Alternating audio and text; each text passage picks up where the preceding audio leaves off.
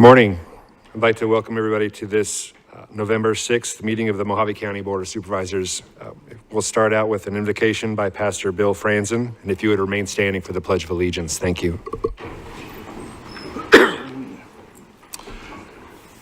Good morning, Mr. Chairman, Supervisors.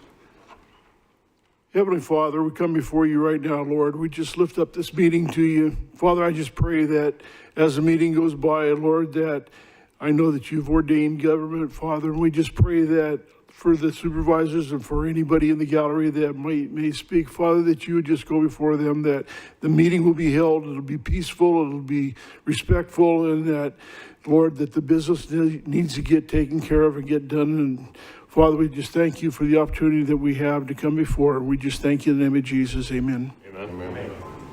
You join me in the pledge? I pledge allegiance to the flag of the United States of America and to the republic for which it stands, one nation, under God, indivisible, with liberty and justice for all.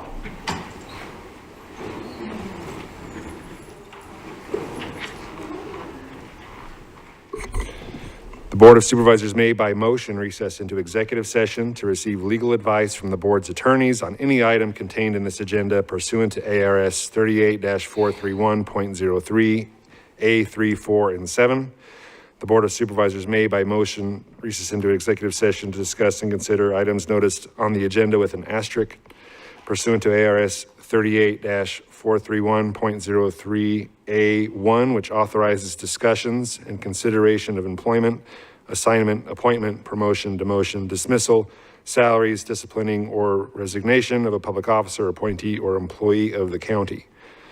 Looking for a motion to call for an executive session to be held on November 20th, 2023 at 9 a.m.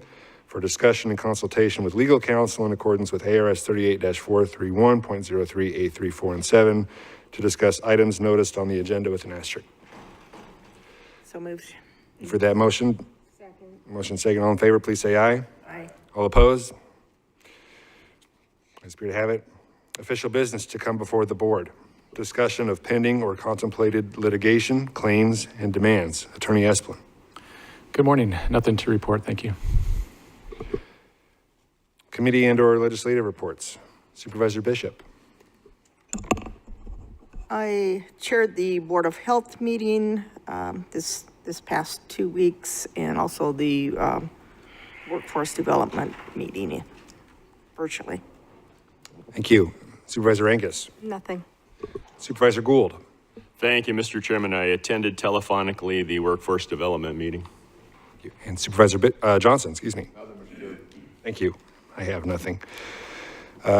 We have a lobbyist report from High Ground. Is Nick Ponder on the line this evening? Or this morning, excuse me.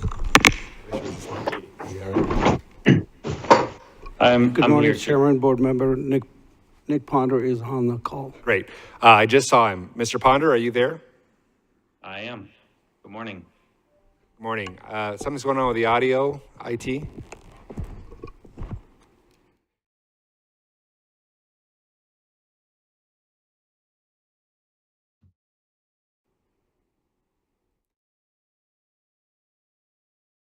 Proceed. Okay. Good morning, Mr. Chair. And for point of clarification, I apologize. I don't have the agenda in front of me. Is this the time for the presentation or just for the legislative update? Just the legislative update. I am going to move up item number 95 to, we have two other presentations. I'm going to move up 95 at the end of those two presentations for your presentation as well. So we won't keep you waiting for too long. Okay, perfect. So the only update since we last spoke is that the governor's Rural Groundwater Policy Council convened on Thursday of last week, to almost finalize, I would say, some of the provisions that they will put forward as a potential framework that they would suggest to the legislature in creating a new tool for groundwater protections in rural Arizona. Much of that meeting was well received and collegial, and individuals from farming interests made some requests that were encouraged and were supported by the council. And so ultimately, I think what we will see, and in the interim of our last conversation and today, I've also had some conversations with the executive office about how that would look. And I think that we will see those recommendations from the committee come out in early December.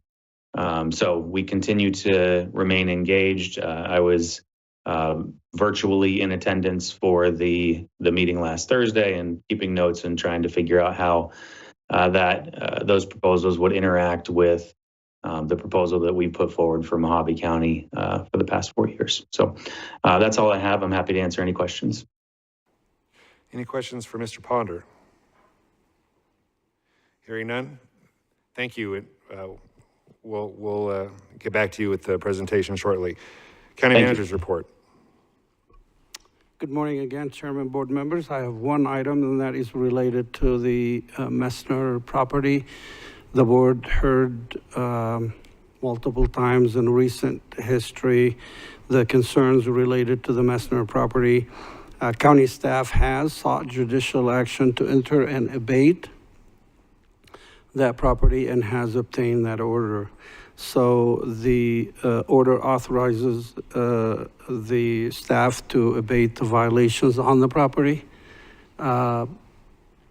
starting December 1st, which allows for a 30-day period to give Mr. Messner time to move any items of value on his 3 properties into demarcated area, 1,500 square feet. The 1,500 square feet is the maximum open lot storage allowable for the property, for a property of this size. So on or after December 1st, providing contractor availability, staff will proceed with the abatement of this property and we'll take care of it. Thank you. Thank you, Manager Elders. All right, we'll move into the call to the public. First up is Steve Moss. Judge Moss.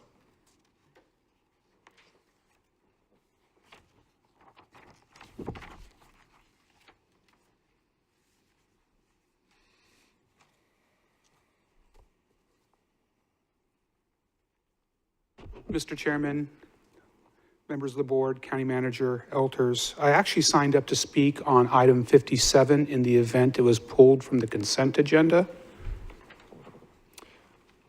Okay, I'll set that aside. I'm willing to speak now, No, but that's okay. I think you may not want to hear from me. Okay. Thank you very much. Okay. Mary Lou Shaner. Oh, okay. Item 8 called Mary Lou Shaner. Okay.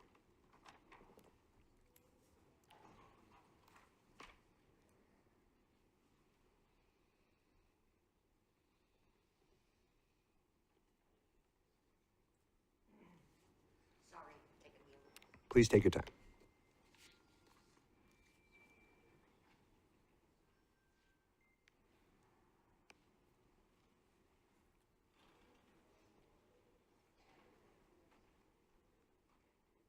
Morning. Board members, it's loud now this time, and all of you guys up there. I'd you like state to your name for the record? Mary Lou Shaner, District 2, prior director. I would like to speak on Carrie Azel being taken off of being a PC. This is so highly outrageous that I cannot believe it's even happening. I think you guys put him back on. Now he's being taken off again. I mean, how many decisions do we have to come to? This also happened to another friend of mine, 2 friends, which would be, my brain right now, would be, I'm trying to think, Chuck and Josanne Beckman. They were taken off of being a PC, although they were elected, because they moved for 3 months to Scottsdale, Arizona, for her to get treatment. Jeannie Kench took her off, took them both off without even consulting the directors, without even consulting them, without consulting anyone. She just said, oh, I don't want them anymore. I'm tired of Jeannie Kench taking off our PCs without even talking to us. And that's all I have to say. Thank you. Patrick Shaner.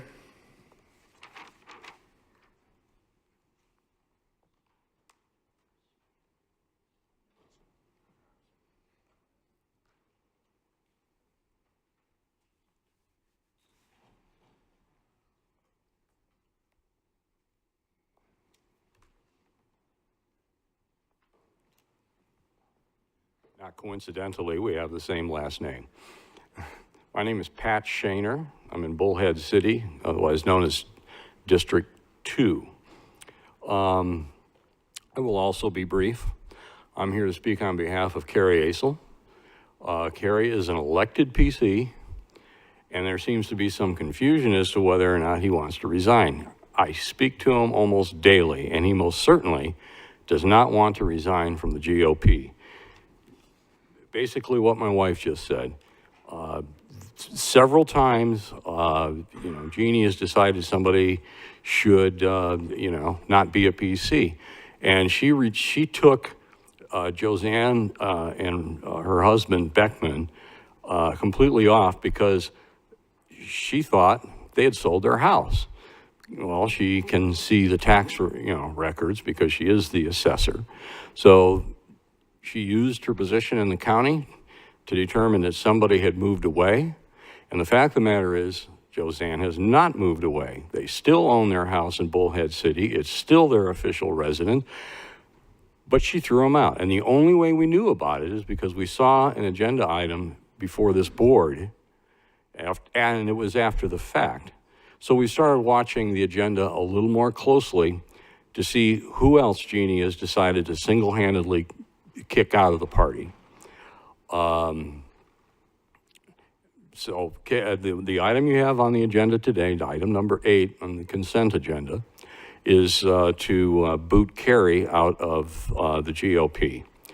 Now, my concern is it going to come up on every supervisor meeting? Am I going to have to keep reading the agenda to make sure that people are not being unceremoniously kicked off?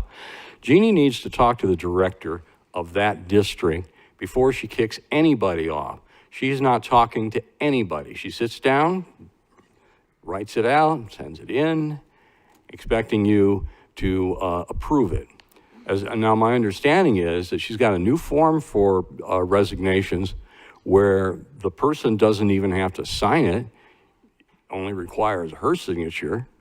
And she's been using that against District 2 by simply not telling anybody when she does it. It's just a surprise. I'm tired of the surprises, okay? Our PCs, especially our elected ones, but our PCs appointed as well, need a little bit of respect, okay? You need to at least tell the director of the district that you're doing it. Don't just do it and then expect us to follow up on the agenda and then say, oh, this is wrong, and then have to come in here and speak as I am speaking right now. I'm also finished.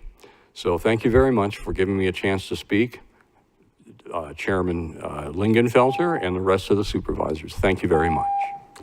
Philip Robinson.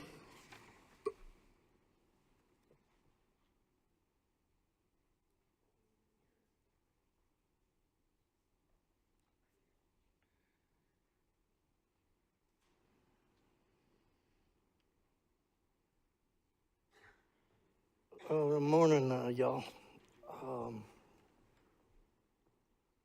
I don't know how to start this. Could you state your name for the record? Sorry. Oh, sorry about that, Travis. Philip Robinson, Golden Valley. I don't know how to start this. Some things have come up kind of, but it's all on the agenda, and I think that's what I wrote down for, was for the agenda is not called to the public. Is that correct? I put an agenda number on there? If you'd like to speak on an item that's on consent, we're doing that at call to the public. It's item 40, it's fine. I've got 2 of them in there. That's what I don't understand, and I was Oh, one's white, wasn't it? Yeah, one of them's white, I'm sorry. But I don't want to speak out of turn and go, oh, you got to go sit down.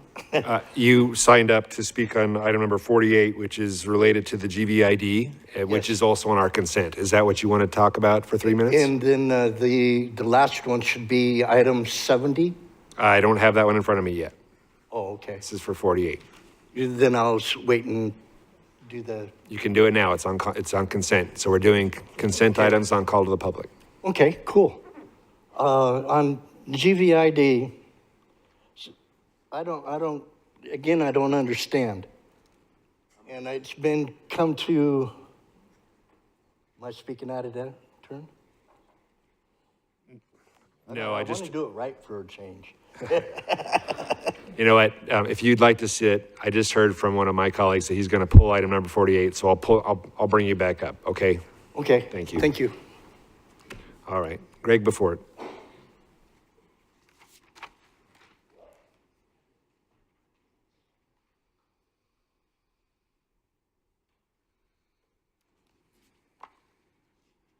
Good morning, Supervisors. For the record, my name is Greg Beffert, Mojave County taxpayer, and this is the fourth appearance that I made in front of this board, but I've been in front of this board in the past and been in front of Lake Havasu City in the past during the COVID fraud and talked to them about the lies that Anthony Fauci and the problem with the fact that they couldn't discern the truth from a lie, which is why we ended up having the fraud and the crisis that was put upon the citizens of this county.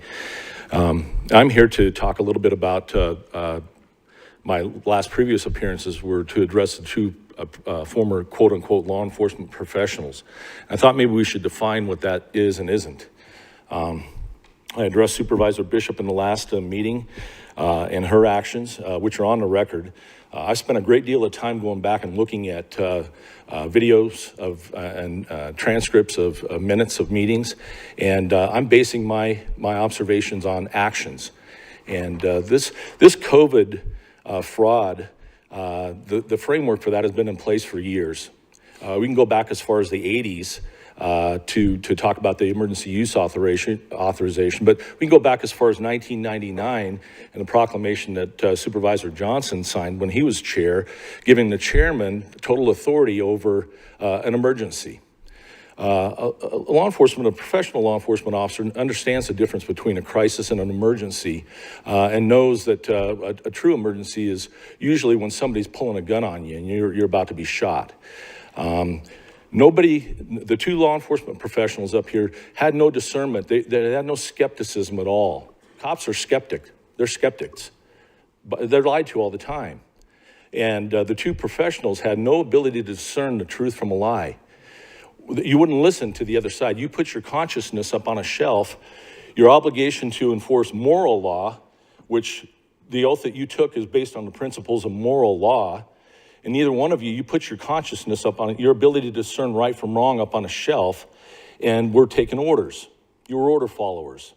You weren't leaders. True law enforcement professionals are leaders.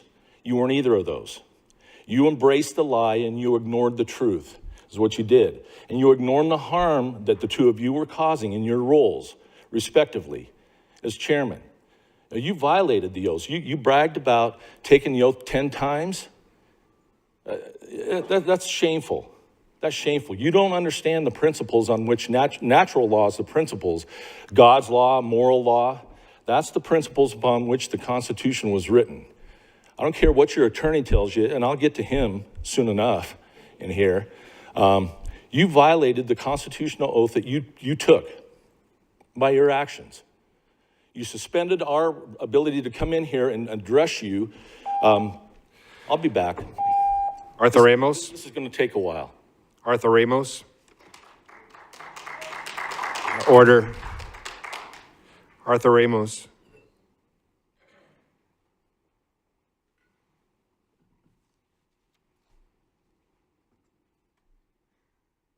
Good morning. Thanks for the opportunity.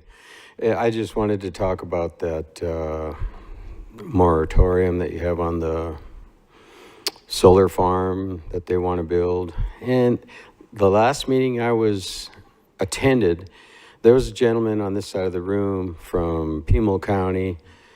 He was bragging about how wonderful and beautiful the whole process is with the solar farms. And this gentleman over here that was the owner of the property, it just seems so simple to me that this gentleman should get a hold of this gentleman and maybe start some kind of a program or whatever it takes to get started and build in Pima County.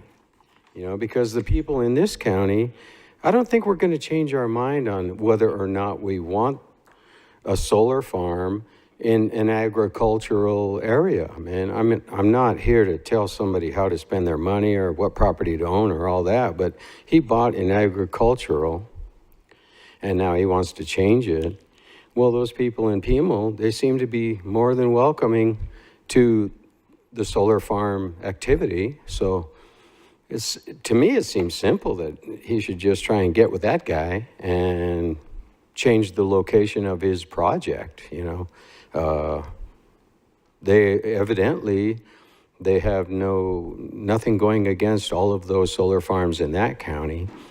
And evidently as well, he didn't purchase the property here in this county for its beauty and its serenity and to be part of the community and, you know, get along with his neighbors. I mean, I haven't heard one thing that's going to be beneficial to the community or the county from that project. So I don't see any of us changing our minds. Maybe, I don't know about you guys, but last time I was here, there was a lot more people on his side of the argument, and they were from out of state, different states, and out of county, you know, Pima County, and they were all talking it up, how wonderful and what a great idea it is to allow him to do that, but they're all from out of state and out of county. You know, I don't know how many of us are going to change our mind on that project, but hopefully, I mean, that moratorium, I would change that to just a hard stop and let him come back in a year. After a year, you said it takes, anyway, thank you. Jennifer Esposito.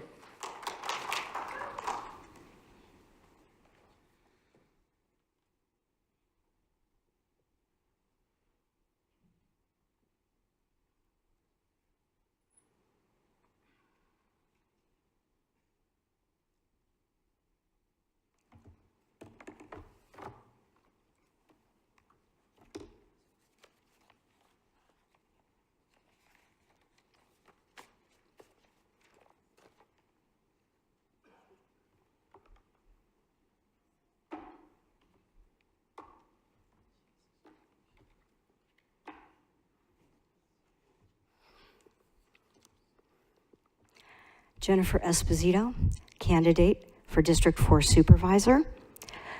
Fasten your seatbelts, boys and girls. This is going to be a bumpy ride today. I hope I brought enough soap because I don't think everybody's squeaky clean in this. The property owners, Resurrection Properties and High Desert Holdings do not have the statutory authority to leave a taxing district. But the frantic petition to do so raised a lot of issues with me. So I followed the money. I did some digging. I did what I used to do as an investigative reporter. And I found out that on June 15th, Cactus Utility Company contacted the county via Mr. Elters. On June 22nd, Mr. Elters responded. He said he shared the information with the board, but there's no record of that. On June 28th, Chairman Lingenfelter responded, and I have his response right here. It says, thank you for the reply. If need be, we would be willing to attend a meeting and introduce ourselves to the board. What's shocking about this is that not only is Chairman Lingenfelter and Mr. Kress from Cactus in on this email dated June 28th, but so is Traven Pennington of Angle Homes. Moreover, They did have a meeting. And here is a copy of the email for the Zoom meeting between Engel Homes, Travis Lingenfelter, and Cactus Utilities regarding GVID. And here is an email between Mr. Kress and Supervisor Bishop and Mr. Pennington again of Engel Homes and Central States Water Resources. What's shocking to me is who is not in on this conversation. That would be you, Mr. Esplin.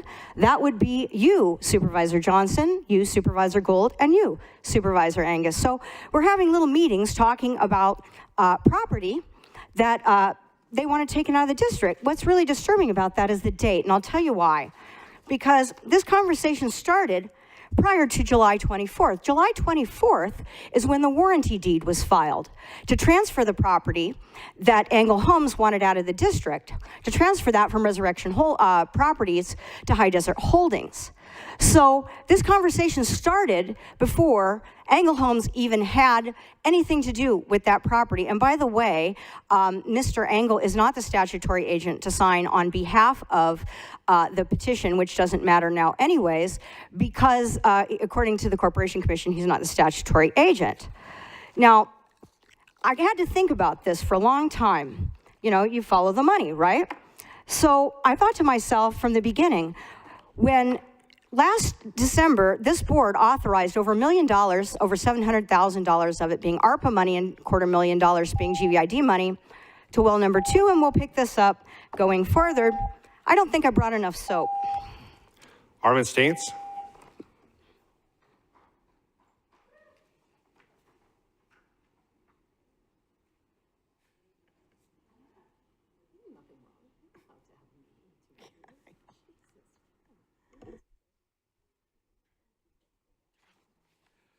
Good morning, Chairman, Supervisors.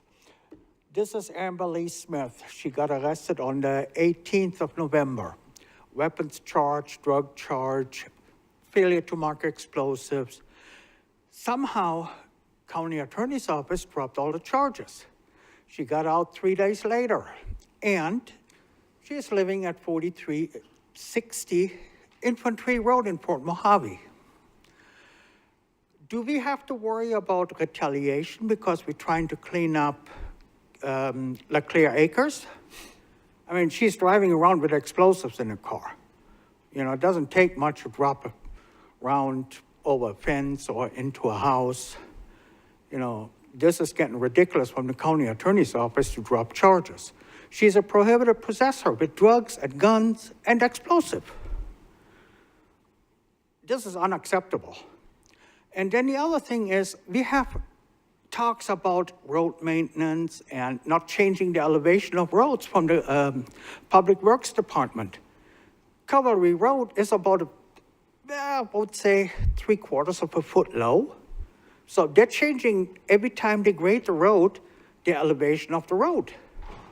So this needs to be equal for everybody. You know, one guy, he gets hassled because he wants to grade a road what is on BLM land.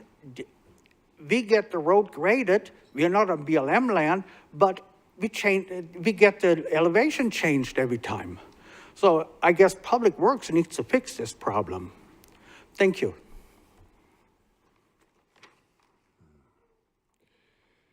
Carrie Acel?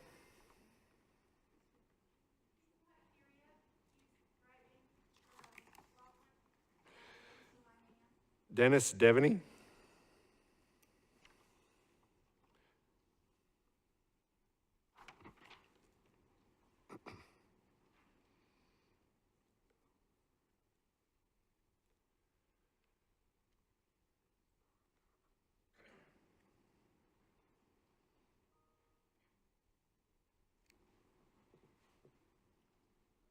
Good morning, Supervisors. My name is Dennis Devaney. I live in Bullhead City on Ash Avenue. I'm a retired 20-year infantry veteran for the U.S. Army, and I'm here to speak on behalf of Gary Acel, who's been held up at work. But before I do that, I'd like to compliment Supervisor Ron Gould. I listened to an interview he gave online about describing the purposes and background behind precinct committee persons, in which you described you tried to get about 152 voters assigned to each PC in the Republican Party or whatever. I am a former military man. I have no clue how your political party works.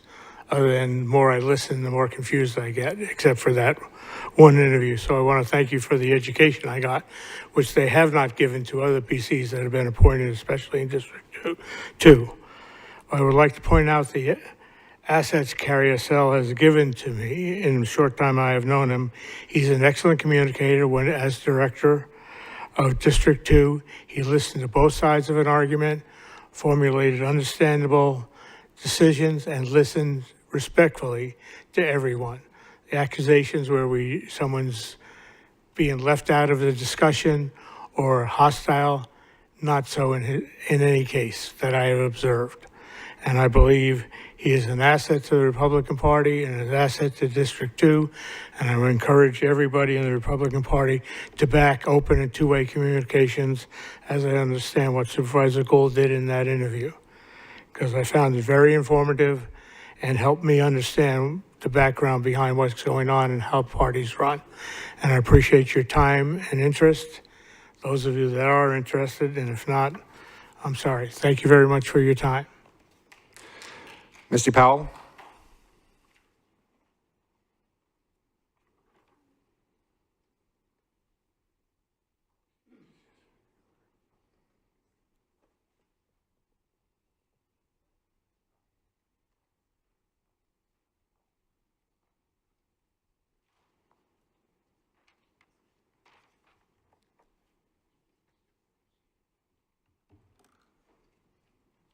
If I can have the camera on that, please. Good morning. My name is Misty Powell Davini. Sorry, I was in a rush and newlywed, so from Bullhead City. I'm here to talk about Agenda 8 and the fact that it's even on the agenda is confusing, because last meeting you guys tabled the removal so that you yourselves could create a form for the removal of PCs. So it shouldn't have even been there and should have waited until this form was done, and that you guys were going to bring that back up.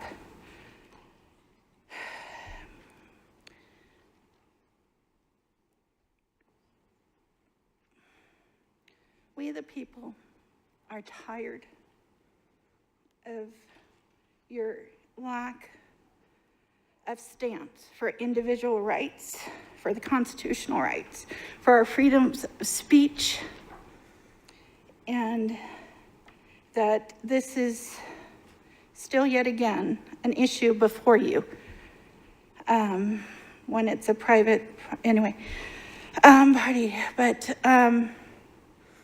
you know, I heard from you, Miss Angus, at the Wickenburg, that you want to work with me.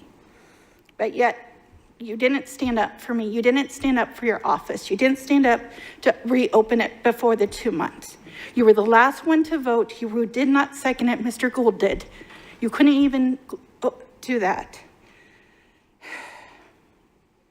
We want you to act and stand. We had a nuclear bomb test last week. You have to unite and give a solid front for the republic that we are citizens of, that you are to be serving. We need you to stand up and act and speak out against the injustices, call out the evil, call out the crimes. You have people going to jail in Washington, D.C. because they stood up for what they felt was a wrongful election, and I do believe it was a wrongful election in 2020. And they are still, 3 years later, being detained. They have their rights and their defense taken away from them. Yet, we are still silent and nothing is being done. Very few are standing up and taking a stand. It's time to act. We don't have time. We have nuclear test bombs in Nevada going off. We're only a few hundred miles away. You know, what's that going to affect our county? we need to have hand count ballots in our election. We need true and honest and fair elections. You need to reconsider it and put it back on the agenda. Thank you. Chris Rodarte.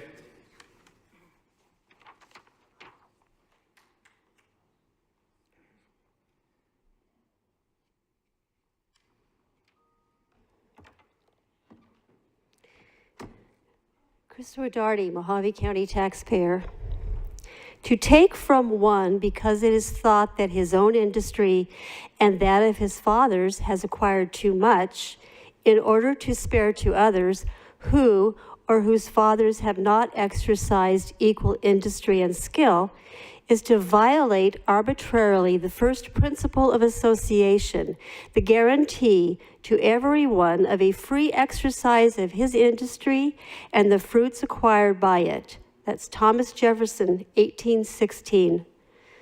I am in opposition to items 25 and 26 on today's list and recommend they be pulled for discussion, as opposed to the automatic rubber stamp afforded items on the consent agenda. In 1 Corinthians 13:3, the Apostle Paul tells the church at Corinth, "If I give all I possess to the poor and surrender my body to be burned, but have not love, I gain nothing." 2 Corinthians 9:7 states, "Each man should give what he has decided in his heart to give, not reluctantly or under compulsion, for God loves a cheerful giver." Loveless giving is the inevitable result of communism, a theory as defined by its founders Karl Marx and Friedrich Engels as the abolition of private property, taking by forced taxation from the haves and giving to the have-nots, or as referred to in item number 26, the chronically homeless, is tyranny, to paraphrase early Boston colonist James Otis. Interesting phrase, chronically homeless. By propping up this class of people, we are signing on to a never-ending flow of cash from those who earn to those who don't or won't. This sounds like communism. I mean communal fairness to me. Week after week, month after month, year after year, Mojave County continues to sign on to contracts with the state, which subvert money taken by force from taxpayers to reward those in need. Here's an idea. How about taking a cue from Apostle Paul and leaving caring for the poor up to the cheerful giver? How about turning this over to churches and private charities? How about decreasing our tax burden and increasing the tax benefit for such donations? I know you are sick of me nagging about staying on course with our Constitution as written, but didn't you take an oath to uphold it? Aren't you charged with protecting property rights? I don't think your oath mentioned standing firm for communism. Today you have the opportunity to vote against tyranny and for liberty. Just say no to 25 and 26. Thank you. Order. Supervisor Angus. May I respond, please? So since my name was brought up by a speaker who kind of implied that I was lying, I just wanted on the record that I did call twice. I did say I'd like to work together. I never even got the courtesy of a return phone call from the 2 phone calls I got, but my offer still stands. I want District 2 to come together, and I think we'll talk more about it because I think this item about the resignation is going to be pulled, but I have something to say about that as well. Thanks. Supervisor Bishop. Thank you, Mr. Chairman. I just wanted to recognize that I did receive an email from Bridget Sheldon requesting that her statement be read into the record, but I see that every supervisor has received the same letter, so I will not be reading it into the record, but I did want to recognize that I received it and respect the comments. Anybody that would like a copy of this can contact my office and I can forward that to them. Thank you. Great, thank you. Supervisor Angus. I did receive, thank you for reminding me, I did receive a letter that wanted to be read into the record from Barbara Carpenter from Kingman. Good morning, Chairman Lingenfelter, Supervisors. My name is Barbara Carpenter. I live in Kingman, and I'm a proud Republican and Trump supporter. I'm here today to speak about government overreach. I've been here before and stated that I don't trust the government, city, county, state, or federal. The past few BOS meetings have validated my distrust. Twice, the BOS has inserted themselves into Republican Party business, something it has no legal right to do. Supervisors have voted to deny people that wish to resign the right to do so, stating a signature is required. This is something that has never been required in the past because it's not under the purview of the Board of Supervisors to require a signature. My question to you is, how willing are you to require the same of the Democrat Party? Are you going to tell the Democrat Party that they have to have a signature in order for a Democrat PC to resign? Are you going to tell the Democrat Party they cannot remove a PC they feel is not performing the duties required of a PC? I seriously doubt you would, for two reasons. It's not your business to interfere with political parties, and you don't want Mojave County sued by the Democrat Party or any other party for that matter. So maybe 3 supervisors that believe they have power that they don't have should stand down and focus on the issues they are charged with. Respectfully, Barbara Carpenter. Thank you. Supervisor Gould. Thank you, Mr. Chairman. I would advise the board members to refer to the email from Ryan Esplin that this Board of Supervisors is the ones that removes and declares that seat vacant. That letter is incorrect information. And we did not insert ourselves into their situation. The party chairman inserted that situation into our laps. Order. Thank you. Order. Are we going to talk about this issue now or during No. when it's up in the consent agenda? Consent, if you're going to pull it. Thank you. I will say, though, since I was mentioned in one of the speaker's comments, that it's not at all uncommon for businesses or organizations to reach out to the individual supervisors. We certainly have an open door at District 1. If any of the companies want to come, I mean, whether it's whoever it is, I'm willing to sit on a Teams meeting or have them come in and just listen to what they're wanting to present. And so we certainly did that with Engel Homes and that private water company. Just listened to who they were. That was really the extent of it. There was nothing nefarious going on. So we're going to go to the presentations now. The first presentation we have is a wellness program update presented by Tori Hudson, Senior Wellbeing Consultant, and John Hatz, Area Vice President from Gallagher Benefit Services. Okay, great. Welcome.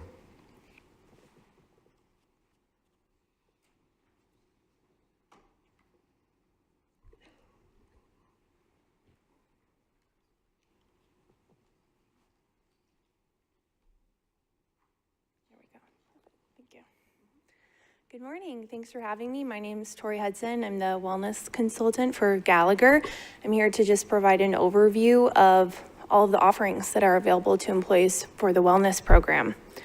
Since 2018, when we became a wellness partner with Mojave County, preventative screenings were the first thing that were brought on site, followed by various programs for different health conditions, which I will go over with you. This is an overview of the overall percentage for the last 5 years. Also, I wanted to note that mammography screenings are also offered every year, but because they were shared with other cities, participation statistics aren't available, but just know that is an available screening for employees as well. All of these screenings are opportunities to catch various health conditions in their early stages. Livongo is our wellness program to support those with prediabetes, diabetes, and weight management. When users sign up for the platform, they're enrolled into one of these 3 programs, and then depending on which program they're enrolled into, they're sent supportive devices like blood glucose meters, scales, blood pressure monitors, things along that line. Depending on what kind of devices they are sent for their program, they're receiving real-time feedback on these devices, and they have the opportunity to work with expert coaches that are following evidence-based health practices. This Livongo platform is also offering food logging, nutrition tracking, exercise tracking, and different challenges for participants to take part in. These are the statistics that Livongo has, that users have taken part in Livongo over the last few years. I do want to call out that in these general programs, it's common to see 10 to 20% engagement with these. So to see that 80% of users are utilizing the devices sent to them, 26% are taking advantage of the coaching there. These are really great numbers and engagement to see. Hinge Health is our program that supports muscle and joint issues through exercise therapy. Care ranges from preventative to just maintain good health to pre and post rehab from surgery. As you can imagine from sitting at a desk, neck and back pain are the highest body parts of engagement in the app. And users are completing an online assessment to be matched with the right program, similar to Livongo. Hinge Health has 2 yearly campaigns that consist of 5 different touch points that are going out to all of the users. These are the all-time metrics for Hinge Health. Currently, there are 42 active users, 39 in the chronic program and 2 in the acute program.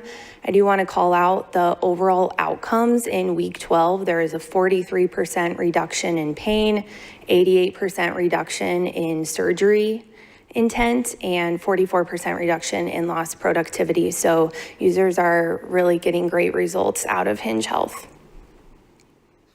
Navigate is our newest offering. You can think of Navigate as the centralized hub where users can find all of the wellness offerings available to them in one place. And it also helps fill in the gaps for what Hinge and Livongo don't offer. So it's going to provide content on topics like mindfulness, nutrition, mental health, physical activity challenges, recipes, workouts, things like that. Right now, Navigate has 79 active users. When I was just here a few weeks ago presenting to the trust, we've already increased by 17 users. So this is a program that's continuing to gain traction since it was just introduced in July. Right now, the well-being survey is the portal engagement's top activity. Because it is our newest offering, working closely with the Wellness Committee and Navigate to continue to grow engagement. Mojave County itself is also doing a lot to promote all of these programs to employees. Mojave in Motion is where employees can sign up for all of these programs, among other resources.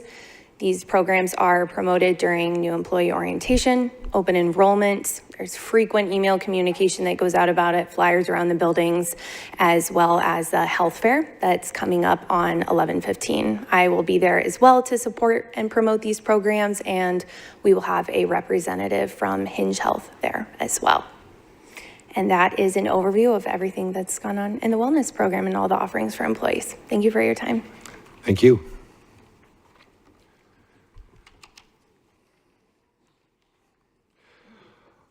All right. Mr. Hatz, did you have something to present as well, or no? I was just here as backup. Okay, great. Sorry, lingering. I didn't know if we were just halfway done. Okay. Video presentation of the 5th American Public Works Association reaccreditation presented by our own Public Works Director, Steve Latosky. Morning, Steve. Good morning, Chairman Lingenfelter, members of the board. In 2007, the Public Works Department, inclusive of flood control, became just the 44th public works agency in North America to be accredited by the American Public Works Association. We achieved our 4-year reaccreditation in 2011, 2015, 2019, and most recently this past September, which will mark 20 continuous years of operating as an APWA accredited agency. APWA accreditation punctuates Mojave County Public Works' delivery of services to the very best in public works practices. It reflects the skill, experience, and not to be overlooked, enthusiasm of our incredible staff at all levels that perform their duties to an exceptional level of consistency and completeness. An APWA accredited agency reflects on its staff as public works professionals working under a sound, efficient business model. It is a pleasure to present the following video by APWA President Gary Loescher, which recognizes our achievement.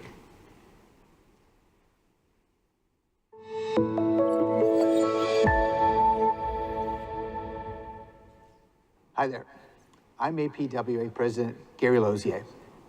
In my day job, I'm the Director of Engineering and Works for the town of Quispamsis in New Brunswick, here in Canada. I'm excited to be here today, even though it's virtual, to help celebrate the dedicated folks down at the Mojave County Public Works Department.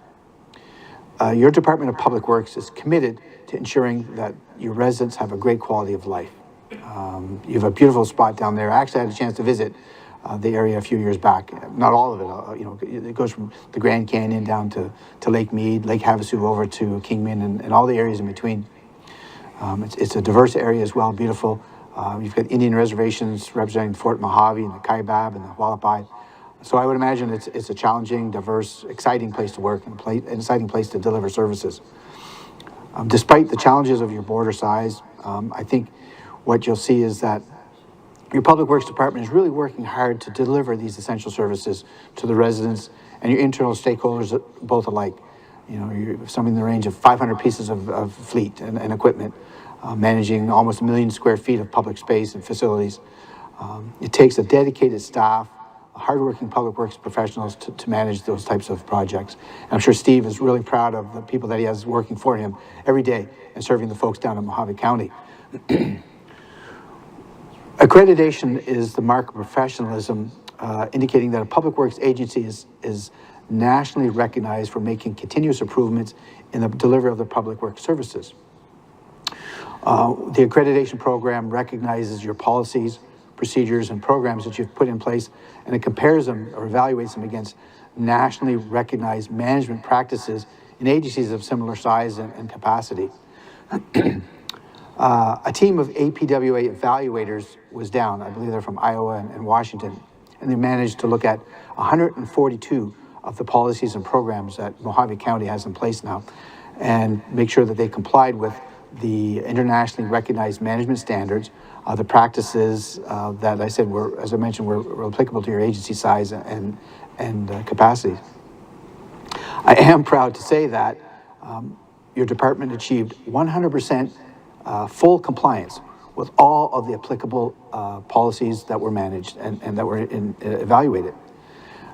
They looked at many models, and yours was stacked up against the best. In fact, they managed to identify one of the policies that they had identified that could be used for other agencies that are doing the self-accreditation process. It dealt with information technology and telecommunications, and I believe the highlight was that it was an excellent example of setting clear and consistent expectations as to an employee's use of technology, particularly the customer affirmation statement, as well as the clarity found in the technology applicable use policy. It's easier said than done, I guess.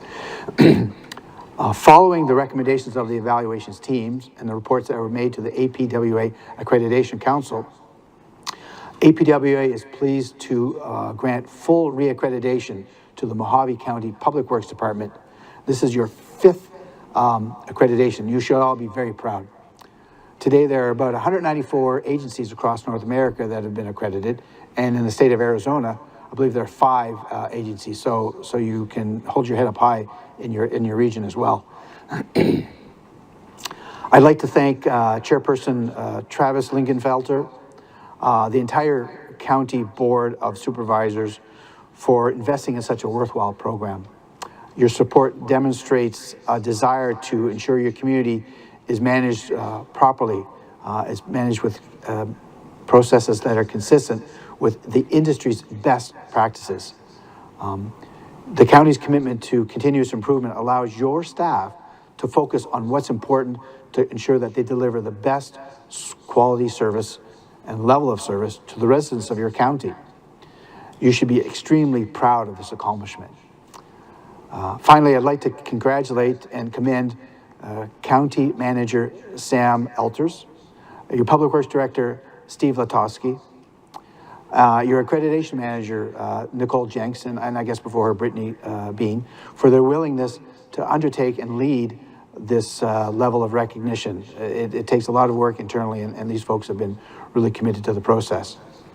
It's my honor to virtually, I guess, present the Mojave County Public Works Department with their APWA accreditation.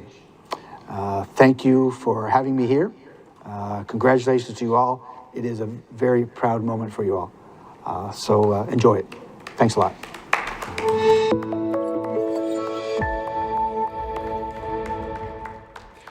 Any comments from the board members? Supervisor Bishop. I just wanted to personally thank Public Works, the director, Steve Lukowski, and all the staff. This is an amazing accomplishment. Thank you. Anybody else? Steve, it does demonstrate a commitment to excellence, and I applaud you and your staff. Congratulations. We'll move on to, I'm going to move item 95 up. There's a brief presentation to be provided by High Ground on the Rural Groundwater Management Area legislative framework. If we could bring Mr. Ponder back up. Mr. Chair and members, can everybody hear me? Your presentation if you'd like to. Thank you. Okay. So again, thank you guys for the opportunity. Thank you, supervisors, for the opportunity. There's been a lot of information going around in the public sphere about what the groundwater legislation or conversations about groundwater legislation are looking like, who's been participating, and how that has been going.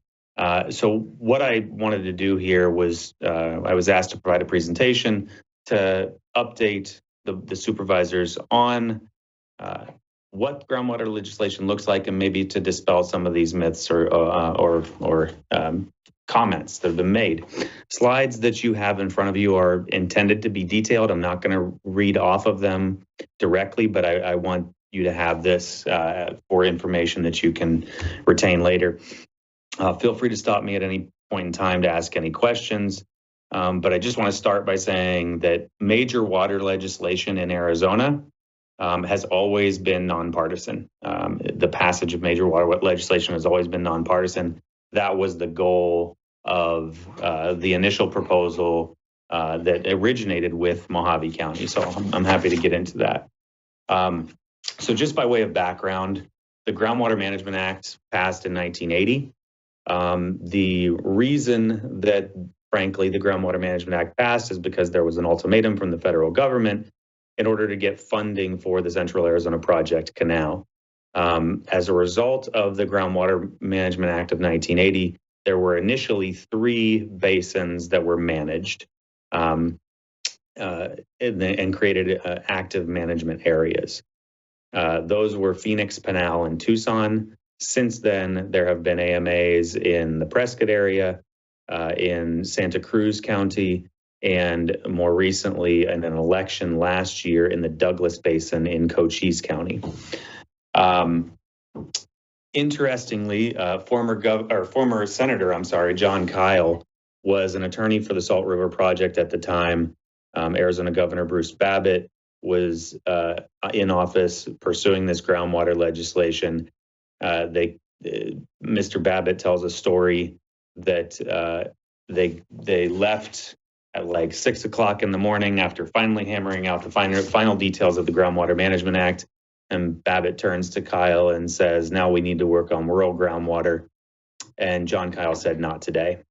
That was 1980. It's been 43 years, and not today is still the position of many people in this space. Currently, we only have 2 tools for managing groundwater in Arizona. It's the active management areas that we discussed, and then irrigation non-expansion areas. INAs really only regulate agriculture, and they're an imperfect tool if you talk to anybody, including DWR. That means that about 80% of the state has no groundwater protections whatsoever. So as a result of not having any groundwater protections, in 2014, the state of California passed sweeping groundwater legislation called SGMA, where for the first time, some of their basins were they had the opportunity to be regulated in groundwater pumping. From the data, and I'll get to the data here in a moment, but we see that in 2015, Mojave County began seeing a shift of out-of-state corporations coming in using water at an industrial scale in Mojave County. For the record, 2014-15 was the year that the Saudi farm also arrived here in La Paz County, in the Butler Basin.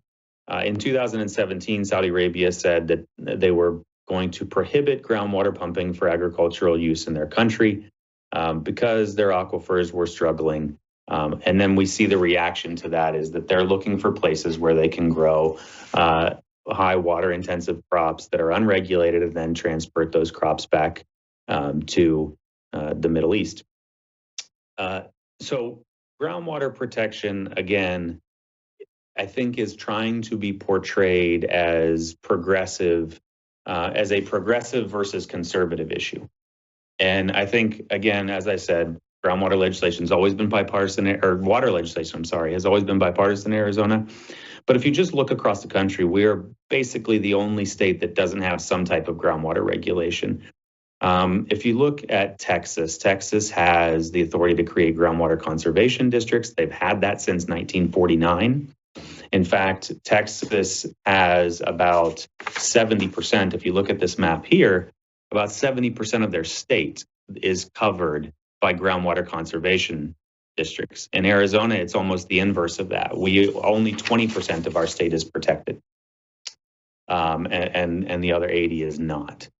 So again, not a conservative or a progressive issue. It is just, this is a role of government, a responsible role of government in that we can maintain status quo in our aquifers. So going forward, basically how this happened is seeing the influx of all these agricultural water users, different from what has happened with historical ranchers, vineyards, co-op farms, the small farmers.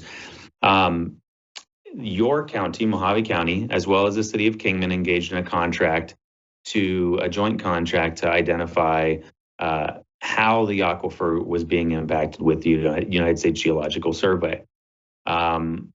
And former county supervisor, Mr. Watson, as well as Regina Cobb, were the ones who drafted the legislation. And the legislation was really only to address basins that were at risk. There are definitions identifying what those criteria are. It is not every groundwater basin in the state, although some people would like to make you believe that. For 4 years, Regina Cobb, High Ground, and others have been trying to get Representative Griffin and Senator Kerr to sit down and have a conversation.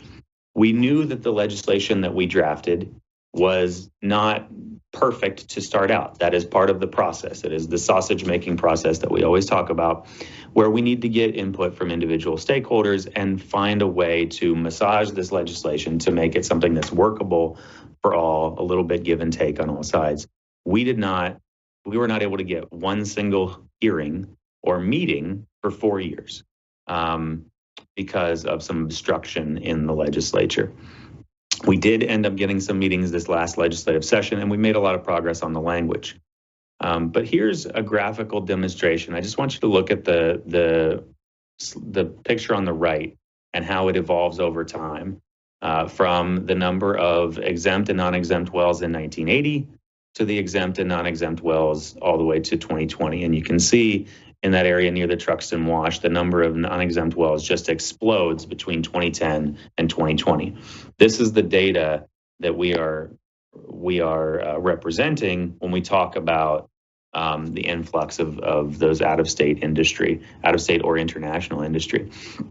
In, I believe, 2010 or so, the amount of water coming out of the Kingman subbasin, of the Hualapai Valley Basin, not the Kingman subbasin, but the basin as a whole, was 5,000.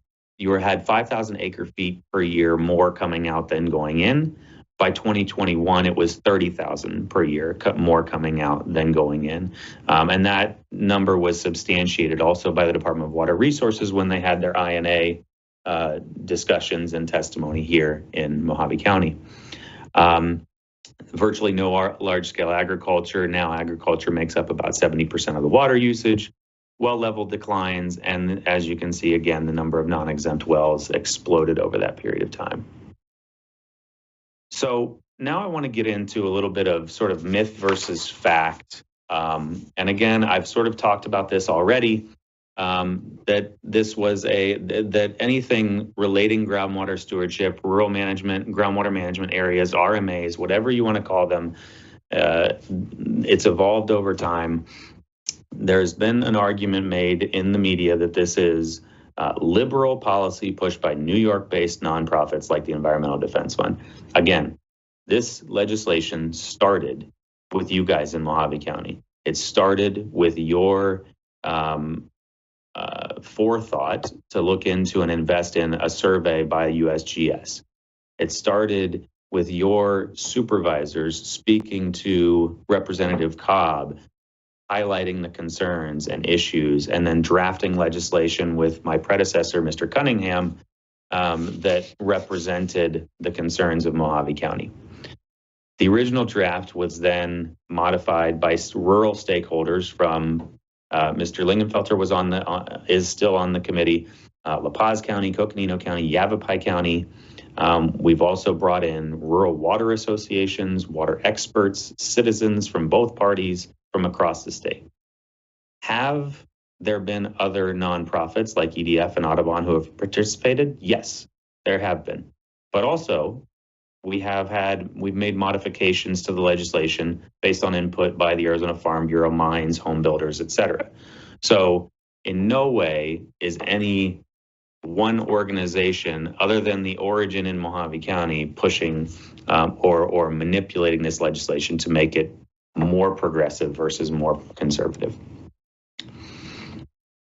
Moving forward, there's been, again, arguments that the governor's groundwater policy council is made up of progressive groups who want to stop farming.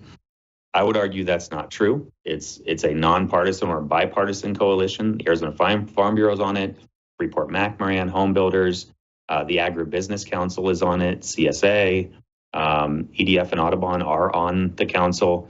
Ron Doba, who represents some water providers, a water authority in Northern Arizona. Jamie Kelly's on it. And then we have Republican and Democratic lawmakers. So the governor's office painstakingly, I think, and they did put Sineker and Gail Griffin on the council. I think for some of folks who were looking at this, they were hoping that they wouldn't be on the council because they've been the primary obstructionists in getting policy done. However, they were put on the council because the governor's office understood that having, a dialogue amongst all parties, amongst all participants, would lead to better policy.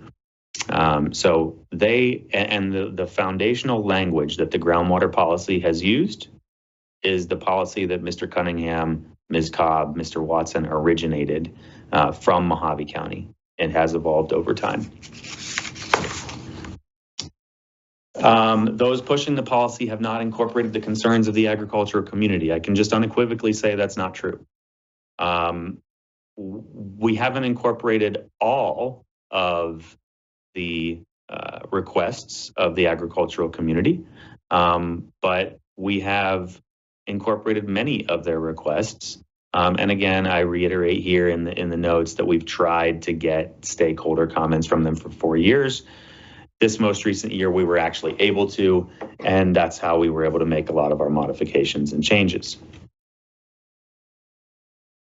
Some examples of changes that were requested by the Farm Bureau and others that have been incorporated into the legislation before the Groundwater Policy Council took it under advisement.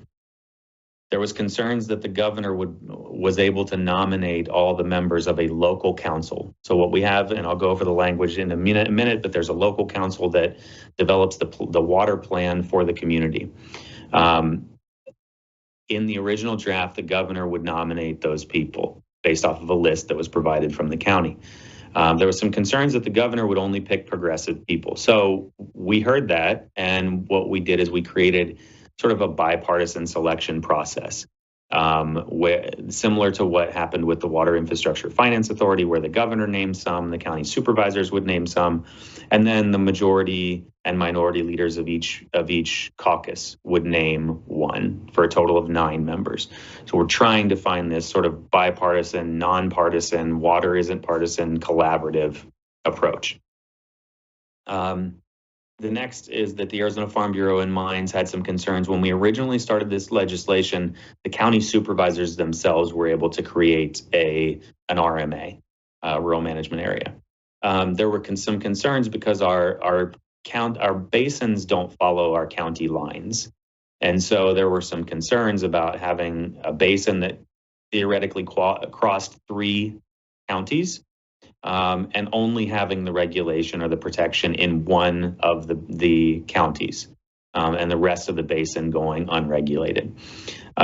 We heard that concern. We've removed the option for the county supervisors to create one unilaterally. And what has now happened is that DWR would be the one to create it. And again, I can get to that later in the policy. AZ Farm Bureau wanted acknowledgement of water rights. Department of Water Resources has agreed to incorporate that, but it appears that the Farm Bureau wanted a priority system related to water, and I'll get to that in a moment as well.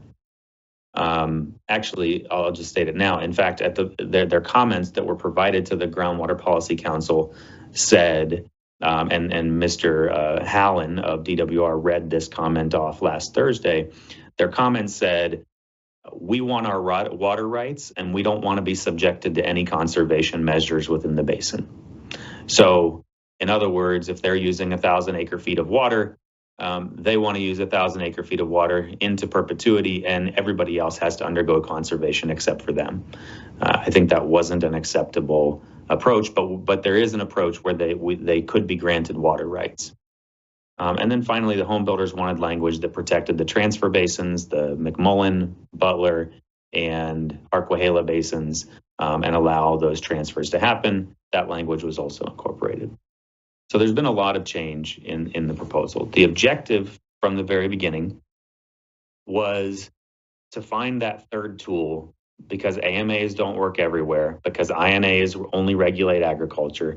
Find that third tool that would allow DWR to identify basins at risk and preserve groundwater for the residents, businesses, industry, and historical agriculture that's been there. And we believe that the creation of this new tool provides a different sort of return on investment analysis from any out-of-state or international corporations coming to Arizona and looking to exploit those aquifers, which puts Arizonans in a better position. So what does the policy look like? We use excess revenue from the state lottery fund to implement the groundwater protections. They can fund projects, they can fund irrigation systems, recharge, they can pay farmers to no longer farm, etc. We were asking for about 50 million a year. There's about 150 million in excess in the state lottery fund. That typically rolls over to the general fund, and will likely need to next year because of the budget shortfall that was discussed the last time I saw you guys. But that was the initial proposal. In the policy now, it grants the DWR director, as opposed to the supervisors, as I just mentioned, the authority to create these new rural groundwater management areas. They can create them on their own, or if initiated by 10% of basin residents or by the County Board of Supervisors, the DWR director would have to review whether or not the basin qualified. And again, you can see here in the first bullet on this slide, the DWR director can only authorize a rural groundwater management area if the basin meets the criteria identifying a basin at risk. I did provide you with a draft from the end of March. That draft from the end of March on page 21, you can identify their 4 criteria for what is a basin at risk if you're so interested. If it qualifies, then a council of locals, and by the way, this piece of the legislation came from The Mojave County, you may recall, there was a Mojave County Study Committee chaired by Gina Cobb, which had a lot of folks on it, including a rancher up in your area by the name of Clay Overson. And one of the proposals that came out of that was this needs to be locally managed or locally created, I guess I should say. In the AMAs, there's what's called a Groundwater Users Advisory Council, but it's really DWR making all the policy, and they just the council just serves in an advisory role. And what the goal of the rural groundwater management areas is to really say, in order for those locals to have sort of a buy-in into this and not feel like they were being dictated to by the great state of Maricopa, that the policies, procedures, and goals would have to be implemented locally with experts from the local area. That's how we've maintained it from the beginning. As you can see on the third bullet, I outline already there what we incorporated into the change with respect to how they're nominated. And then once they're created, once the council is created, they will be charged with creating a management plan for the basin. We don't prescribe specific tools within the legislation that says you have to do X or you have to do Y. That is for the local council to determine what is best for their particular basin. Within a groundwater management area, a council can create what we called an irrigation protection area. It's similar to an INA, an irrigation non-expansion area, except that in an INA, if you're a farmer and you have 100 acres, but you're only farming 50 of them, once an INA is created, you cannot farm that other 50 acres.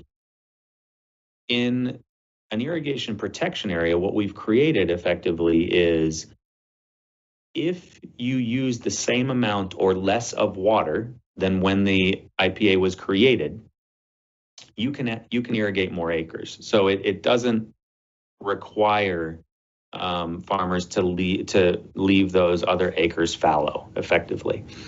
We think that that's an incentive to undergo efficiency, and ultimately, as a program were to put in place, the basin would become more efficient. Upon the completion of the management plan, the plan is then submitted to DWR for review and approval. Basically, DWR is just checking the list to say, does the plan accomplish what the goals for the basin were? And if yes, we will approve it. If not, we'll send it back and say you need to do a couple things and then bring it back to us. So DWR will basically just review, approve or deny, bring it back, and then once it's approved or once it's ultimately approved, DWR would be responsible for executing the regulation. And then every 10 years, that groundwater basin would be required to go under review to see if it still needs to be in a rural groundwater management area. And if it doesn't, then it gets to be removed. That is another incentive for this, in that active management areas and irrigation non-expansion areas can never be rescinded. So the policy here was to try and allow for rescission if the basin's health was substantiated going forward. So additional objections that we received. Farm Bureau wants a newly regulated area to require a local election of residents within the area for approval. This was a non-starter for Mojave County from the direction I've received, as well as every other stakeholder except for the Arizona Farm Bureau, basically. And the reason for that is currently the DWR director can create an AMA or INA without an election. They can do it on their own. The goal is to not make something easier for the DWR director to implement, but also not make it more difficult. If it's more difficult, the director is just going to go with an AMA, and that doesn't solve anybody's problem because we really need another tool. And frankly, the objective data on how the basin is doing and what type of water availability they have into the future should be the determining factor on whether or not a basin is protected, not whoever funds the best political campaign in an election. Additional objections, they believe also that the local council should be elected. The reason that we didn't go down that route is because the local council doesn't have any regulatory authority. Not only that, but we don't think that you should expand the size of government, creating new political subdivisions to have elected bodies. Again, DWR would be the regulatory body. These folks are just a group of local experts from industry, from municipal, et cetera, who are providing their insight and input into creating the protections. So definitely not the governor's office, as well as my direction has been not to increase the size of government. The Farm Bureau wanted priority again given to irrigators through water rights. Again, the council has been saying, I think our coalition has been saying from all along, is that we're not looking to get rid of agriculture, but agriculture needs to participate in conservation. We know how the priority system works with water rights on the Colorado River. Mojave County is effectively last in line now. And we, I think, are concerned that if the Farm Bureau, if the governor's office went down this path, putting farmers first as opposed to the other residents who live in the basin, that we would be in another priority system that would put our water resources at risk. And I would just also point out that in many cases, these irrigators, these agricultural users that are posing the challenges are the ones who have been here last. So you guys know in Mojave County, I mean, it's really been 2015 to 2021, the explosion of those entities. They were here last. They were here after the municipality, after the industry, after the hospitals, et cetera.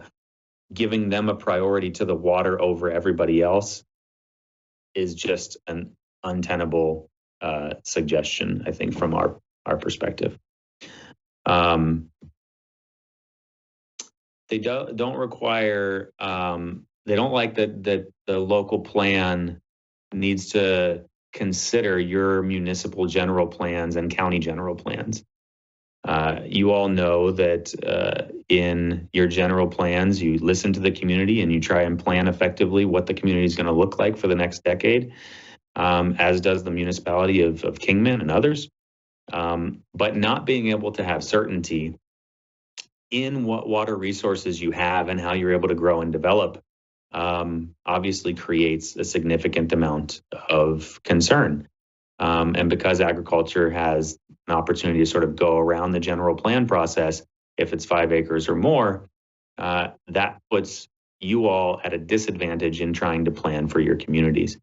Also, just from a financial perspective, why, and this is a question I've posed to legislators at the state capitol quite successfully, frankly, is why would the state, why would the county, why would the city invest hard-earned taxpayer dollars in a program to recharge the aquifer if the aquifer is exposed to somebody coming in with a deeper straw and pulling that water back out? You're effectively subsidizing industry, a new user per se. So we need to make sure that those groundwater bases are protected so that the investments that we're making on behalf of our taxpayers, what we're using their taxpayer dollars for, is being responsibly funded and will have the necessary and desired result that it was intended to have. So that is my presentation. I'm happy to answer any questions if you all have any. Mr. Ponder, for that presentation. Very informative. I'd open it up to the board for discussion. Chairman Lincoln-Felton. Supervisor Bishop, thank you. I'm not sure I received a copy of this. I don't recall receiving a copy. Can you make that available to all the board members? Absolutely. Madam Clerk, was this presentation attached to the backup documentation for the item? I know I had made that request. Chairman Lingenfelter, I'm not sure if it made it Okay, there. well, we'll definitely make sure that we get everybody a copy of this. I've been involved, I think, actually, start, many years earlier than that. I think Mojave County has been sort of thrust into this rural groundwater issue at the same time they've been thrust into the Colorado River issues. I mean, Mojave County has sort of been thrust into both of these big statewide conversations. And, we are responsible really for looking out for the tens of thousands of residents that live here and ensuring that they continue to have access to water as a public health and safety issue. That's really paramount to what we do. Everything else that we really do, we can debate any other issue here, but if we don't have water certainty as the foundation of that, then we really don't have much. I would say I've had the pleasure of first getting involved with this issue when I was with the City of Kingman as the Vice Mayor. City of Kingman and the County of Mojave came together in an IGA to fund a six-figure groundwater model through the USGS, and that model really proved to be crucial in the INA designation by ADWR last December.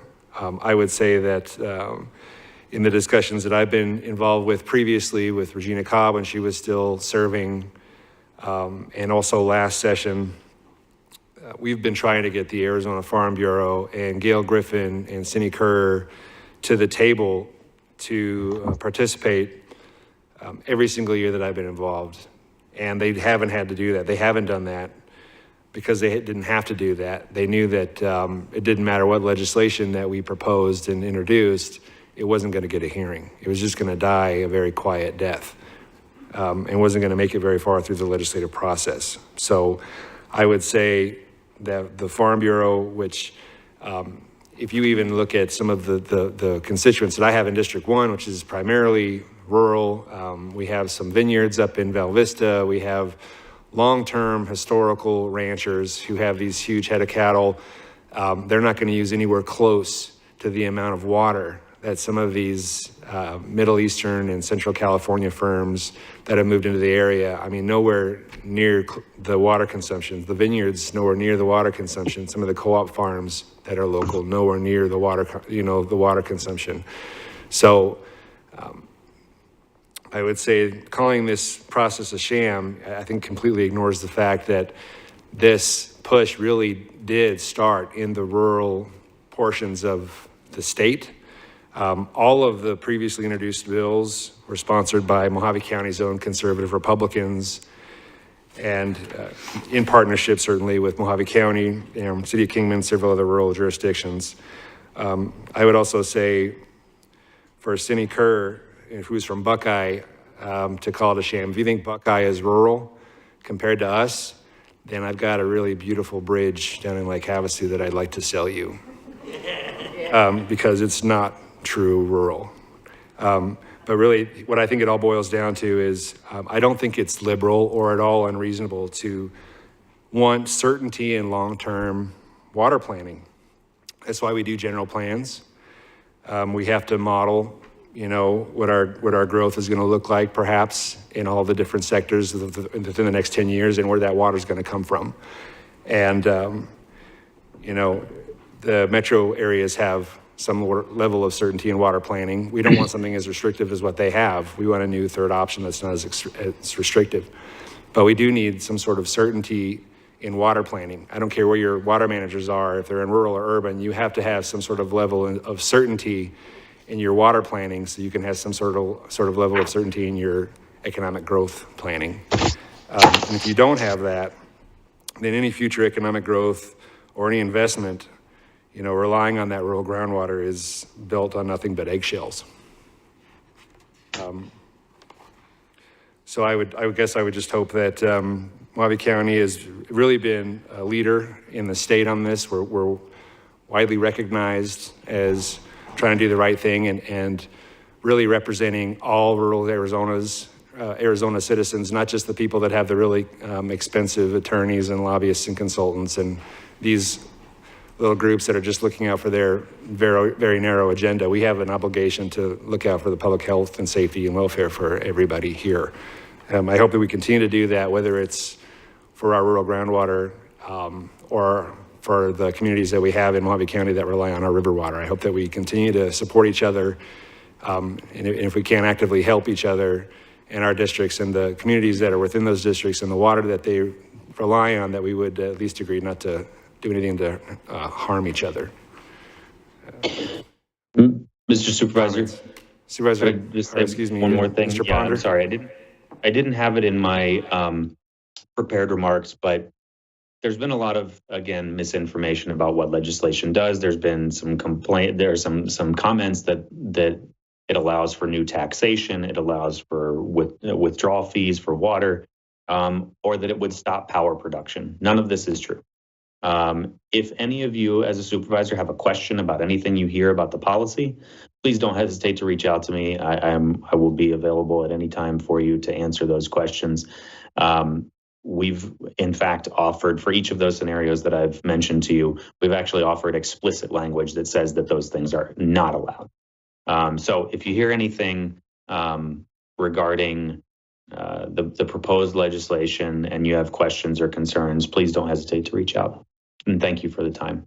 Ponder, and I guess I would just end with, if you follow the polling that happens in our state, the statewide polling, water security is really a top 3 issue right now statewide. It's water security, immigration, and education are the top 3 issues. And I am absolutely convinced that in the next election, those 3 issues are going to play a huge part in how people cast their ballots. I would say Republicans control the legislature right now, and I would call upon them to finally pass legislation that provides rural communities and counties with the ability to have some level of certainty in our groundwater planning and growth. I'd open it up to Supervisor Gould. Thank you. Thank you, Mr. Chairman. Mr. Ponder, during your presentation, you said that you were tasked with not expanding government.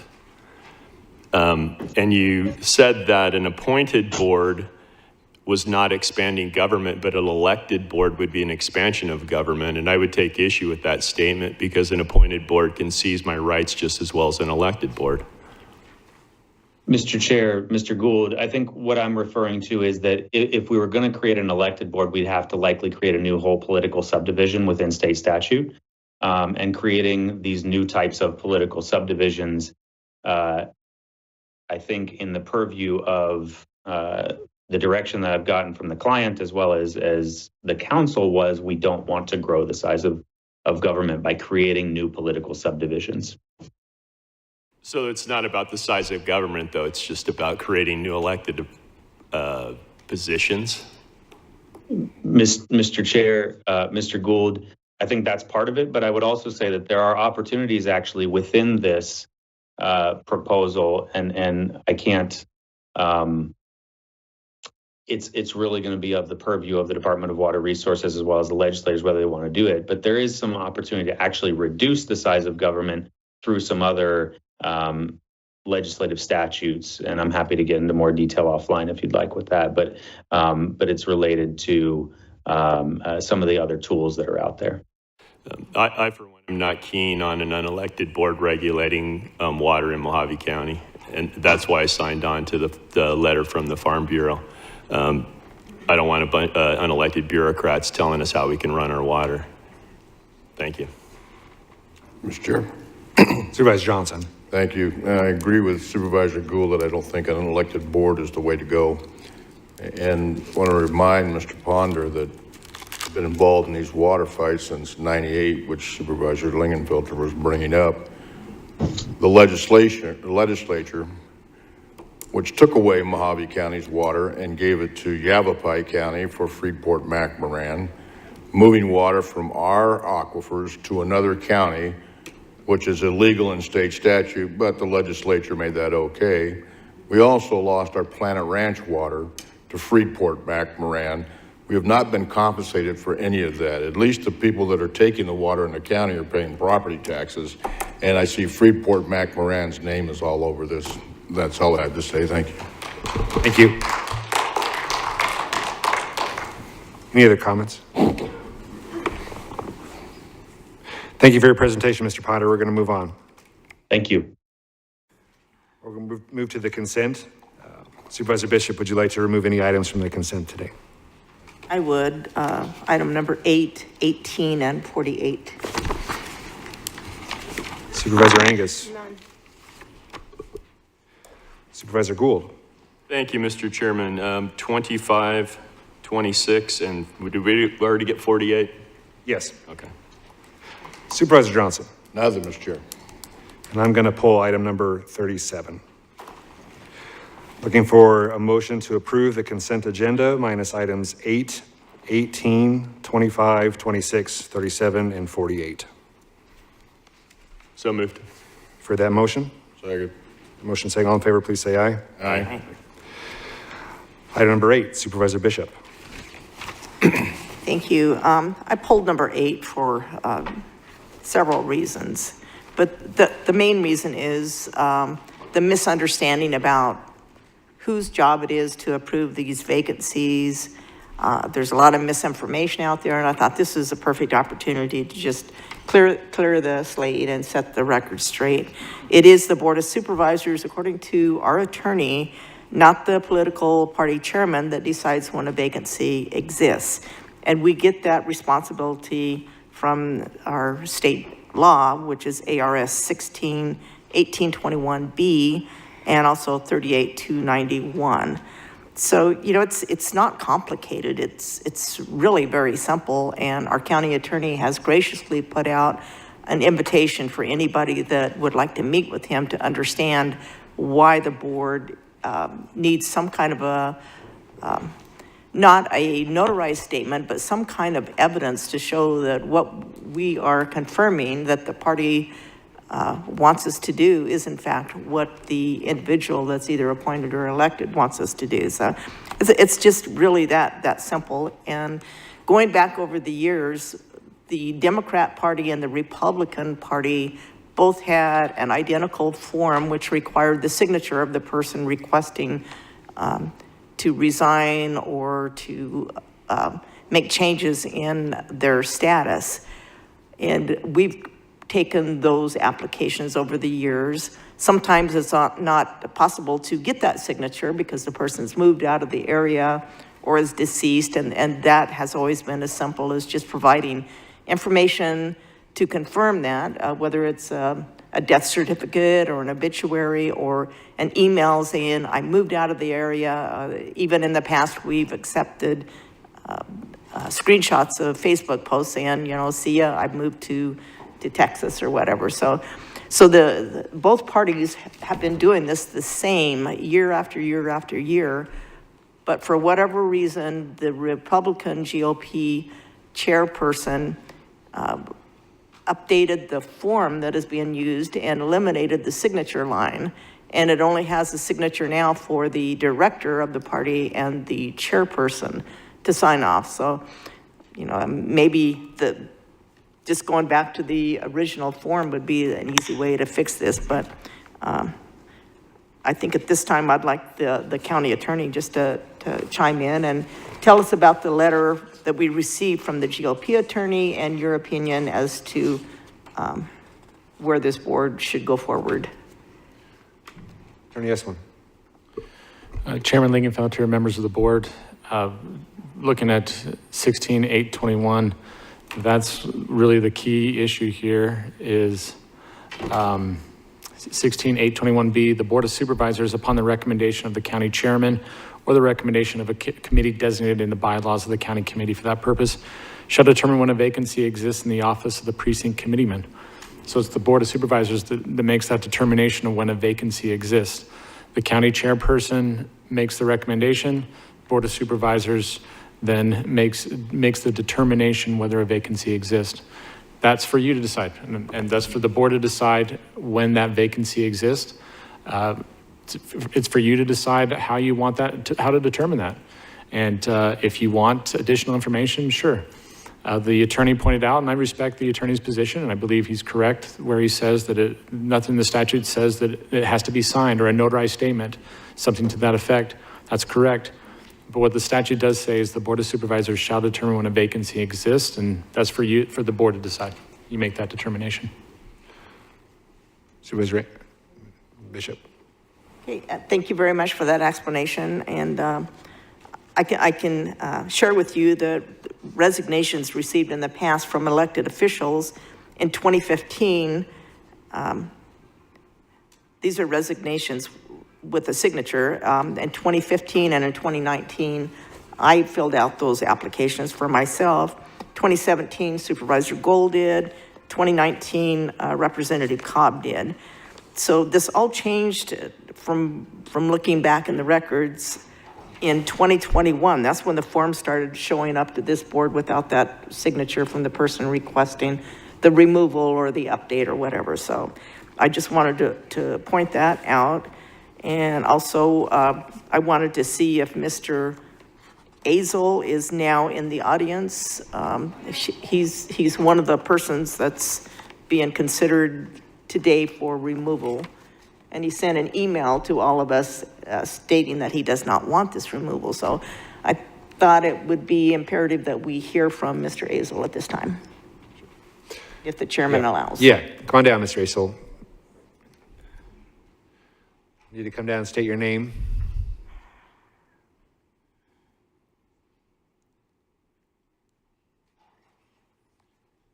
My name is Kerry Azel from Fort Mojave, Arizona. And I do not want to be removed as a PC.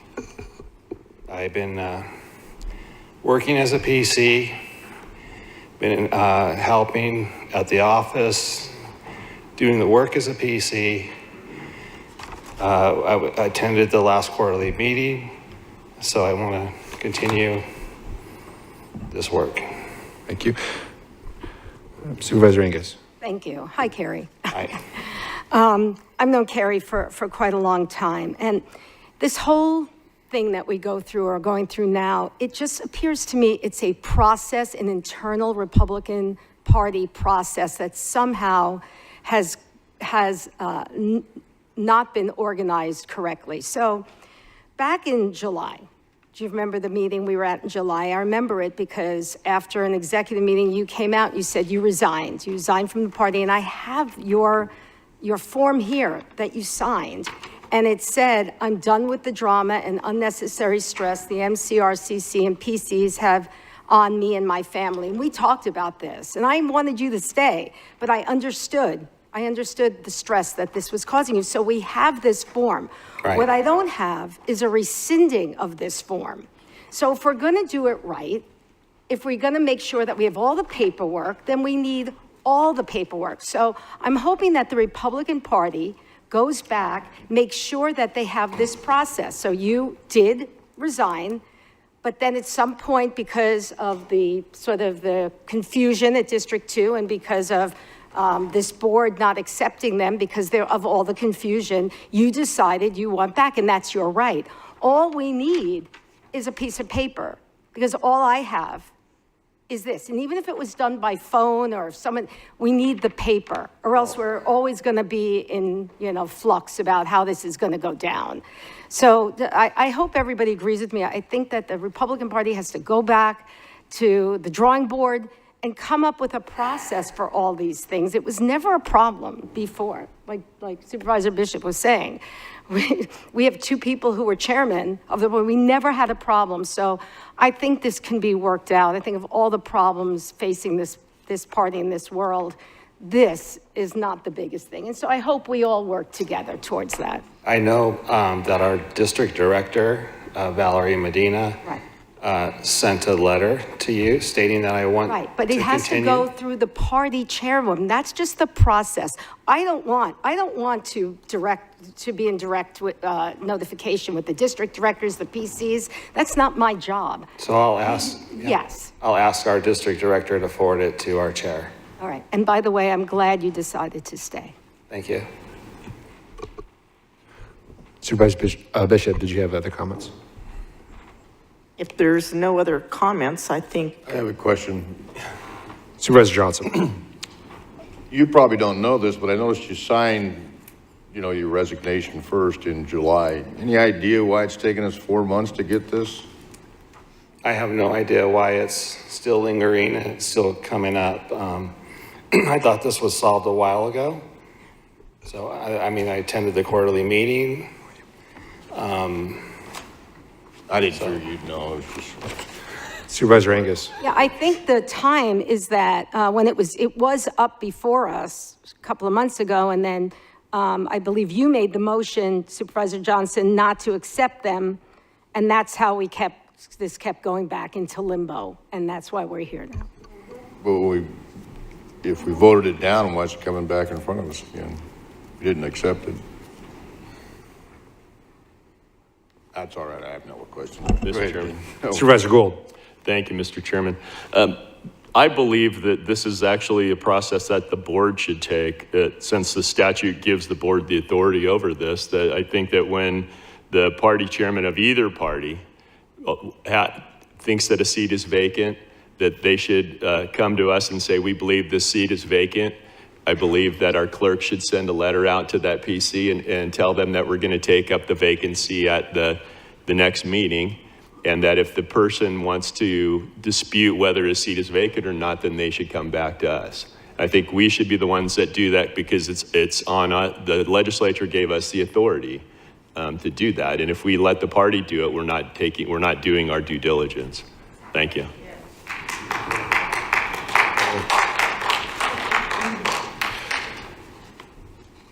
It's the pleasure of the board.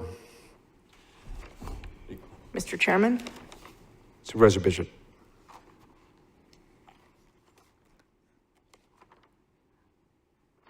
I'm trying to decide now, do we have a signature for the other person, Catherine Furtado, or any information that this person wants to be removed?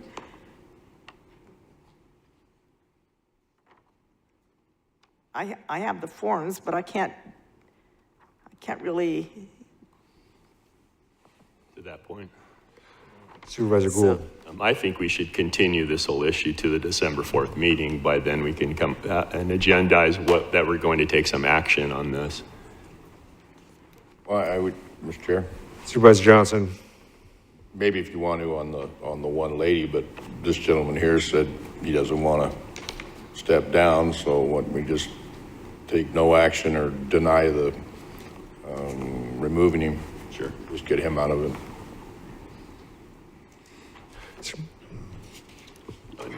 I can make it.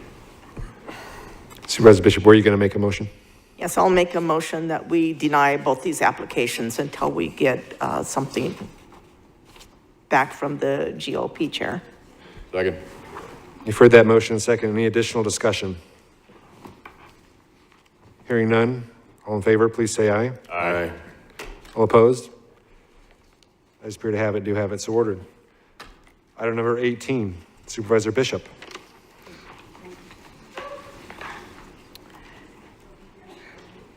Okay, item number 18 was pulled simply because I've received 3 emails in opposition, so I thought this would be an opportunity to find out a little bit more about what's going on in Yucca. So, Tim Walsh, could you? Director Walsh, you want to come down?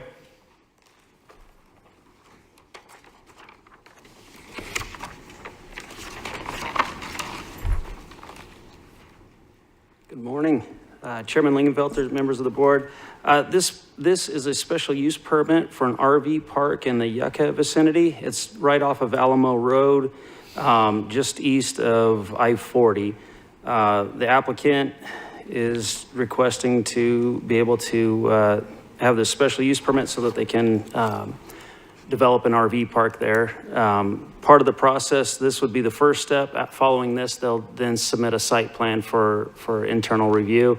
And once they meet all those requirements, they would be able to construct their RV park. Director Walsh, did the Planning and Zoning Commission have any opposition on this? No, and the reason this is on the consent agenda is we've not received any opposition. The three emails that you mentioned were actually a surprise to me. We've not received any opposition either at the Planning and Zoning Commission or in our office. Okay, is it your understanding that the racetrack out there currently in existence goes away when this becomes the proposed RV park? Chairman Lingenfelter, Supervisor Bishop, that is our understanding, yes. There is they have graded what they call a private racetrack for riding their own vehicles there. When we were first made aware of it, we went out and posted the property saying this, you know, in order to run a public racetrack, they would need to meet requirements. I believe we also posted it for grading. The amount of grading that went into this was above what would be required for what would be required for a grading permit. So we did post stop work on the grading, and to our knowledge, they have not continued any new grading on that. And yeah, to answer your question, once the RV park goes in, our understanding is that it would take up the property and that the racetrack would go away. Okay, of the three opposition emails that I received, there's only one that says what their opposition is, and that's that it's noisy and dusty already, and that because of that, it would be detrimental to the community. But just common sense would make me believe that an RV park would be less dusty than a racetrack. So I'll let Supervisor Gold inform me differently on this, if you'd be so kind as to chime in there, Supervisor. Mr. Chairman. Supervisor Gould. Thank you, Mr. Chairman. Thank you, Supervisor Bishop. Mr. Walsh, Director Walsh, if somebody comes in for a special use permit for an RV park, they can't do other things there. They can't have a motocross track, a concert venue, things like that, because they're asking for an RV park as their exemption. Correct? Chairman Lingenfelter, Supervisor Gould, that is correct. Thank you, sir. I move that item 18 be adopted. Second. You've heard that motion and second. Any additional discussion? Hearing none. All in favor, please say aye. Aye. All opposed? Ayes appear to have it, do have it, so ordered. Item number 25, Supervisor Gould. Thank you, Mr. Chairman. If I could get, this is Community Services, so it's Mr. Smith, I believe. Come on down and let us know what we're doing. A member of the public wanted to comment on this, is why I pulled it off of the consent agenda.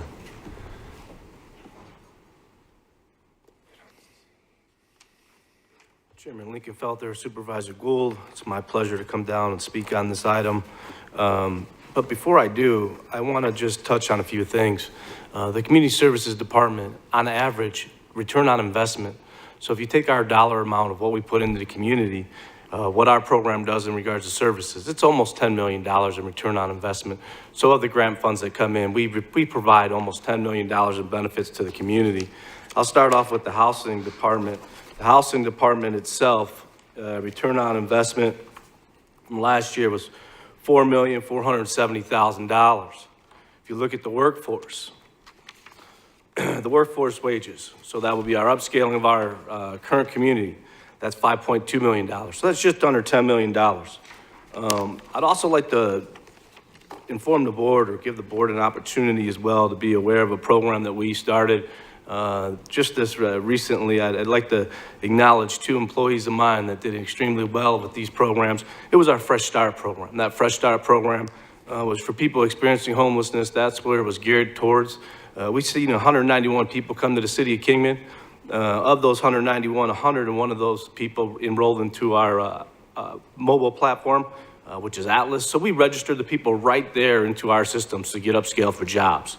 The nice part about that is we will also be able to follow back up with all of these employees via text, not employees, but these participants via text messages as well. So I'll be able to report that back and share that with the board, how many of the people actually that showed up that day had an opportunity to get a job. So when you think about that, 90 people that day of had an opportunity to get a job. We provided that information. We brought businesses there. We brought other local resources to the community as well to bring services to that opportunity. We also had, through the board's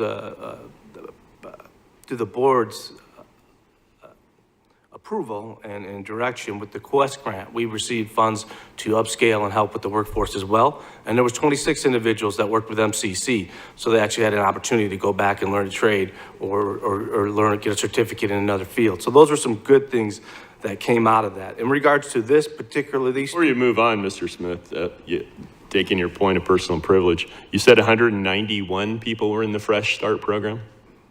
191 people. 100, and those were people that came into the Kingman office? They came into the Kingman Park. We had it over at the park here. Oh, okay. Cat Park. Because I was going to ask you how many came in from Lake Havasu and Bullhead City, but if it was not the fixed location, it was an event, that's a little bit different. And you mentioned the $9.2 million that community development brought into the community. What's your budget? Community services. So our budget on any given year can be anywhere from $14 to $15 million. Okay. So it was a negative, it cost us $3 to bring $1 in? So actually, if you look at it a little differently, in regards to the program, right? So that's return on investment. So what I mean by that is the general fund, if you look at those dollars amount that's actually allocated to our department via general funds, it's a little over $400,000.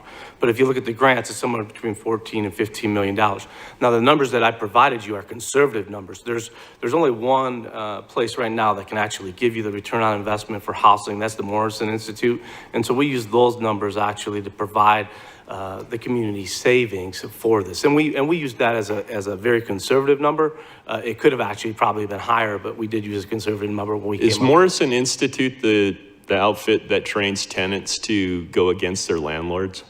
No, sir. Okay. Just Chairman checking. Lincoln Felter. But you can continue with the original question. So I would just make a point for these two particular programs. I can share the cost savings for the community for the Fresh Start would be $443, a little over $100,000, right? The other program, the return on investment for the SAM would be just under $300,000.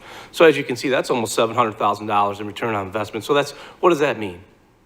So Kingman Regional Medical, if you go and look at their average visit, if they just walk through the door and you're homeless, that's $2,500, right? They do nothing for you. Just walk through the door, one visit, one night, $2,500. So through these programs, if we can get somebody stabilized, right? So let's say somebody has a severe mental illness. If we can get them housed, we can provide them an opportunity to go to Southwest Behavior or some of the other agencies within the community. They then can get the medicine or the services they need, so they can go on and then come back to our department through community services, get a job, and be a productive member of the society. And then other people have disabilities. They just do not have the ability to take care of themselves. Or you could look at some people have substance abuse as well. So with those different programs through there, they're able to be housed and then work on these through case management and be able to receive services and live productive lives. The $2,500 to Kingman Regional is if somebody shows up at the emergency room. Is that what you're speaking of? Correct. So if somebody goes, I believe, I could go back. I think I have it here in my annual report that I shared with the board as well. And I'll be sharing the updated one in the near future. But with that being said, I believe it's $2,500 just for a single visit, and that doesn't even include, I don't have it with me, but that's just for a single visit, and that doesn't even include doing any of the service. That's just to get a bed for the night, go through there, be monitored, and go through the process. So that's their night. They spend the night in the hospital. So they came in on a drug use or something, and they're ended up in the emergency room. Chairman Lincoln Felter, Supervisor Gould, it could be for any numerous reasons, but when you look at diabetics or people that have, they have a stroke or come in, any of those given reasons, or if they had an issue with alcohol or drugs or anything of that nature, then yes, that would cost at least $2,500. But them having a home would prevent them from going to the emergency room? Chairman Lincoln Felter, Supervisor Gould, actually that would not. But if you look at, if you can address the housing issue, so if you provide them an opportunity to have a house, so they have stability, they can then work on the other issues they may have as opposed to being on the street and continuing a vicious cycle of not having that ability. So how much of this is for homeless and how much is for disabled? Chairman Lincolnfelter, Supervisor Gould, it's all from the same fund.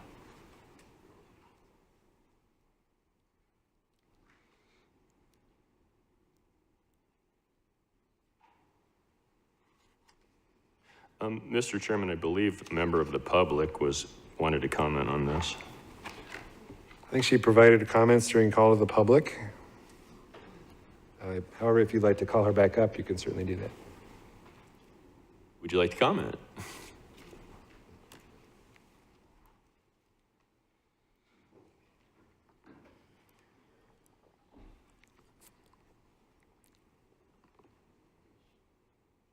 Christopher Doherty, Mojave County taxpayer. My point is that we are taking tax money, which is, well, we're forced to pay taxes. This is like slavery. And to pay for people who are chronically homeless. Chronically, that means it's ongoing. This is their life. And we're just going to keep on promoting the chronic homeless. And my point is, rather than making taxpayers pay for this, turn this over to the private charities, the churches, those of us who feel from our hearts to help people rather than being forced to do it through our taxes. And that's my main point there. I'm not a cruel person, but I just don't see that forcing, this is just going to get worse and worse and worse. And it promotes and it encourages people to live homeless. You just go to the county and get money. And so that's my point. Thank you. Order. Director Smith, can you come up? The speaker did address a question that I had for you. Is the county right now the services provider? And if so, why or what's preventing these monies just simply being a pass-through through the county and going to faith-based organizations and nonprofits to provide these services? Chairman Lincolnfelter, members of the board. First, I would like to address one of the point of something where somebody made a comment that stated that how come these local charities or people don't step forward?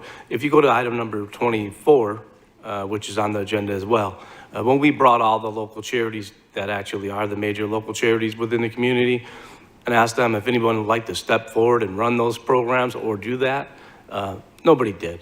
No local charity stepped forward to run those programs or to administer the funds that were there that came through the FEMA, right, in the homeless programs. So we did, and to the point of the board's direction, right, I've heard that before in regards to local charities, making sure that we provide that opportunity to the local charities to do that. We did do that, sir, and I can tell you that nobody did step forward for that opportunity. Some of the other funding, it's not allocated or it has to come through the housing authority. That's just part of the way the funding works. Are there grants out there? Yes, there are. There's currently a grant right now. That just came out, the NOFA came out last Monday. That's for transient people that are homeless. I've worked with at least three of the different cities. I've contacted the local charities in those different cities to make sure that they were aware of the programs. You can apply for almost $4 million to support transient and homeless individuals. I can say that, like, definitely 3 different organizations. I don't want to disclose their names because they're actively working on grants and putting things forward to try to get $4 million allocated to their local area. I can say that that's in all the different cities within Mojave County, the incorporated cities outside of Colorado City, sir. Thank you. And I guess I had a couple more questions. The first question would be, for these programs, obviously as our population grows, you're going to have a certain percentage that may have to take advantage of these types of programs, but how do you prevent it from becoming this sort of carousel ride into infinity, where they get on and they never get off, or they get on and they just keep getting back on and off and on and off? I mean, what are the metrics and the criteria? Chairman Lincolnfelter, member of the board, members of the board, great question. With that being said, in community services, just like the Fresh Start program, we're always looking for availability or options within the community for our workforce. How do we make sure that they have those opportunities?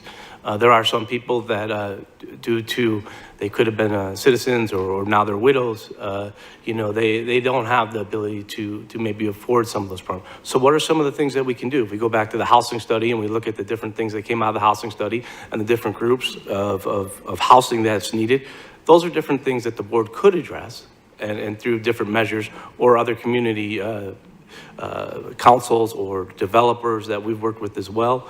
I've worked with at least 3 different developers as of late for the LIHTC, the low-income house tax credit, right? So those are people that would actually qualify for the lowest of what you're speaking to, the area median income of 30%. So there's opportunities there as a community.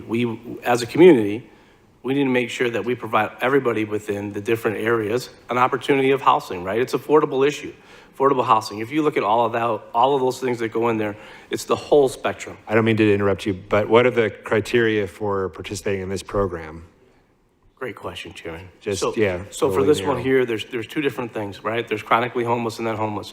Homeless means that you've been homeless for 12 months. Chronically homeless needs that over the course of 3 years, you've been homeless at least 12 months. So those are just a little different parts of the program, as well as disabilities as well.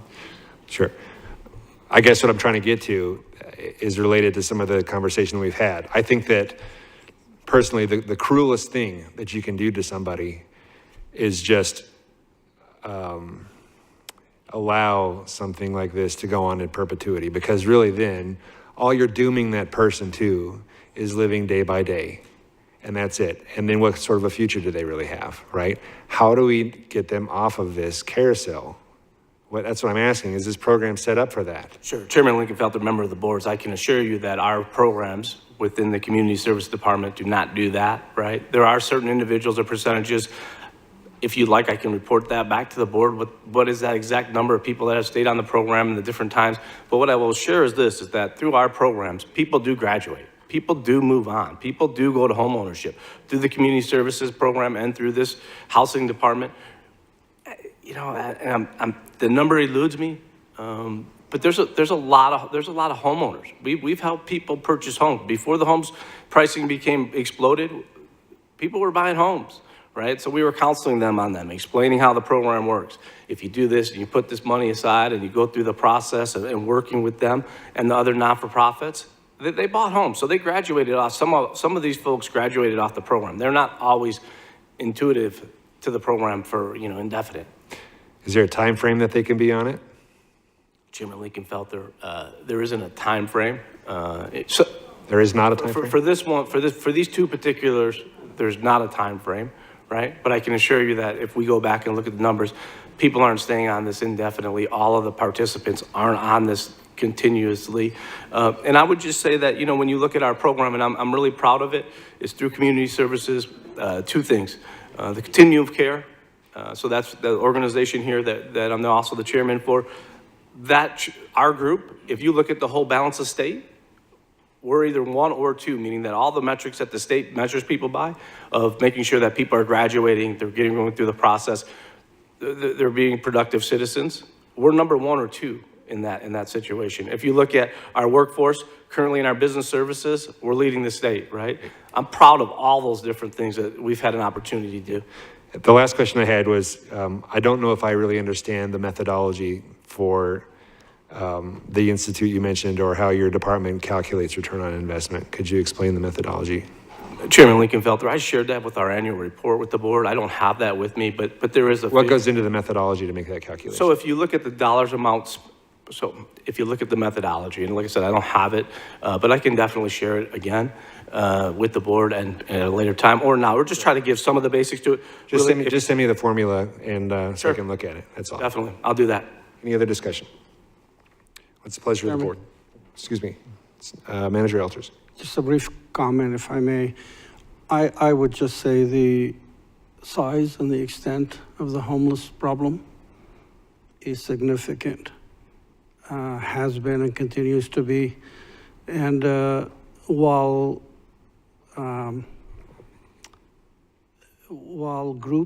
groups in the community are engaged and doing their best to help those folks to a stable home and stable life. I think there's an opportunity here to use those federal dollars and cooperate. It takes, I think, all the efforts that can be provided through these dollars, through the county as well as the communities to make a difference. All the questions, the comments from the board are very real and very genuine, and I think everyone's focus is to clearly get people the hands up that they need to get them onto a stable life. But I think there is opportunity here for all of us to collaborate and use the resources available to help when we can. Thank you.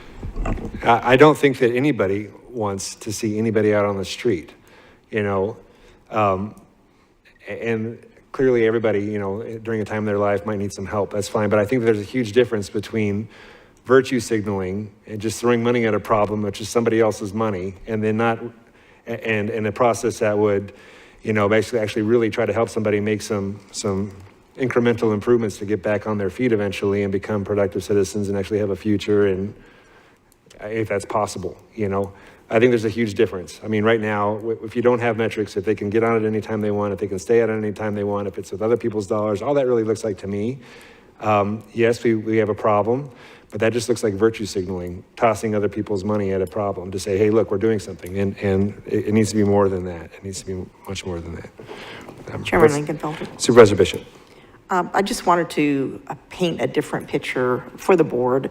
I have a family member and a personal close friend, both served honorably in public service, both became disabled, one from a traffic accident, the other from a medical situation where brain surgery was necessary. They're both disabled. They both have good days and bad days, but they can't hold down a full-time job because of their disability. So one of the people I speak of, it took 5 years to get on Social Security disability to where this person had a small income, which was still not enough to live independently, and a little travel trailer purchased as a home, because that's the best the person could do. Because the utilities on a travel trailer are very, very high. The other one was married, so they had a dual income. Husband passed away 3 years ago. Now the income is not enough to provide her with the income necessary to productively be a member of society. So there's situations like this where it's no fault of the person. It's not that they're lazy. They want to work, but they simply cannot. So as far as the chronic homeless, that's a whole different situation. There are people that want to be homeless, and you could give them the nicest home and they're not going to stay there. There are other people that have been evicted from their homes. And there's not that many rental properties available, so the rents are high, deposits are extremely high, so they become homeless because they can't afford to get a travel trailer or a tiny home, or so they're living in their vehicles or in tents and stuff. So I think this program could be taken advantage of. Absolutely, just about any program can, but family gets burnt out. They get tired of helping. Churches only have so much money. It's a supplement. And I think it's a good thing to do for society. I don't like people taking advantage of programs like this. And I'd like to see an end to programs when somebody gets on them. But, you know, what do they say? The veterans group, hand up, doesn't hurt. Appreciate it. What's the pleasure of the board? Chairman Lincoln-Felter, I'll make a motion that we approve. Thank you. Second. You've heard that motion and second. Any additional discussion? All in favor, please say aye. Aye. All opposed? No. Ayes appear to have it. Do have it so ordered. Item number 26, Supervisor Gould. think that's Mr. Smith's item also.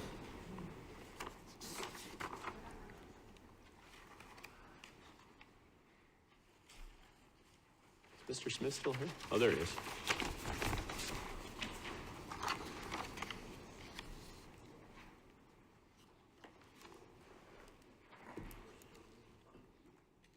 How does this one differ from the other one, Director Smith? Chairman Linkenfelter, Supervisor Gould, the two differences, the main difference would be the homeless and the chronically homeless. Those were really the only, and there's a few other details as well in regards to people's ability to qualify for the program, but those are some of the major differences. Thank you, sir. What's the pleasure of the board? Chairman Lingenfelter? Supervisor Bishop? I'll also make a motion to approve this. Thank you. Second. For that motion and second, any additional discussion? Hearing none, all in favor, please say aye. Aye. All opposed? No. Ayes appear to have it. Do have it. So ordered. Item number 37, I pulled this. I believe staff needed to make some adjustments. Director Walsh?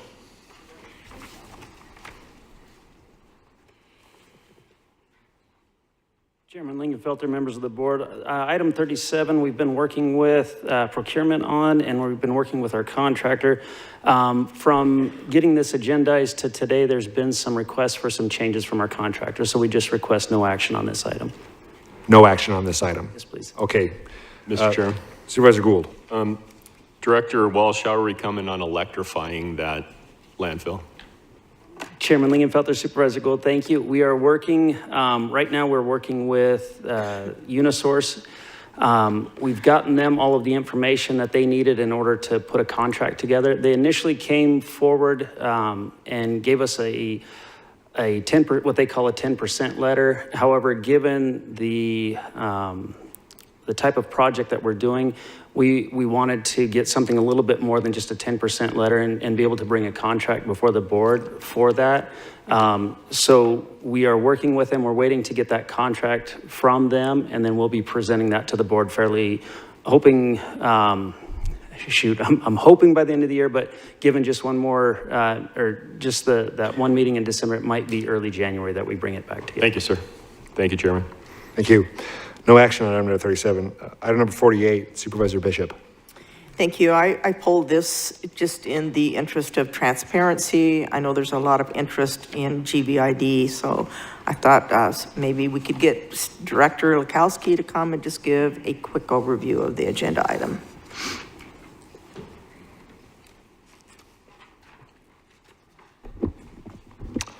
Good morning, Chairman Lingenfelter, Supervisor Bishop, members of the board. I do want to start off by acknowledging our staff. During the course of our routine maintenance and monitoring of the system, staff discovered a mechanical anomaly with the operation of well number 2 and proceeded, while it was still running, to take it out of service.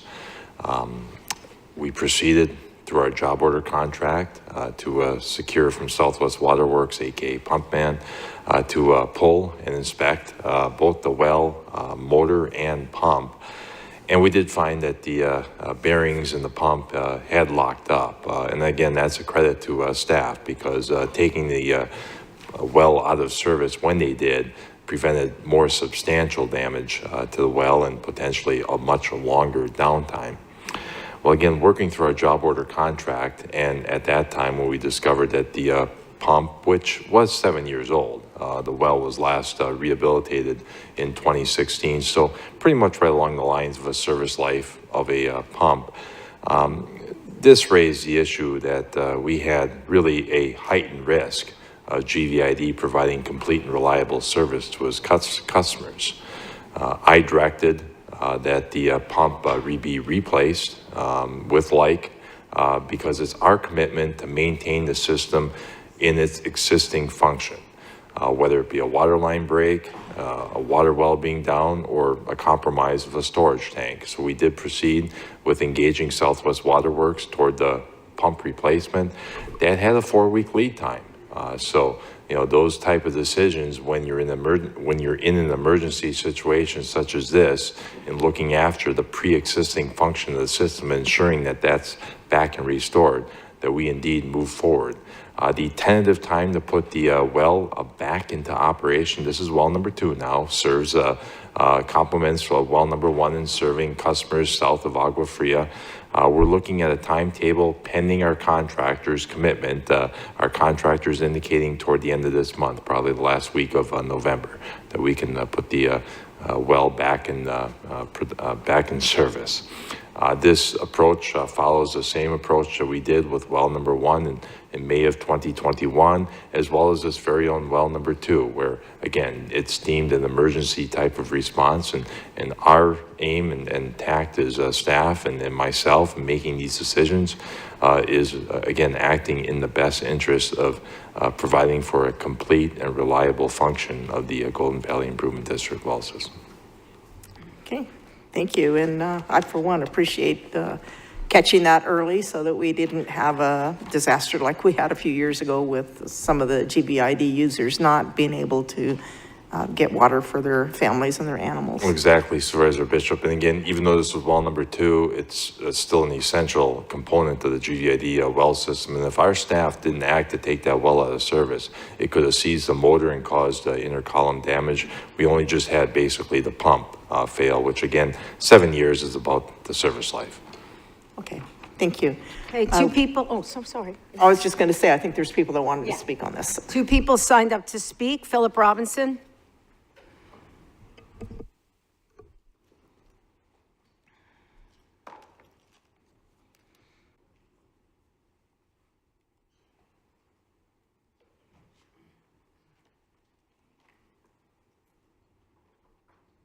Well, that was a lot of the stuff that I wanted to hear.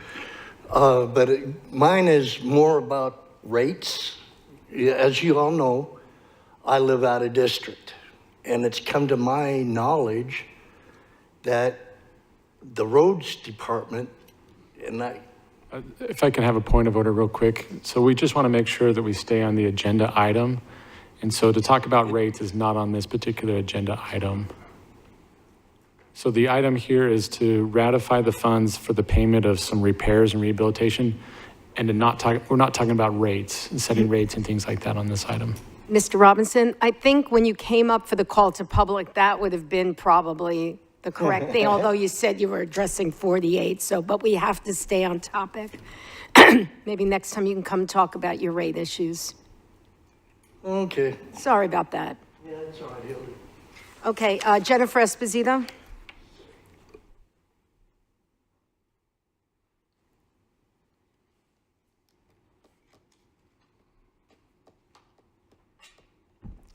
Thank you, Jennifer Esposito, property owner in the Golden Valley Improvement District.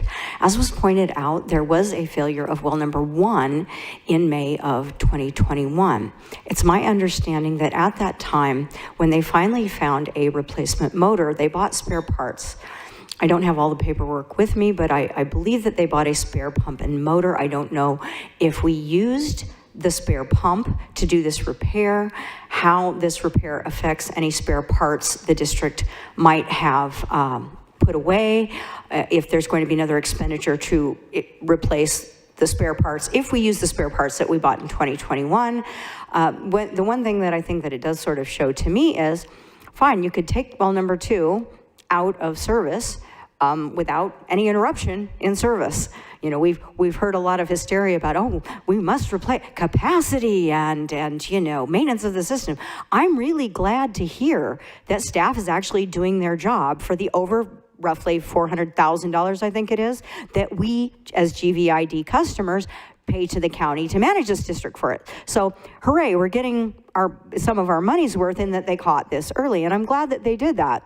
But we have a board of 5 people who sit as the board of GVID, and so it shouldn't really be dependent on me to come forward and ask these questions because I may not see them in the supporting documents. It seems like I know more about this district than anybody who's actually making real decisions on this district for the next 10 months. So, you know, we need to know what are the spare parts that we have. What is the plan for when these things go down? Are the spare parts that we bought in 2021 usable for both well 1 and well 2? Is there a reason why they can't be? Did this use parts that we had? Did we have to buy additional parts? I just like you guys to be asking those questions instead of me having to come here and ask those questions as someone who pays for water in this district. I'm glad that it got fixed. I'm okay with paying for it. I also like to point out that we don't actually have a maintenance fund. We have like a contingency fund, but the contingency fund is actually the general operating fund. Statute does allow us, I guess, if you can set fees for repair and maintenance, to have a maintenance fund. I just don't think this district has been run correctly, properly, that this money has been done with proper oversight. So in this particular instance, I'm glad it got fixed. I'm glad there was no interruption in service. I'm glad that well 1 was able to take care of it. But I'm just curious whether or not the replacement pump or whether it came out of stuff that we purchased in 2021 and when we now have to go forward and replace those parts. That's all I want to know. Thank you. Supervisor Gould. Thank you, Mr. Chairman. Director Latosky, can you come on back up? Well number 2 is the well that has reduced capacity. We had to sleeve the casing or something. Chairman Lingenfelter, Supervisor Gould, that is correct. So I doubt that the pumps are the same size in well number 1 and well number 2. Both wells are completely mutually. Okay, so the parts are mostly not interchangeable between the two. The wells are completely mutually exclusive. Can we get a list of replacement parts that we have on hand? I'm sure you have that somewhere. Yes, we can produce that. And we can provide it to the board and we'll provide it to the public. Certainly. Thank you, sir. Thank you. Thank you, Chairman. Thank you. Other discussion. Supervisor Bishop. Motion to approve and ratify. For that motion and second, any additional discussion? Hearing none, all in favor, please say aye. Aye. All opposed? Ayes appear to have it, do have it, so ordered. All right, we have a number of public hearings on our agenda today. Item number 66 is a public hearing. I'm going to open the public hearing on item number 66. Supervisor Johnson. Sorry, I thought this one item had been pulled off, but I'd like to reconsider item number 51.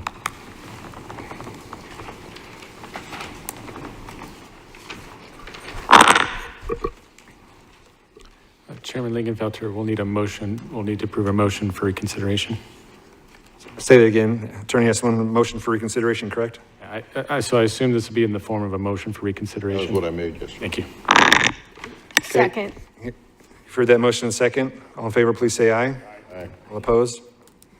Item number 51. Supervisor Johnson. Thank you, Mr. Chair. I'd make a motion to deny this. You've heard that motion? Second. You've heard that motion in second. Any additional discussion? Hearing none. Supervisor Bishop? Chairman Lingenfelter. Yes. I would like to hear from Director Ursenbach. Director Ursenbach, can you come up to the podium, please?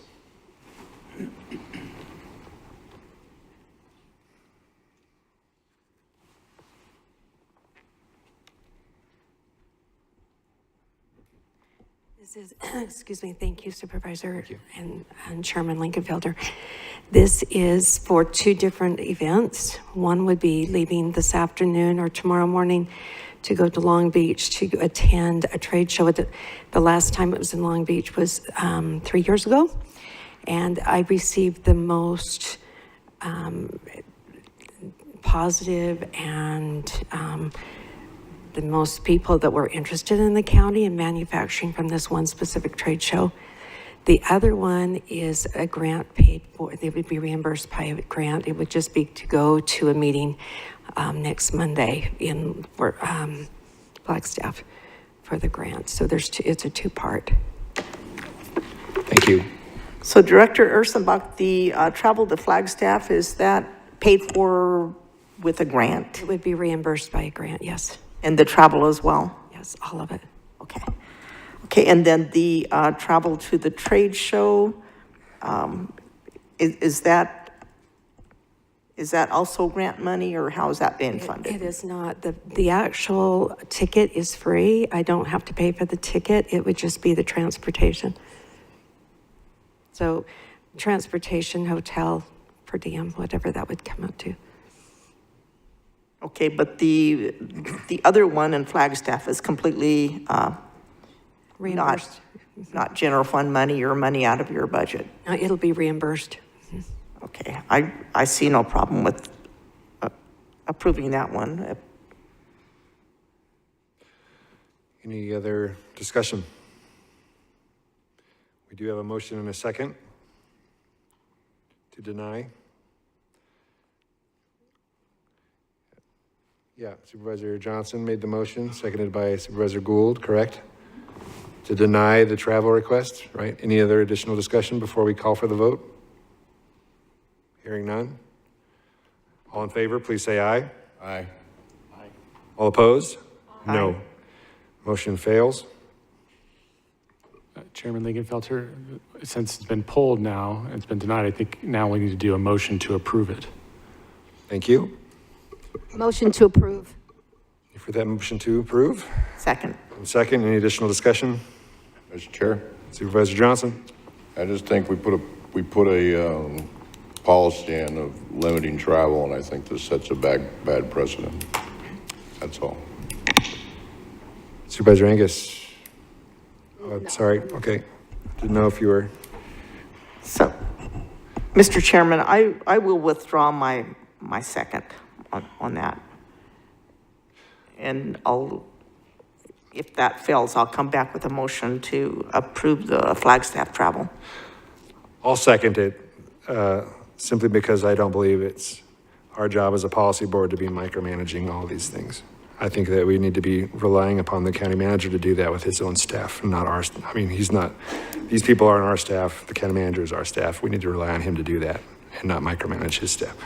So I'm going to support that. Any additional discussion? Hearing none, all in favor, please say aye. Aye. All opposed? Aye. Aye. Motion fails. Supervisor Bishop. Chairman Lingenfelter, I make a motion that we approve Tammy Ursenbach's travel to the Flagstaff for the quarterly Northern Arizona Good Jobs Challenge meeting. Thank you. You've heard that motion. Do I have a second? Second. Heard that motion and second. Any additional discussion? Hearing none, all in favor, please say aye. Aye. Aye. All opposed? Ayes appear to have it, do have it, so ordered. All right, item 66 is a public hearing. I'm opening the public hearing. We have one person that signed up. Luis Gutierrez, do you wish to speak or do you not want to speak? Luis Gutierrez? Okay. Anybody else wish to speak on item number 66, public hearing? If not, I'm going to close the public hearing on item number 66. It's the pleasure of the board.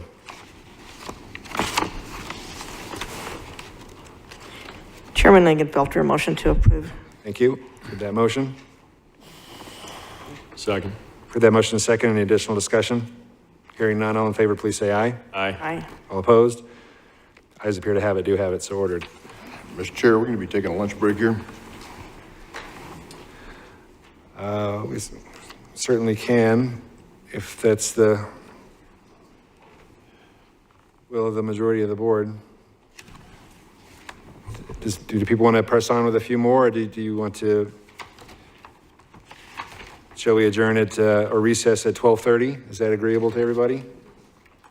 I don't think I can get back until 30, get something to eat here in Kingman. No, I'm saying, can we go until 12:30 and then recess for an hour? Oh, sure, fine. All right. Item number 67 is a public hearing. Vending machine. Anybody wish to speak during item number 67? Hearing none, I'm going to close the public hearing on item number 67. What's the pleasure of the board? Motion to approve. For that motion, do I have a second? Second. For that motion, second, any additional discussion?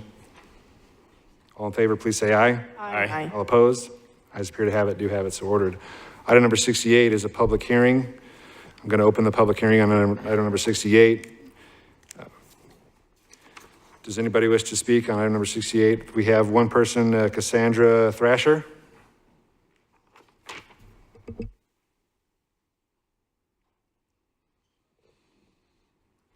you please state your name? Thank you. Thank you, Mr. Chairman, members of the board. My name is Cassandra Thrasher. I'm here to oppose the rezone for 3 parcels that adjoin, that are currently a little over 5 acres each, totaling 16.7 acres, owned by Mr. Ryan S. Powers. Mr. Powers has been in repeated violation of codes. He is renting his parcels to people in RVs and campers.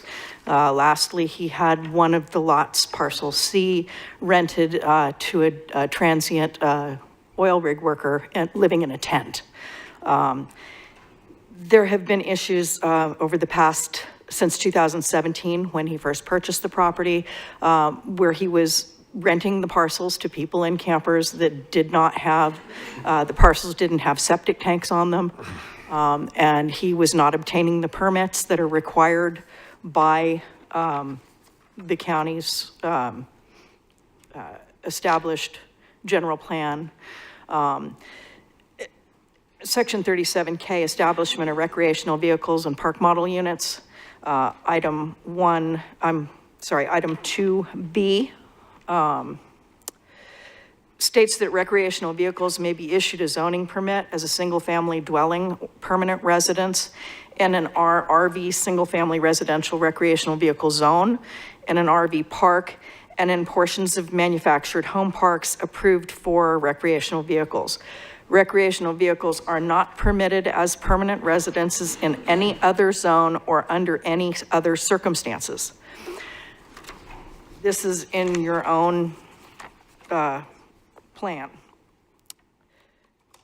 It does make, on item D, it says recreational vehicles may be issued a zoning permit as a temporary residence for 1 year, renewable for 6 months annually in the agricultural, residential, or RE residential recreational zones. This area is primarily home owned occupants, homes that people own them and live in them themselves. Mr. Powers, over the course of the time he's owned this property, has only stayed on the property, despite the fact that he is using the address of one of the parcels as his mailing address, has only actually lived on the property for maybe a period of 6 months total on 2 or 3 separate occasions over the course of the time he's owned the property. It is his intent to rent to campers and trailers, and his original position on it was to try and start an RV park there. Most of our lots are larger than 5 acres, and we just want to keep a nice neighborhood. Thank you. Ryan Powers.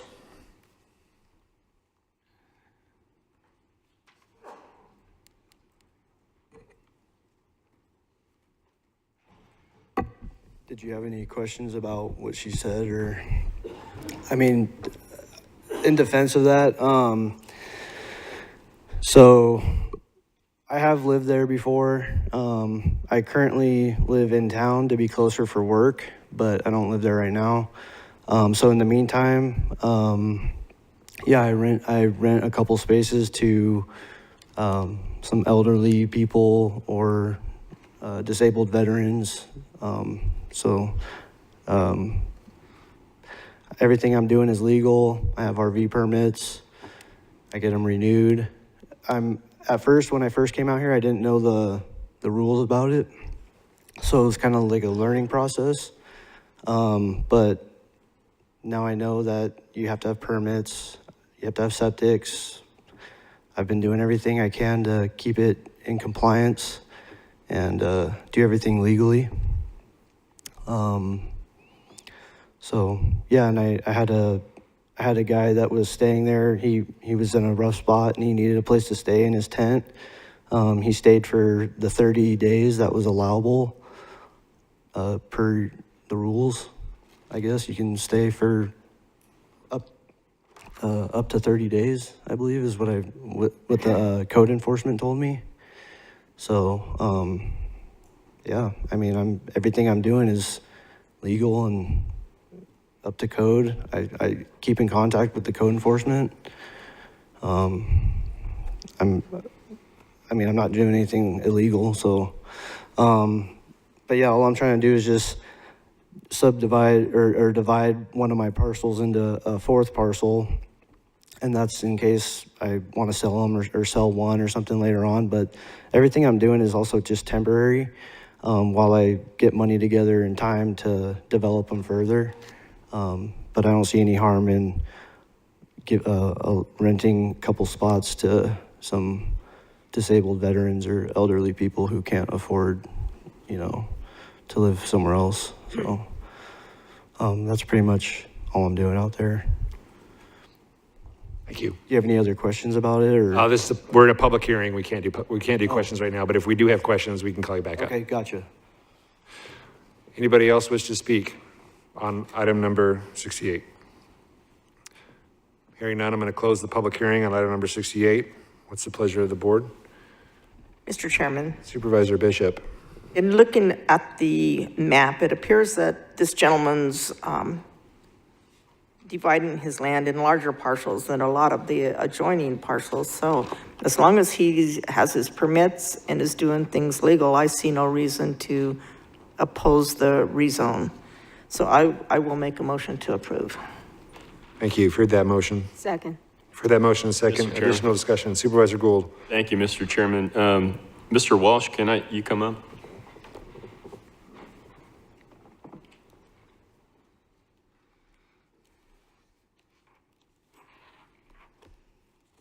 Director Walsh, is the applicant in compliance with what he's doing now? He has RV permits, septic tanks, and all that stuff? Chairman Lingenfelter, Supervisor Gold, my understanding is that he is in compliance at this point. My understanding is that he was previously out of compliance, but he's worked for my last discussion is that he's worked with code enforcement and has brought his property into compliance. So how many RVs can you put on the same piece of property? So he currently has 3 parcels out there. This rezone will allow him to change those 3 parcels into 4. So he's not looking to create 7 total, but rather 4 total, based on the exhibit that's in the back up there. And actually, I'll throw it up here. But as was mentioned in the comments, AR does allow for 1 RV per AR property. So Can we get the screen up? So he would be allowed to have 1 RV on each one of those properties. So currently he has 3 parcels out there. So currently he's allowed to have 3 different RVs on 1 on each property. Okay. Thank you, sir. Any other discussion? All in favor, please say aye. Aye. All opposed? Ayes appear to have it, do have it, so ordered. Item number 69 is a public hearing. We don't have anyone signed up for item number 69. Is there anyone in the audience wishing to speak on item number 69? Public hearing? Seeing none, I'm going to close the public hearing on item number 69. What's the pleasure of the board? For that motion? Second. Additional discussion? Hearing none, all in favor, please say aye. Aye. All opposed? Ayes appear to have it, do have it, so ordered. Item number 70 is a public hearing. We have several people signed up to speak on item number 70. Frank Perez.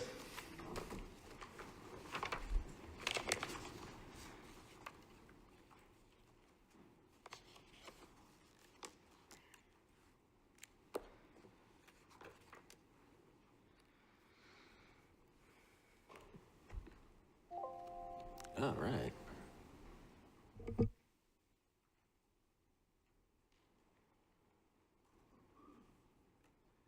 My name is Frank Perez. I live at 21500 North Miramar, White Hills.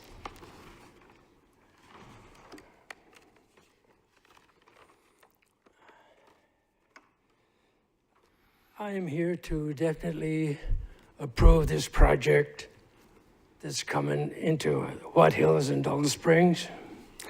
These are some of my reasons. I've been living in the Dolan Springs, White Hills area for about 12 years. Coming from Las Vegas, when it I'd come out, retire, and be in a nice place, and I love it. I'm excited about the project because, first of all, where I live, we have no police. We have no fire department. We don't have no medical facilities, within a reasonable amount of time. Sure, property taxes are they're gonna go up, of course. That's the way it is in the US. But it also going to improve our property values. If my house is worth something today, in 3 years when this community comes in, probably going to double. I like that. Also, I had an experience where we had to call 911. My wife had a medical issue. It took literally over 2.5 hours to finally have someone show up at my home. As a citizen of this county, I think that what this gentleman is doing with this project is going to be good for everybody. So I just want to say that I know that there's a lot of people living in that community. They're like myself, older, retired.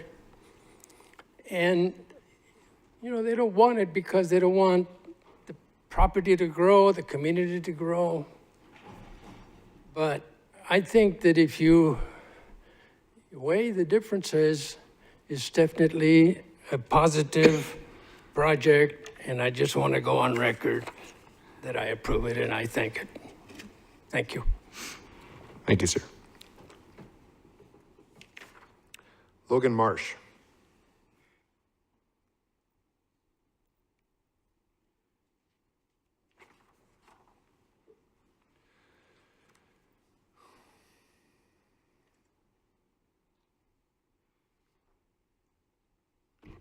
Good morning, Chairman, Board. Thank you for taking the time to hear my comments on this. I again want to just speak on behalf of the community that I am engaging with and throughout my campaign, and I'm hearing a lot of positive feedback about Entrada, and I just want to put forward that I'm really looking forward to this project moving forward. I'm looking forward to seeing the progress and all the investments coming into Mojave County and the tax dollars that are going to really help us with our deficit. So I hope that we do the right thing, move forward with the project, and continue going on the route that we're going. Thank you. Joanne Courier.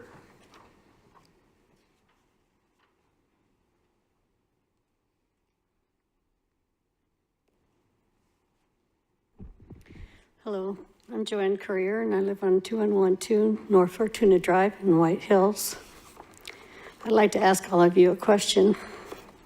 What if it was your neighborhood where you retired, built your forever home, living on a fixed income, was now going to be overrun by an industrial and commercial development that will bring light, noise, air pollution, dangerous road hazards, physical and mental health issues,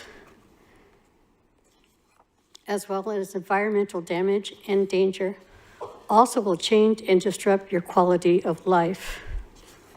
Would you, the developer, move your young family to this kind of environment? I wonder. Please consider the consequences of this development to the people who call White Hills home. Thank you for your time. Mary Anderson.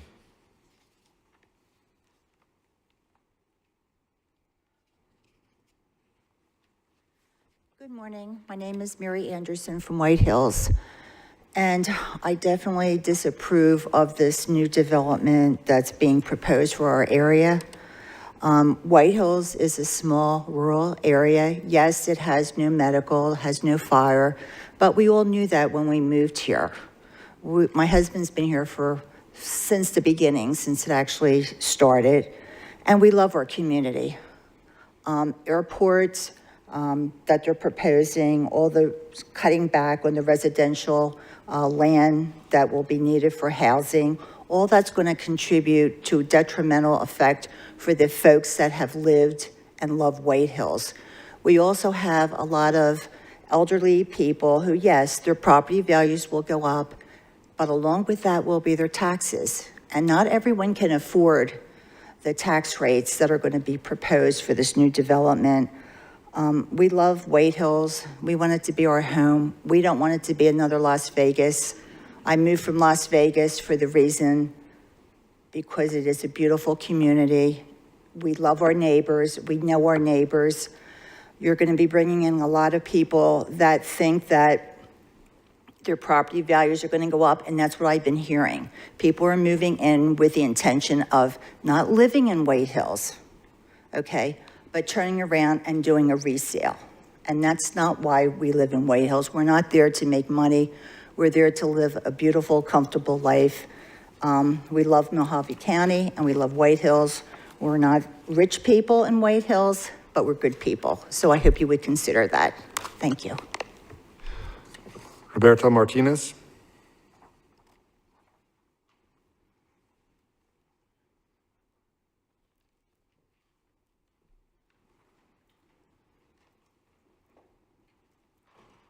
Hi, my name is Roberto Martinez. I live in Henderson, Nevada, and I own property in White Hills and in Dolan Springs. I'm planning to move to the area because I want to build a house. I'm building a house. Me and my brother, we're submitting the blueprints. We received a letter from Kathy Higgins about the project. I went to the first meeting in White Hills, and I went to the second meeting in Dolan Springs. The more I learn about this project, the more I am in favor, because there is more good than downfall. A lot of people want to move out of Vegas. I'm one of them, and like all the people have been speaking about it. What do we want? We want people to move without following the rules, without getting permits, living there without septic tanks, or we want a master plan community like this that is gonna help and bring money to the county. I think this is once in a lifetime opportunity. I hope you consider it and approve this project. Thank you. Philip Robinson.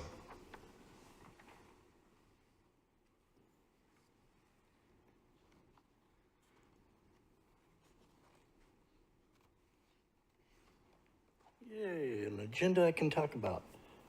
Thank you. Philip Robinson. I'm against this, totally. Number one, the view that's out there. They're projecting 73,000 homes to be built out in that area. That's a lot. In the Meadview, Dolan, White Hills area. What's that going to do to our water? Plus the industry that they want to put out there. No. And then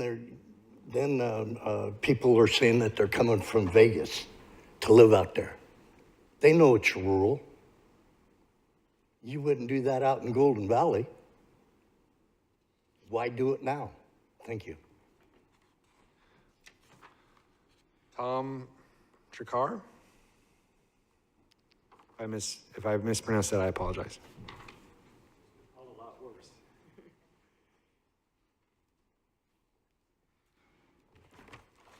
Chairman Lingenfeller, members of the Board of Supervisors, my name is Tom Treaker. My office address is 19887 North Highway 93 in White Hills, just south of Rosie's. I've been developing in the White Hills areas probably for about the last 10 years. I came from Scottsdale. For the last 40 years, I developed a lot of the property on Scottsdale Airport. I did the runway extension when I was supervisor, when I was a commissioner in Scottsdale. I was looking for another place to do a commercial airport in North Mojave County, and as you know, most of the properties out here are checkerboarded, where they're 5 acre, section, but they're all corner to corner, so you could never do an airport. I put a lot of time into it, and I finally found a site that I've got FAA approval on. It's just east of Highway 93, north of White Hills Road. It's about as far northwestern as you can get in Mojave County. It has tremendous potential, and we worked really hard to come up with a project that would generate a lot of jobs. My project in North Scottsdale, my North Site project I had 400 acres on the runway. I developed over 1 million square feet of Class A office. I developed over 1 million square feet of retail. My project on the runway, I had over 100 acres where I had Class A office on the runway with direct access to the airport. So Class A, so heavy jets could operate there, business jets could operate there with direct access. I know a lot about this business. I know a lot about this area because I spent a lot of time here. I hope you approve it. The FAA has already approved the site, and we'd sure like to go forward. Thank you very much for your time. Kathy Tackett-Hicks.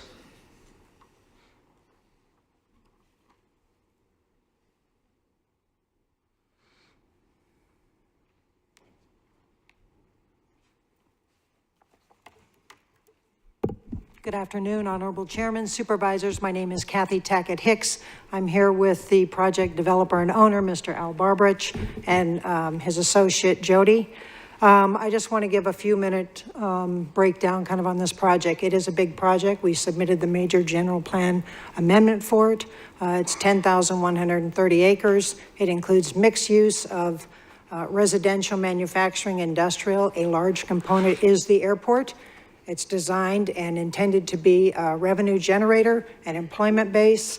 We have a once-in-a-lifetime opportunity in that the Las Vegas airport is currently experiencing their capacity, and their reliever airport is not scheduled to come online for about 7 years after the Las Vegas airport hits capacity. And so we do want to position this to be something that could be a reliever airport for some of the cargo and stuff like that. This area right here is not new to master plan development. I worked on the first ones with the Mardian Group in 2003, 2004. We did the ranch at White Hills. We did the Mardian Ranch project. Mr. Rhodes came in and presented the villages at White Hills. This has, for the last 20 years, been intended to be an urban growth area because of its proximity. So the difference now, and I'll let Al follow up on a few things, but we did submit a cohesive, self-supporting community plan. The following rezone applications that go with this are intended to solidify that intent so that what we are telling you today is actually going to happen, or that's the plan forward. And this is a 20, 30, 40-year plan. I've worked out in that area for the last 30 years. And it's the same thing. There's no services, there are no employment bases, there are no economic generators. The county is unable to provide services, you know, for all of these reasons. And I really think this is a tremendous opportunity, and I do believe we have the right person in Mr. Barbrich to see this project through. I don't know if you wanted to add any few more comments, or if you have any questions. We are here to help you, approve this. We're in a public hearing right now. If we have questions, we can bring you back. Thank you. Thank you. Jennifer Esposito.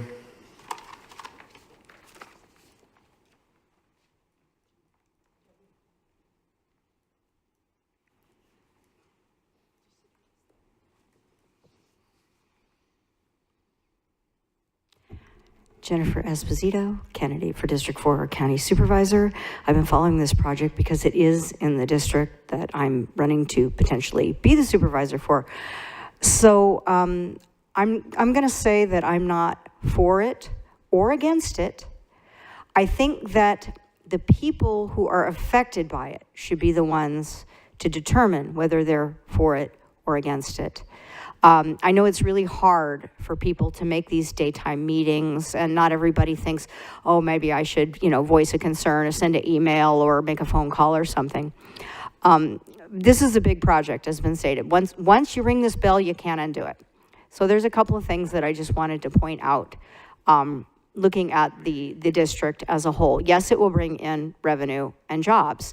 A lot of those jobs will probably come from the Nevada side, because as someone who's actually driven out there and driven in that area and who knows the logistics and the mileage and the driving time to get from other places in Mojave County to White Hills, which is, you know, really far north, is not necessarily as practical. So yes, it will bring jobs, not necessarily from us. Yes, it will bring in residents, not necessarily from existing Mojave County. You guys all tout how ruby red Mojave County is, reddest county in Arizona.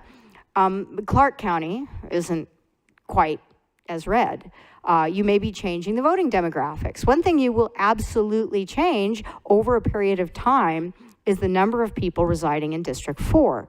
So that is going to bring all of you to a point of having to do a redistricting. And I watched the entire presentation from the planning and zoning on this, and I know it was brought up. Well, if they decide to incorporate, of course, if you're going to do a project this size, you're going to incorporate. Until they incorporate, the county will be responsible for providing additional sheriff's protection for the new residents, other expenses, which hopefully would be mitigated, you know, by revenue from property taxes and whatnot. There's a lot of moving parts to think about before you go there. But at some point, it will be as big as any of the other cities in Mojave County, and it will create such a population shift in District 4 that you guys will have to redistrict. So just, you know, take a moment. You know, you don't necessarily have to decide this today, but really think carefully what you want to do, if you should reach out to the community affected or not. That's up to you guys. One thing that seems clear is I'll probably be dead before, you know, it ever gets this big. I'm not as young as I used to be, and neither are some of you. But what you do will have a tremendous impact on the district, on the county as a whole, and on our future generations. So I just, like I said, I'm not for it. I'm not against it. I'm a little concerned about the close proximity of the airport to the windmills, but apparently the FAA is okay with that. Good luck to you. We have no one else signed up to speak on item number 70. I'm going to close the public hearing on item number 70. What's the pleasure of the board? Supervisor Bishop. Chairman Lingenfelter, since this is in my district, I am proud to make the motion as staff recommends approval for this major amendment to the Mojave County General Plan in the Dolan Springs and White Hills area. My motion is to approve as presented. Second. You've heard that motion in second. Any additional discussion? I did have one question, Kathy, if you want to come up, Ms. Tackett-Hicks. With regard to fire service improvement, I assume this is going to require a fire district to be created, and those that maybe already are there outside of the district boundaries, do you think that there would be an opportunity for them to perhaps receive benefit from public safety benefit from a fire district, even if they're not in municipal boundaries or the district boundaries? We have spoke with Chief Bonner about this, and a portion of the Dolan Springs area of the Entrada project is within the fire district, and absolutely all of the Entrada we want in a fire district. I'm looking through the statutes right now because White Hills will be a whole separate, and normally when you expand, they have to be contingent, so we need to come up with some creative ways.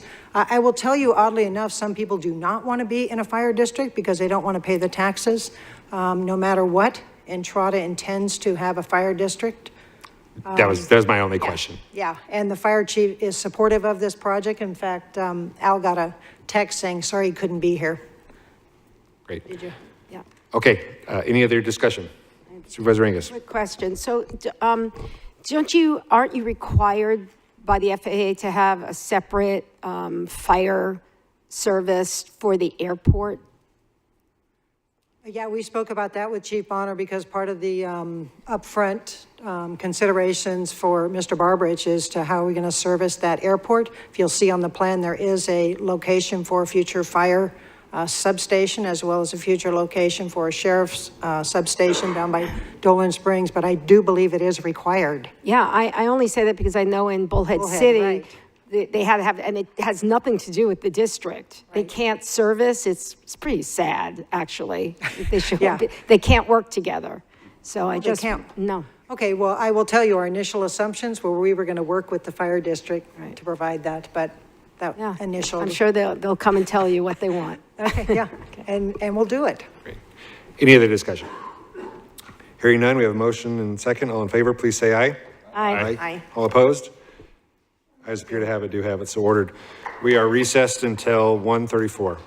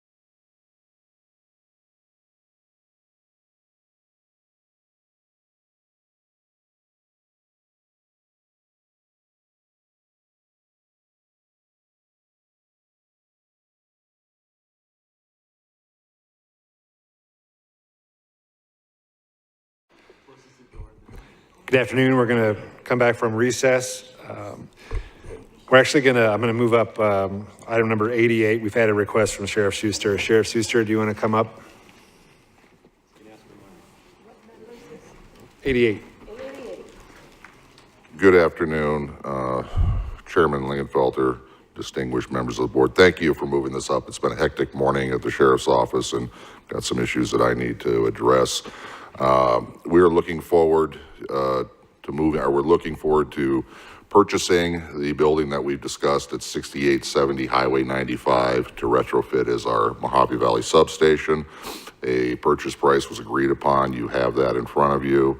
Actually came in, the purchase price came in a little below the appraisal, which I was happy to see. We're very fortunate to have the ability to acquire this building. It's move-in ready. It's going to take a little bit of work to secure some areas, but we can start moving in relatively quickly. And it's more importantly going to service our needs, not just for the now, but for many decades to come.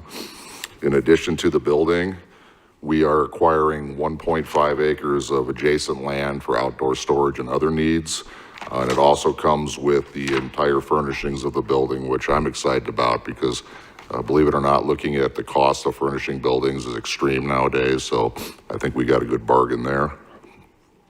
I do want to point out, and I've said this many times, we are very good stewards of the money that's entrusted to us.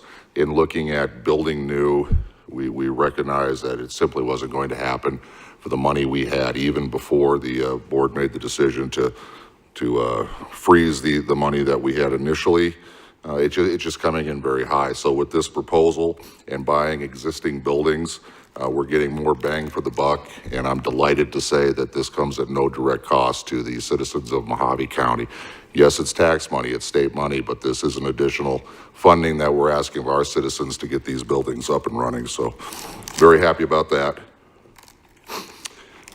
In total, with the building, the land, the furnishings, we're looking at a sales price of $3,445 or $45,000. We are anticipating a quick turnaround for this sale as the buyer is anxious to get it done this calendar year for obvious tax reasons.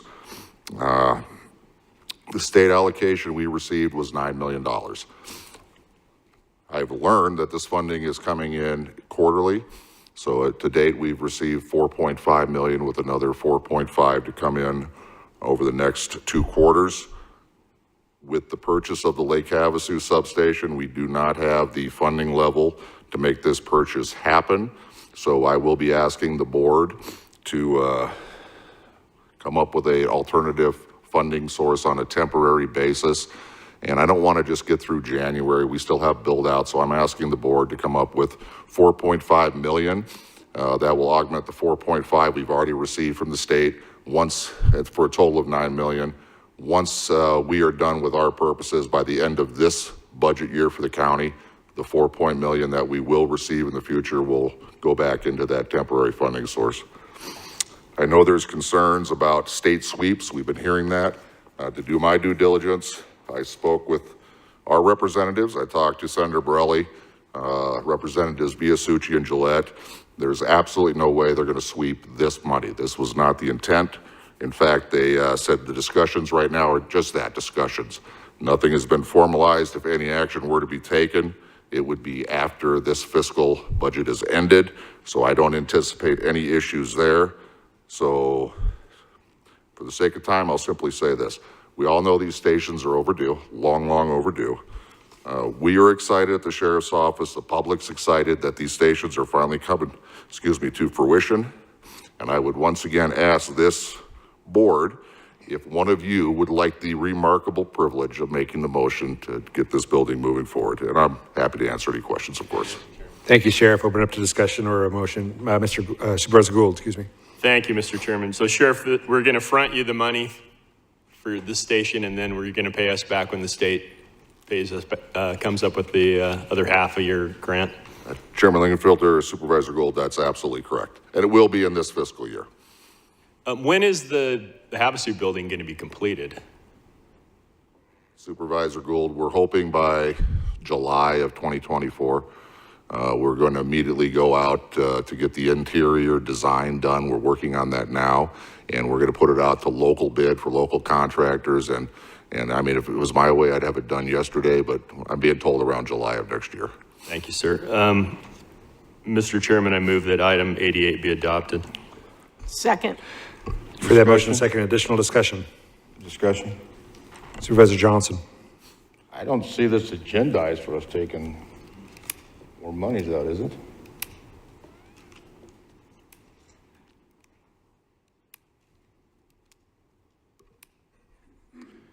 It's currently agendized to purchase the property for $3.45 million, and then additional build out and total cost to complete 4.5. So what is it? What are we missing? Sheriff wants to fill out a loan application and give us 10% interest, and My credit's I don't good. see anything in here about that. Chairman, He have the Mr. money, Chairman. so he wants the county to pay upfront it, but it wasn't agendized for that. Well, the funding source is the state revenue source, so that's not the one you're getting it from? Mr. Chairman, Attorney Esplin, it is, and what I'm simply asking for, and we can do, I'm hoping, an amended motion. We're simply asking to temporarily transfer funds into that fund that's listed on the board action to accommodate the sale from this meeting today. I don't want to have to come back again, and I'm sure you don't want to hear from me again about this topic. So whatever motion you prefer, Supervisor Johnson, I would stand behind that. I think we can amend it to, as long as it stays within the parameters of purchasing the property for that amount and not to exceed 4.5 million for any other associated. So if you wish to amend the motion, you can do that. I think it'd be permissible, it'd be within that language to do that. You had to change the funding source? That's not the funding source on it? No, he hasn't got all the second half of the money yet. That's where his problem is. So he wants us to loan him the $4.5 million, then he'll pay us back before the end of the year. I think you can just change the funding source. We're just talking about amending the motion, just amend the motion so the funding source would come this, which would then, you can just amend it to say the funding source will come from wherever it is to be repaid back by December or whatever. I don't see it as a loan. No, I just want to. Director Marnian, do you have something to say? You came up to the podium. Yes, Chairman Lingenfelter. I just wanted to point out, the sheriff is correct. The funds from the state are being received quarterly. The quarterly payments are typically showing up in the first 2 weeks of each quarter. So we would expect by mid-January, the next quarterly installment, and then the final installment in mid-April. What I would suggest that the board do is that there was $5 million that was previously set aside. I would suggest approving that the sheriff access that to cover the difference and then reimburse it once the state funds come in. So you're just looking to make sure that as the payment applications for this construction project come through, you have enough money to cover those. Correct, Chairman. And you can amend the motion to be able to reflect that, because what the purpose here is to purchase purchase the building and not to exceed a certain amount. So I think you can do that. Does the current motion cover that? Does the current motion cover that? No. So we need to modify it to what Director Mornian was suggesting. Which was general fund.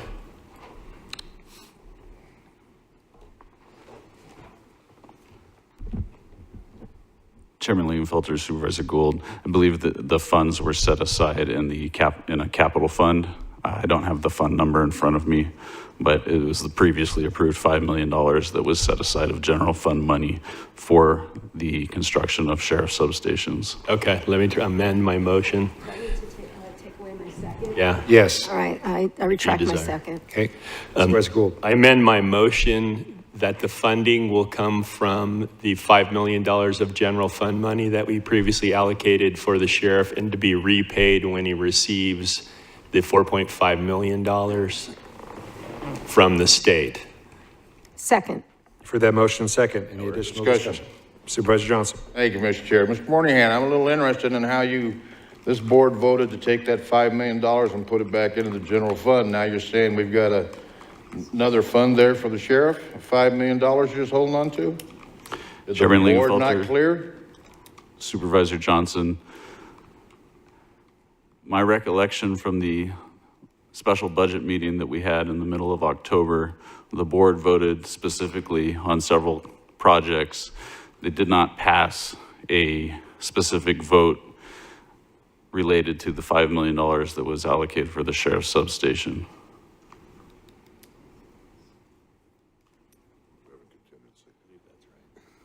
I believe he's right. I think we whacked everybody else. I thought we whacked everybody and then gave the court their money. All right, that was just my question. Thank you, Mr. Chair. Thank you. To clarify, I think we deferred indefinitely the morgue project. We deferred the Legal Services Center. We continued the Law and Justice Center project, and I don't think we took any action on the substations. That is my recollection, Chairman Lingenfelter. Okay. I have a question. Supervisor Bishop. So, Luke, if the state of Arizona decides to sweep these funds, are we still financially in a good place with the sheriff building or purchasing this building? Will that $5 million cover enough to where we don't have to pull money out of other places to cover? If worse comes to worse. I know Sonny and Leo said, yeah, don't worry about it, but there are only two people, the two votes. Chairman Lingenfelter, Supervisor Bishop, the sheriff is due to receive another $4.5 million from the state before the end of this fiscal year. There's $5 million that was previously allocated in general fund monies. The $4.5 million would more than make up the difference between his current funding levels and the monies that he has received from the state. Okay, just want to make sure, because if this all goes south, I want to remember that you assured me that we're fine financially, looking into a $18 million deficit next year. With respect to the sheriff's substation and the money that was previously budgeted, the difference between what is currently received from the state and these two proposed substations and what will be received from the state before the end of the fiscal year will cover that. We will still have a deficit next year, absent some other revenue sources. Okay. Mr. Chairman, Manager Elders. I'll try to summarize it in a couple of sentences. The FY24 budget that the board approved had projects in it, inclusive of what you and other board members have mentioned, the Law and Justice Center, Legal Services Center, the morgue, and the $5 million for the sheriff's substation. In subsequent meetings, during the special board meetings for the budget, the board deferred the Legal Services Center and the morgue. The board green-lighted the Law and Justice Center to move forward. The board took no action on the $5 million for the sheriff's substations. The board also heard the sheriff say, these funds, I won't need at this time. I'm not going to ask for them, but I'd like to sort of have access to them in the future, so they really remain for that.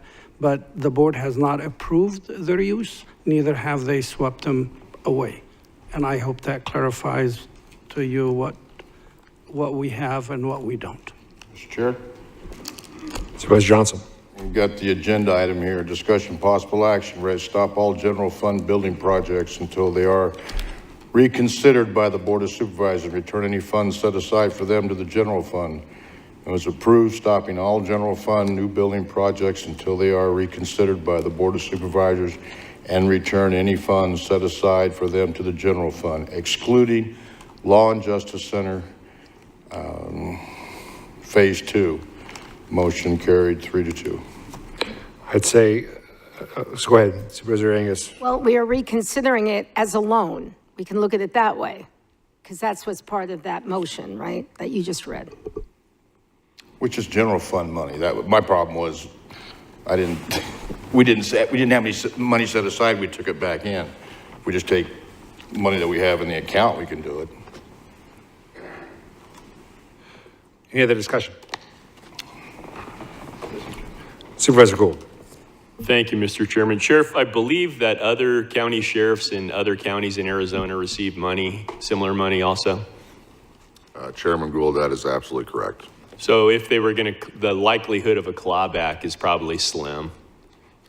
If it would just go into us to our county, then it might get clawed back, but they'd have to claw back money from all across the state. I think that's unlikely. And Chairman, to that point, Supervisor Gould, in discussing with our legislators, the intent that they're considering, and again, please understand it's just discussion, is not for any law enforcement project that's already been approved. They're talking about billion-dollar projects where they're only seeing $100 million spent to date, so they're looking at pulling portions out of that if it should come to that. It was made very clear to me that this money would not be touched. In fact, it wouldn't even be a consideration until after this fiscal year's over. I'm very comfortable in saying I just do not believe this would be swept. So what we could do, if you'd like to change your motion, just to give me back the $5 million and we'll forget about paying it back, that's something we could do too, if you're interested. Seen that loan app first. Yeah. All right. We have a motion, a second. Any additional discussion? Hearing none, all in favor, please say aye. Aye. Aye. All opposed? Ayes appear to have it, do have it, so ordered. Thank you, Board. All right, item number 71 is a public hearing. I'm going to open the public hearing on item number 71. We have nobody signed up to speak. Is there anyone in the audience wishing to speak on item number 71? Seeing none, I'm going to close the public hearing on item number 71. It's the pleasure of the board. Hold on, I'm not there yet. Still trying to find it. Sorry, Give me a minute, please, Mr. Chairman. open it up to the board for discussion or a motion. Okay, I'm with you now. All right.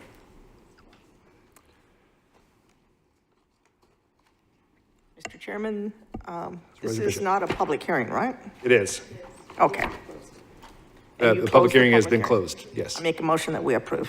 Okay, thank you for that motion. Second. You hear that motion, second. Additional discussion. Hearing none, all in favor, please say aye. Aye. Opposed? Ayes appears to have it, do have it, so ordered. Item number 72 is a public hearing. I'm going to open the public hearing on item number 72. I have no one signed up to speak. Actually, I have a couple here. Kathy Tackett-Hicks, do you wish to speak on item number 72? No? Okay. Jennifer Esposito, do you wish to speak on item number 72? Anybody else in the audience wish to speak on item number 72? Seeing none, I'm going to close the public hearing on item number 72. What's the pleasure of the board? Supervisor Motion to Bishop. approve. Thank you. Second. For that motion and second, additional discussion? Hearing none, all in favor, please say aye. Aye. All opposed? Ayes appear to have it, do have it, so ordered. Item number 73 is a public hearing. I'm going to open the public hearing on item number 73. We have nobody signed up to speak. Does anybody in the audience wish to speak on item number 73? Seeing none, I'm going to close the public hearing on item number 73. What's the pleasure of the board? Motion to approve. Second. For that motion and second, any additional discussion? Hearing none, all in favor, please say aye. Aye. Aye. All opposed? Ayes appear to have it, do have it, so ordered. Item number 74 is a public hearing. I'm going to open the public hearing on item number 74. Is there anyone in the audience wishing to speak on item number 74? Seeing none, I'm going to close the public hearing on item number 74. What's the pleasure of the board? Motion to approve. For that motion, second, thank you. Additional discussion? Hearing none. All in favor, please say aye. Aye. All opposed? Ayes appear to have it, do have it, so ordered. Item number 75 is a public hearing. I'm going to open the public hearing on item number 75. Anyone in the audience wishing to speak on item number 75? Seeing none, I'm going to close the public hearing. What's the pleasure of the board? Motion to approve. Second. For that motion, second, any additional discussion? Hearing none, all in favor, please say aye. Aye. All opposed? Ayes appear to have it, do have it, so ordered. Item number 76 is a public hearing. We have one person signed up to speak, Joanne Courier.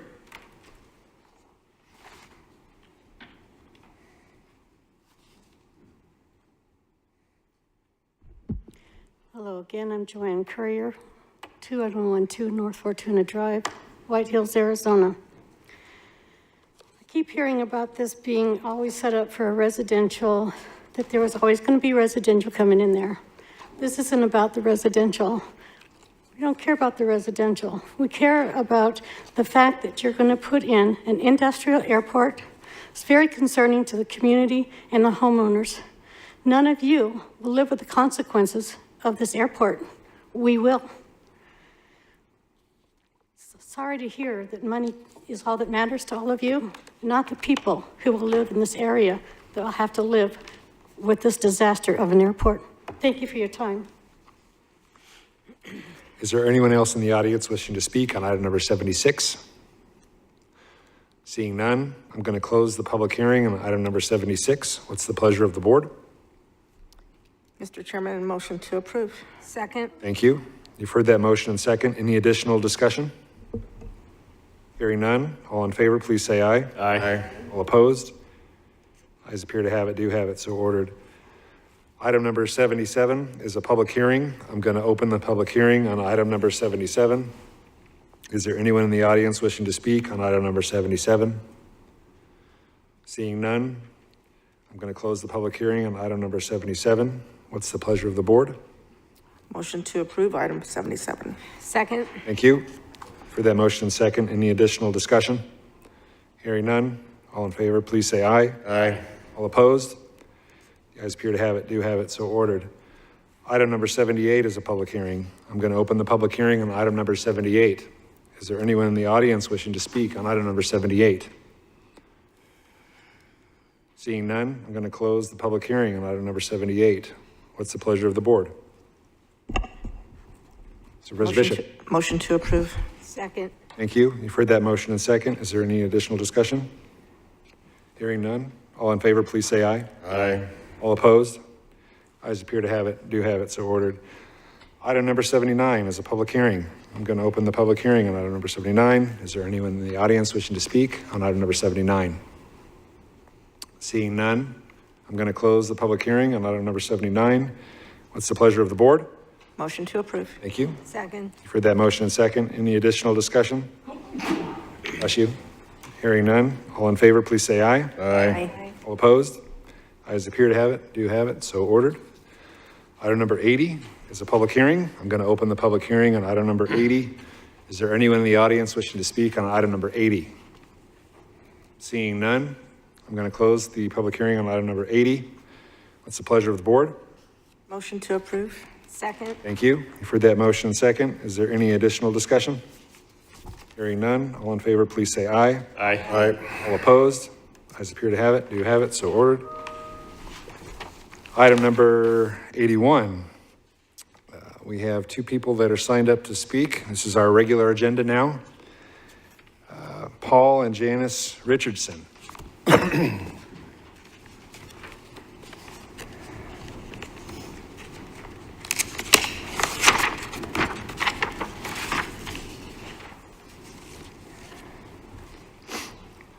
Good afternoon.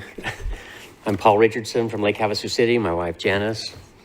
We're just here, I mean, we were here a month ago. We had a problem with easement, encroachment, and right-of-way abandonment. And it seemed like everything that was discussed was over the right-of-way abandonment. And because of you, I first want to thank you for giving me the opportunity, especially last week, because you made it possible for me finally to sit down and talk with flood control to discuss the problem, and we both came up with a mutual agreement that everything's fine. And now I find out that that piece of ground that we're talking about isn't even on the agenda, that for some reason the easement on the other side of my property, which we also filed at the same time for, is the only thing on the agenda, and it wasn't even in the discussion. And so I'm just confused, and I don't know where to go from here. They told me I tried for 3 weeks to get a hold of whatever the department is. I don't want to say names. And for 3 weeks, left voice messages and emails asking for them to please respond. What's the deal? I don't understand why this wasn't put on this agenda. Even when I met with flood control, they didn't understand why it wasn't on the agenda, and also made a phone call to try to get them to join our meeting, and got no response. And where am I at? I don't know. I'm just so confused that, anyway, I finally did get an email Wednesday that says, yes, it is a separate board agenda and that it is still in process. And it's been 6 months. And I was told it was going to be 6 to 8 weeks for this process. I just don't understand what the problem is. I mean, I shouldn't even be here just because from what I read, it's going to be approved for the abandonment, at least for that easement, or at least that's what they recommend on the west side of the property, but that's not even the one that we were discussing the last time.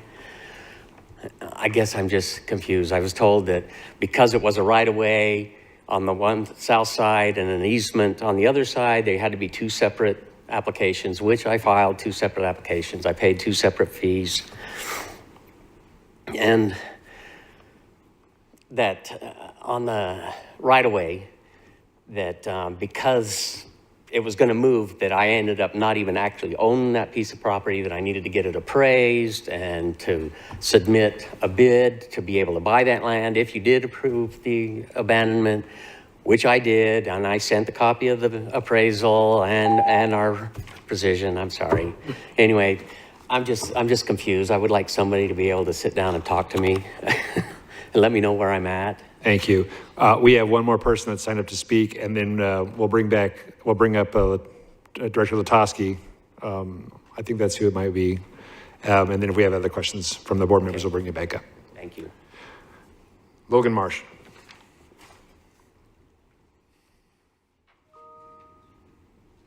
Chairman Lingenfelter, board members. This particular board item is kind of personal to me. I was the head project manager that built their home initially when they started. I worked for a development company out of Golden Valley. And I think the thing that disturbs me the most about this particular issue that they're having is I personally called Blue Stake for EPCOR to come out and identify this line on 3 separate occasions, and they kept saying it was somewhere else. It wasn't until the home build process was over, the shop build process was over, the demolishment of the original single wide, the abandonment of the original septic, the new septic install. Blue Stake has been called several times. And from my understanding of this whole process, you know, these are some of the most wonderful people you'll ever meet. They were probably one of my best clients in dealing with a new home build process. This whole process is unfortunate, and the fact that it took them already having their pool dug out, the way they went through the whole permit process, having the pool dug out, having everything approved, to have EPCOR come out and say, oh, well, I think the line is somewhere else. And then from my understanding, they did receive an email yesterday from EPCOR saying that they won't be at this meeting. They have to pay to remove the line. I would really like to see the board make a command decision here to help them through this process so they could finish with building their dream forever home. That would be awesome. Thank you. Who on staff would like to take this? Director Latosky. Chairman Lingenfelter, members of the board, first I'd like to open by apologizing to the Richardsons. We have led a particularly detailed but yet concurrent process. This considers the extinguishment of a utility easement. The other matter, which will be forthcoming to the board, is an abandonment process. So they follow 2 separate processes as prescribed by statute. And I believe the abandonment will be coming forth to the board either at the next meeting or certainly not any later than the December meeting, and that is currently being posted, you know, for public notice, and that follows a formal process where the extinguishment we can take as staff to the board. As you know, that this item was continued, and flood control discussed the requirements with the Richardsons. Staff has offered a modified resolution approving the extinguishment of the easement with the caveat, and the Richardsons, I understand, have accepted this, the completion of a drainage way bank protection improvement on that west side. I went out to their site, and I do see that there's construction equipment already on site, probably preparing for that. So I do apologize for the confusion, but there has always been 2 concurrent processes. One, this extinguishment of an easement, and then there's an abandonment of a right-of-way that is currently in process. And with regard to the staff availability, Again, nothing but apologies there. What had happened was our county surveyor, who was likely the point of contact, he does a fantastic job. He had a severe personal matter that took him out of the office for some time. So we as staff may not have had the ability to program his voicemail. Well, we didn't. And for whatever reason, our office assistants perhaps weren't aware or made aware of other staff being available to help the Richardsons. So I do apologize for that. But the processes are moving forward, and it appears everything is in place as per the Richardsons' desires. So what's on the agenda today, Steve? The recommendation is denial for the extinguishment of this easement? Chairman Lingenfelter, staff had to bring back the same board action as was continued from the last meeting, but our recommendation is a modified motion as per the backup resolution that we have. It would be to approve and adopt the resolution 2023-178 for this extinguishment. And I'll just go on and say, as requested by the property owners Paul and Janice Richardson, under conditions of acceptance of drainage-way bank protection designed by Mojave County Flood Control, completion of drainage-way bank protection improvements as per the approved design, and relocation of the conflicting water lines outside of a flood control drainage easement. Mr. Chairman. Thank you. Who said that? Me. Oh, Supervisor Gould. Thank you, Mr. Chairman. I move what Director Latosky just said as my motion. All right, you've heard that motion. I don't have that scripted for me, so I had to do it that way. You have discussion? Yeah, discussion. Sure. So, can he come back? Director Latosky, can you repost the podium, please? So I don't know if I understand this correctly, but do these, before the Richardsons can go through, both of the things that they discussed need to happen, right? And you're saying that there's already construction stuff on there, so they've waited a very long time. And you don't need to apologize to us, you need to apologize to them for all of that. Of course. So there's no way, are you confident that in the next couple of weeks, can we really kind of shoot for next meeting? You said maybe next meeting, maybe the one after. Can we at least try a little harder and get this one going? Absolutely, and that would be for the abandonment. So the easement will take effect as of the board meeting today, but we'll bring back the abandonment. We're just following the statutory process for Can I ask why it take so long? Chairman Lingenfelter, Supervisor Angus, I will certainly go back with staff. It is very atypical of our county surveyor to let something slide for 6 months. I suspect that perhaps the pause button was put on because we had, some other issues to work out. So, I'm not going to say one way or another that there was a 6-month delay. If there was, that would be very atypical of our county surveyor, but I will certainly, I know he's in the process of posting the matter, and we'll bring back the abandonment for board approval. Okay. Can I ask the Andersons, does that sound amenable to you? Mr. Richardson? So do you understand it? Because you said you didn't understand. Do you understand a Yeah, little I better kind of now? understand that. One thing I would like to say, though, just from the beginning, that the surveyor, he was very helpful at the front. I have no complaints about him at all. He was very good. He helped me fill out all the forms. It's just, and I understood he had some personal issues and stuff, and so that could be why I didn't get a response. But as long as they're willing to work with me and talk to me, I'm open for anything. I just want to finish this. I get it. Thank Right? you. Thank you. All right, I believe we have a motion. I'll second it. We have a motion and a second. Any additional discussion? Hearing none. All in favor, please say aye. Aye. Aye. All opposed? Ayes appear to have it. Do you have it? So ordered. Item number 82. Director Latosky.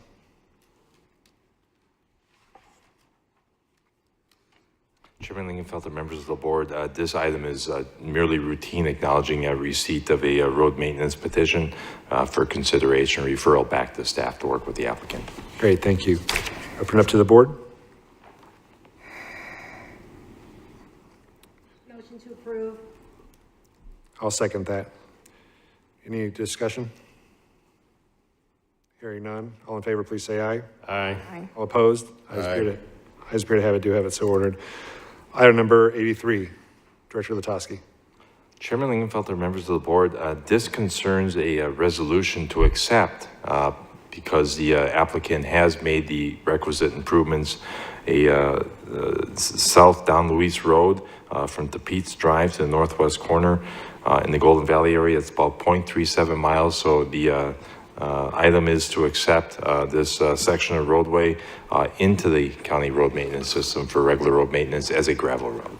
Great, thank you, Latowski. Motion to approve. Supervisor Bishop. Thank you, Mr. Chairman. I'm curious, Steve, why this is for regular maintenance instead of tertiary? Is there a reason for that?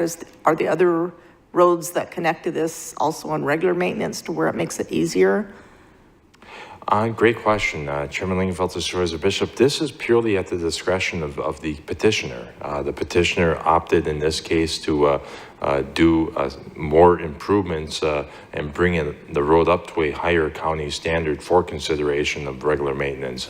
And the regular maintenance affords us to put this on our normal blade route, so providing for service once every 6 to 8 weeks, as opposed to the tertiary maintenance, which is only once or twice a year. So this was purely at the discretion of the petitioner. And there are other roads that are on regular maintenance in the general vicinity? Well, I mean, I'm thinking, are we yes. taking a road grader a mile out of their way to do this one little tiny section? And I should make it clear for the entire board that we only consider roads to be accepted into the maintenance system that connect to other maintained roads. So Pete's, for example, is on the regular road maintenance system. Pete's is a paved road though, isn't it? That's correct. It's still on the regular road maintenance system, but nonetheless, all gravel roads always connect to a regularly maintained road, always connect to a road in the county's maintenance system, whether paved. So I guess my question is, when the road grader is out here doing the regular maintenance, are other roads in the general block area also on maintained maintenance for the grader so that he doesn't have to truck the grader a mile or so to get to this little tiny section? Yes, Supervisor Bishop. Convenient? Yes, we would place it on the regular blade route that the blade route in the vicinity of this roadway would be on, so that they wouldn't have to go out of their way. Okay, so it can drive from one road that's being graded That's to correct, the other yes, without being trucked yes. over? Okay, thank you. I believe we have a motion. Second. Motion and a second. Any additional discussion? Hearing none. All in favor, please say aye. Aye. All opposed? Ayes appear to have it, do have it so ordered. Item number 84, Director Latowski. Chairman Lingenfelter, members of the board, I brought this to your attention after observing a number of roads in the Valley Vista area. I discovered and staff verified about 5.91 miles of roadways, particularly in the northern half of the greater Valley Vista area, simply are in a condition where there's nothing more than remnants of what perhaps was a surface treatment in place. And in some areas, the roads look like they haven't been treated at all. I do want to express that all of the streets in the Valley Vista, in Greater Valley Vista, were accepted by the Board of Supervisors for maintenance back in the 1970s and early 80s. Looking through those resolutions, there was never a documentation of the actual condition of the roadways. Only in one resolution, it did make reference to them being surface treated. Surface treatment doesn't necessarily imply asphaltic concrete. It could just be an oil treatment on existing dirt. But when we went back, and specifically myself, when we were trying to frame some chip seal work for the next spring road program in the Valley Vista area, we came across these discoveries. So I consulted with our county attorney's office. This is where I really wanted to begin. And I inquired about these roads being on the regular road maintenance system, but not county highways. So we're not in a position to improve the roadways. And as per our county attorney, we understand that Public Works could not go in and actually construct new roadways, actually construct asphalt concrete surface. All we can do is go in and do maintenance such as chip seals. Well, these roads simply are not maintainable. They actually have to be constructed first. So we would be precluded in improving these roadways, and that is what brings me today to request the board's consideration and approval to remove them out of the road maintenance system. They total about 5.91 miles. Steve, were these roads adopted into the road maintenance system not built to a county standard? Chairman Lingenfelter, I can't answer that question definitively.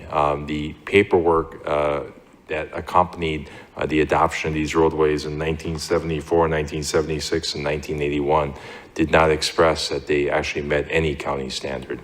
The acceptance process was silent in that matter. So I can only assume that no, that there was no effort to meet a county standard. How long has Mojave County required roadways to be improved privately before they'll be adopted into the county road maintenance system, or even considered to be adopted? I mean, how long has that been in effect? In 2002, the board adopted the modern Mojave County standard specifications and details, which adopted MAG, AASHTO, and MUTCD. So those are our modern county roadway design standards. Yeah. And these roads have been included in the road maintenance system in the program for quite so many years. Yes, essentially going back to 1974. How have they continued to deteriorate if they've been a part of the road maintenance system? I mean, if they were adopted so long ago, have they not been receiving regular road maintenance? I mean, how have they continued to deteriorate to the point where you're looking at getting rid of them now? Chairman Lingenfelter, there was largely no maintenance provided in the largely vacated areas, the areas that were flanked by largely all vacant land, such as even as a present. So we really don't have a documentation of maintenance having occurred since that 1970s, 80s timeframe. And then compounding that issue is we don't have record of what state those roadways were actually in when they were accepted, if they were even improved. Yeah. Do you think that this situation could be happening in other places too? And the reason I ask that is, I assume that, and I brought this up a couple of years ago, where let's say you live on your road and it's adopted in the road maintenance system, but there should be somewhere online or somewhere that says, I can expect this year and this month that my road is going to receive a maintenance treatment. And I don't think we have any sort of a system or a database like that. I mean, you might do it on a weekly basis, is that correct? Or is it longer than a weekly basis? I mean, is it all programmed out during the calendar year for a citizen to go in and look and see when their road's going to receive treatment? Because I'm having a hard time with understanding how we could have so many, roadways adopted into the road maintenance system that have not received any treatment at all, and to the point where we're getting rid of them now. Well, I don't want that to happen in other places. Absolutely. Chairman Lingenfelter, we actually have an asset management system, a computerized asset management system, where we do log all of our maintenance treatments, including the heavy maintenance treatments such as chip seal work. So we have that system in place that tells us back in time, when those maintenance treatments occurred. Is it a system that a citizen or a resident can go in and see when their road is going to receive a treatment? Chairman Lingenfelter, we do not have that system online. That is something that obviously we can provide answers to any citizen inquiry, provided they call the office, but that system is not available online. All right. I'd open it up to discussion. Chairman Lingenfelter. Supervisor Bishop. Steve, are there any residences on these streets? Are there any houses?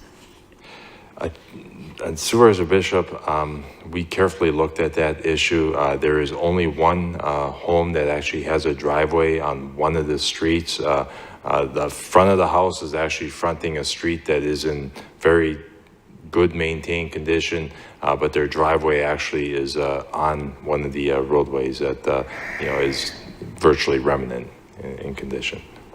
Okay, with that knowledge, I think now is the perfect time. If we're going to do this, we should do it now before these properties get developed. So I'll make a motion to approve. For that motion, do I have a second? Second. For that motion and second, any additional discussion? Hearing none, all in favor, please say aye. Aye. All opposed? Ayes appear to have it, do have it, so ordered. Item number 85, Director Latowski.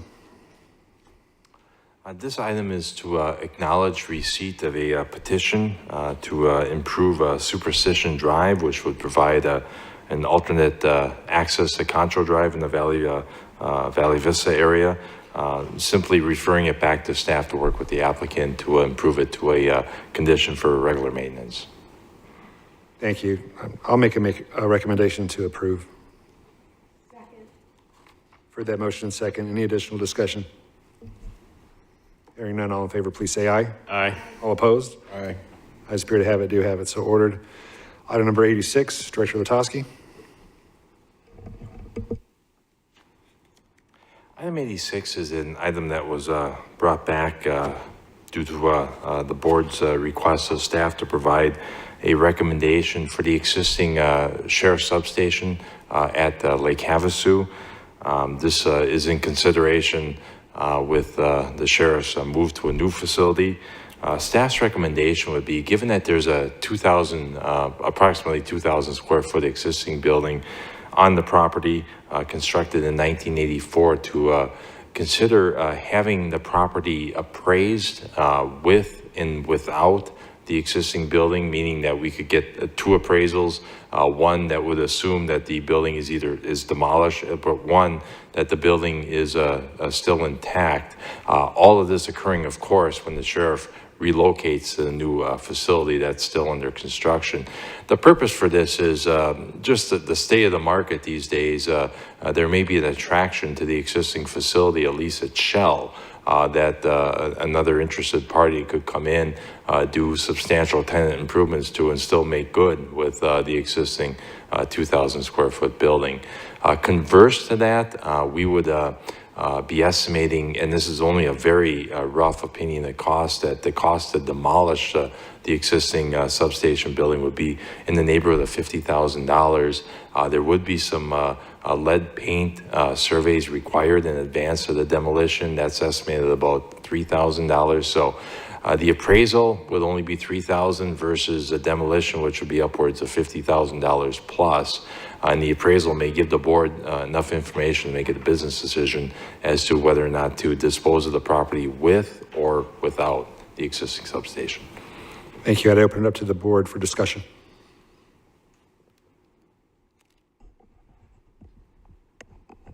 Supervisor Bishop? I think it's an excellent idea, and I'll make a motion to approve this. Thank you. Second. For that motion and second, any additional discussion? Hearing none. All in favor, please say aye. Aye. All opposed? Ayes appear to have it, do have it, so ordered. Item number 87. We have one individual signed up to speak, Jennifer Esposito.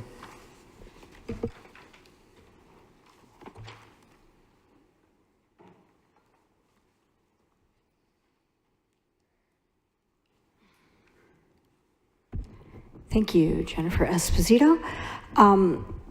I just wanted to say that I sort of object to all these things being lumped together. If you have a hiring freeze, you have a hiring freeze. I mean, if I was a department head, I'd have a hard time taking you guys seriously because, well, I just can come back and just ask for whatever I wanted anyways. And in one lump sum, it's all going to go be approved, which is what I think happened the last time. The motion to do everything all lumped together was approved. And, you know, I can understand the need, obviously, for a temporary part-time voter registration position in the recorder's office because we're in an election cycle. That's a temporary position, not a permanently a staff position.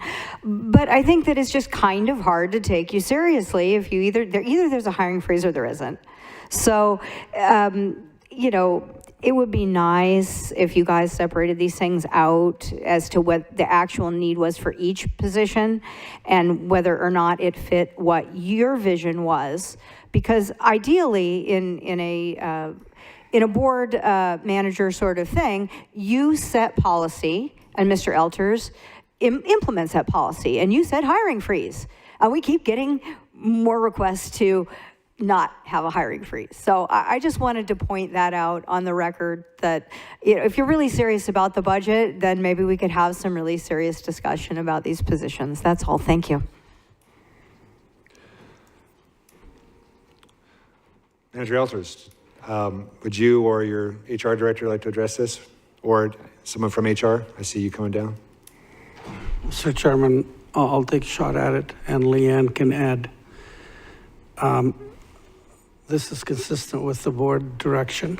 You placed a hiring freeze on general funded positions, except those that are warranted and justified for the function of a department.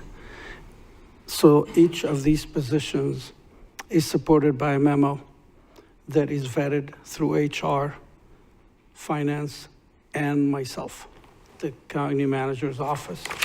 I would not put it in front of you if it was not, in my professional opinion, consistent with the direction that the board gave us. So to that end, we do it for efficiency. We combine them together. You could, with the memos provided, the board members could pull any one of them and question it. But to list them individually would be a long list, and the board would add to the length of the time and agenda. Again, it is really done for efficiency, and it's consistent with the board directive. Thank you. Open it up to the board. Mr. Chairman. Supervisor Gould. Thank you, Mr. Chairman. County Manager, if we approve these positions to pull them out of the hiring freeze, how many positions will be left in the hiring freeze? Mr. Chairman, Supervisor Gould, the list is constantly turning. Many of these are just replacement. People are continuing to leave and move on, and department heads come in and make a case to fill a position. It is really not depleting this is not positions that have been sitting vacant and we keep bringing them back to the board. These are positions that are coming up vacant as a result of people either moving on to a different department or moving on, leaving the county entirely. And department heads coming in, making a case for the position to be filled. We have been shorthanded, we continue to be shorthanded, and every position vacancy truly impacts the department, especially the smaller ones. So truly, it's not reducing our number of vacancies. It's just helping us be staffed enough to conduct critical department functions, and we can go through them one by one and discuss and look at the backup for each supervisor. It just appears that we've exempted so many positions from the hiring freeze that I doubt there's many positions left that are still under the hiring freeze.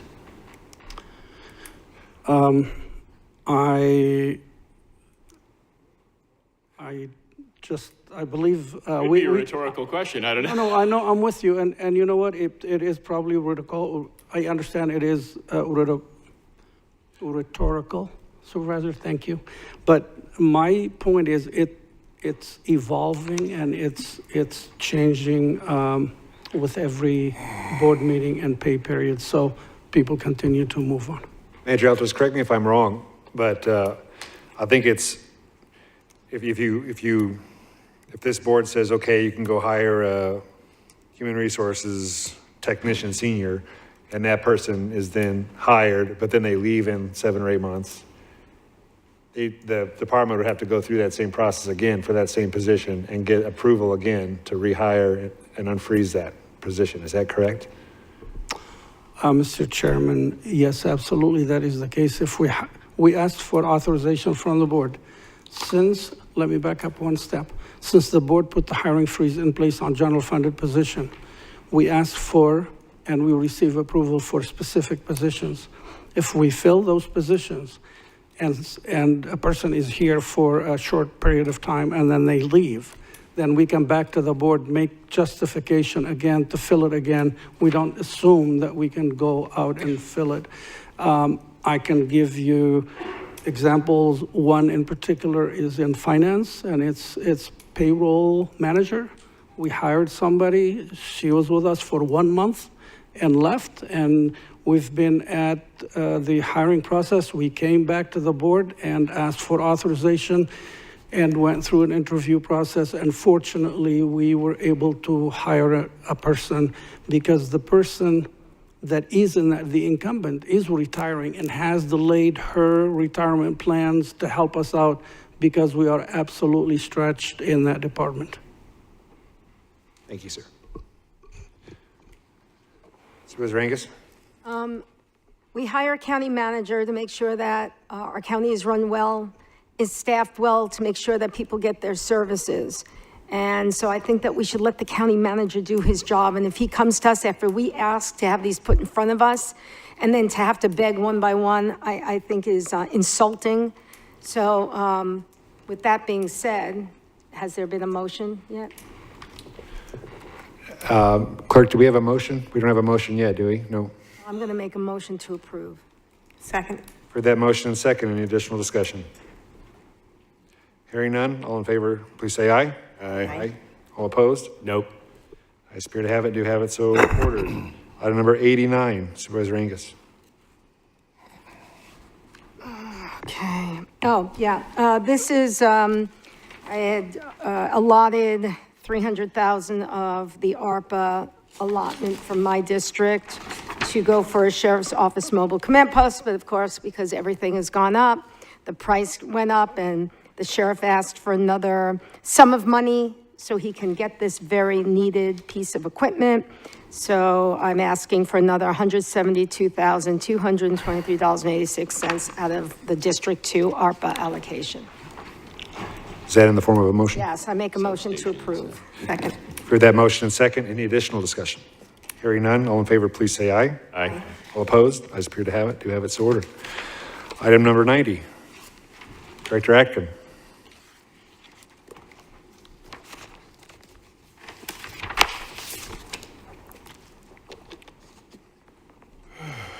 Good afternoon, Chairman, members of the board. This item is on the agenda simply because we did not have enough funds allocated to make the purchase. We wanted to make sure that we had it on the regular agenda and not the consent agenda in case the additional ARPA funds were not approved. Thank you for that. Open to the board. Motion to approve. Thank you. Second. For that motion and second, any additional discussion? Hearing none, all in favor, please say aye. Aye. All opposed? Ayes appear to have it, do have it, so ordered. Item number 91. Is it the board's wish to go into executive session on this? I believe so.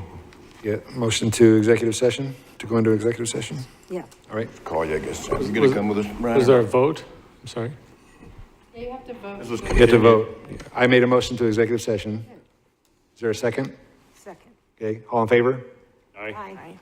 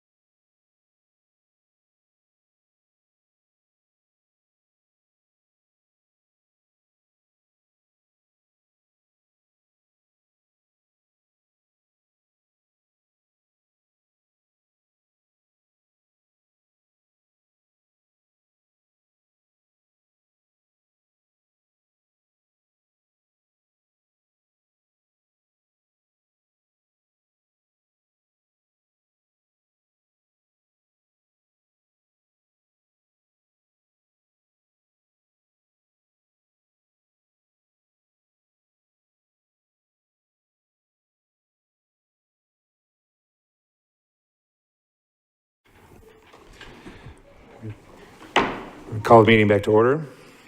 What's the pleasure of the board? Supervisor Bishop? Mr. Chairman, I make a motion that we approve the county manager's employment agreement as provided. I'll second that. Additional discussion? Hearing none, all in favor, please say aye. Aye. Aye. All opposed? Ayes appear to have it, do have it, so ordered. Thank you for not calling me. You're welcome. Find out to speak. Guess I'll be calling the public. Item number 92, Supervisor Johnson. Mr. Chairman, I think this is self-explanatory. Unless there's questions, I'd make a motion to approve. Thank you for that motion. Do I have a second? Second. For that motion and second, any additional discussion? Hearing none, all in favor, please say aye. Aye. All opposed? Ayes appear to have it, do have it, so ordered. Item number 93, Supervisor Johnson. Thank you, Mr. Chairman. There was some question that came up today during the meeting, and staff had some questions. I don't know if we want to address the travel policy with just saying it only has to do with general fund employees and not grant funded employees. If that would be any clearer, or we can just leave it the way it is. Discussion? Supervisor Bishop? Chairman Lingenfelter, I think there has been confusion as to what this travel policy, who it affects. Is it just the employees? Is it the employees plus the electeds? I think that needs clarification because I keep getting questions about it, and my interpretation is obviously different than some of the other board members. So I think we need to air it and get clarification. So I thank you for putting that on the agenda.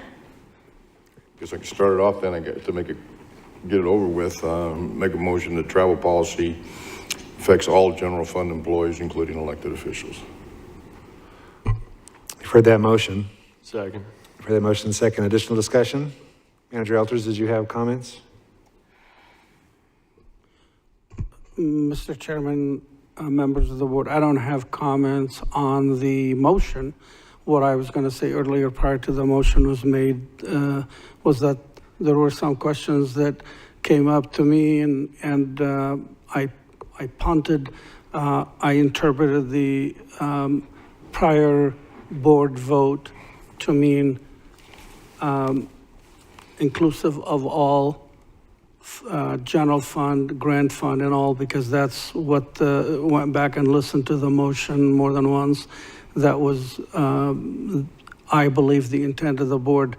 I'm glad it's on the agenda. I understand there's another motion on now, and I don't have any comments on the motion. Thank you. Thank you. Supervisor Johnson, I would have a question for you. My District 1 is about 8,500 square miles and bigger than 6 U.S. states. In order to get to the northern half of my district, I have to go around the Grand Canyon through Clark County and part of Utah, Washington County. Would this exempt or allow me to go up to the top part of District 1 to serve my constituents in Beaver Dam and Littlefield and Scenic, Centennial Park, Colorado City? Maybe I should have written it down. Maybe I can take away the second. I can try to make the motion again. I remove my second. All right.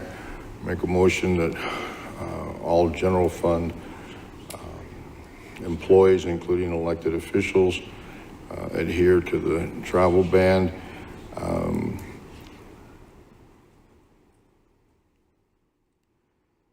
Appropriate travel ban to do Mojave County business includes some traveling into Nevada and California and Utah to do county business, you know, just to get to the upper part of the county. Thank you. Supervisor Angus. So Nevada, California, but not Phoenix. No. I just find it odd that I'm being told how I can and cannot do my job. And I'm going to bring back something next board meeting, because I think we really, if we're gonna really mandate stuff, then let's just do it. Let's not just go around the bush and have to come back all the time. So look forward to that one. I appreciate the attempt at the revision. Mr. Chairman. However, I just want to finish my comment if I could, and then I'll get to you. I think that each one of the board members were elected, were put in the chair by the people that live in their district to represent them. I think that the other elected officials were elected by the citizens of Mojave County directly to do services for them. And I don't feel comfortable with artificially hamstringing any of the other 4 district supervisors in carrying out their duties as they see fit. And I don't see it as my role to try to hamstring the assessor or the treasurer or the recorder or any of the other elected officials from doing the job that the citizens of Mojave County elected them to do. I think everybody understands the seriousness of the situation in the projections that we've all seen. I trust that they're going to do what they can to only go to the places that they absolutely have to do, especially that now that we have technology like Microsoft Teams that eliminates a lot of different meetings. But there are some things that still need to get done. There are still meetings in Phoenix that we need to have a presence at, or in other places that if we're not at the table, we're going to be on the table. And I want to make sure that the citizens of Mojave County and their interests are not neglected by just a blanket ban. So I don't think I'll support that. Chairman. Manager Elters, I'm sorry, Supervisor Bishop, then I'll get to you. Supervisor Bishop. I'm just going to say, in light of the expected deficit coming up next year and our expectations of employees, this travel ban can be effectively handled by the elected officials because we don't do anything really that's spontaneous. We know when our meetings are, we know what we need to be present at. We can put it on the agenda just like anyone else and just show the public that we're serious about trying to solve this deficit issue by only doing the travel that's necessary for our positions as elected officials. And that goes for not only this board, but the other elected officers within the state, within the county of Mojave. We just put it on the agenda and then the public knows what we're participating in and why we're doing it. Supervisor Bishop. Isn't this motion just taking that back? That's how it was up until this moment when Supervisor Johnson just made this motion. So now I'm very confused. I think this motion was just to clarify because people were confused. Attorney Esplin, we had a number of travel-related items on our consent agenda which were approved. They were not pulled, they were approved. Does this item supersede those, or do those stand? Those stand. I think those would stand. I mean, Thank you. I think this is just trying to clarify what's in existence, but yeah, those would already stand. Yeah. Okay, additional discussion. Otherwise, we have a motion. Mr. Chairman, I was going to second Supervisor Johnson's motion. Okay, Manager Elters. Mr. Chairman, thank you, and board members, and I appreciate the opportunity for clarification. So I'm only asking, not making any statement. So up to today, we had been putting requests on the agenda. So my question is twofold. Please forgive me. Let me just focus.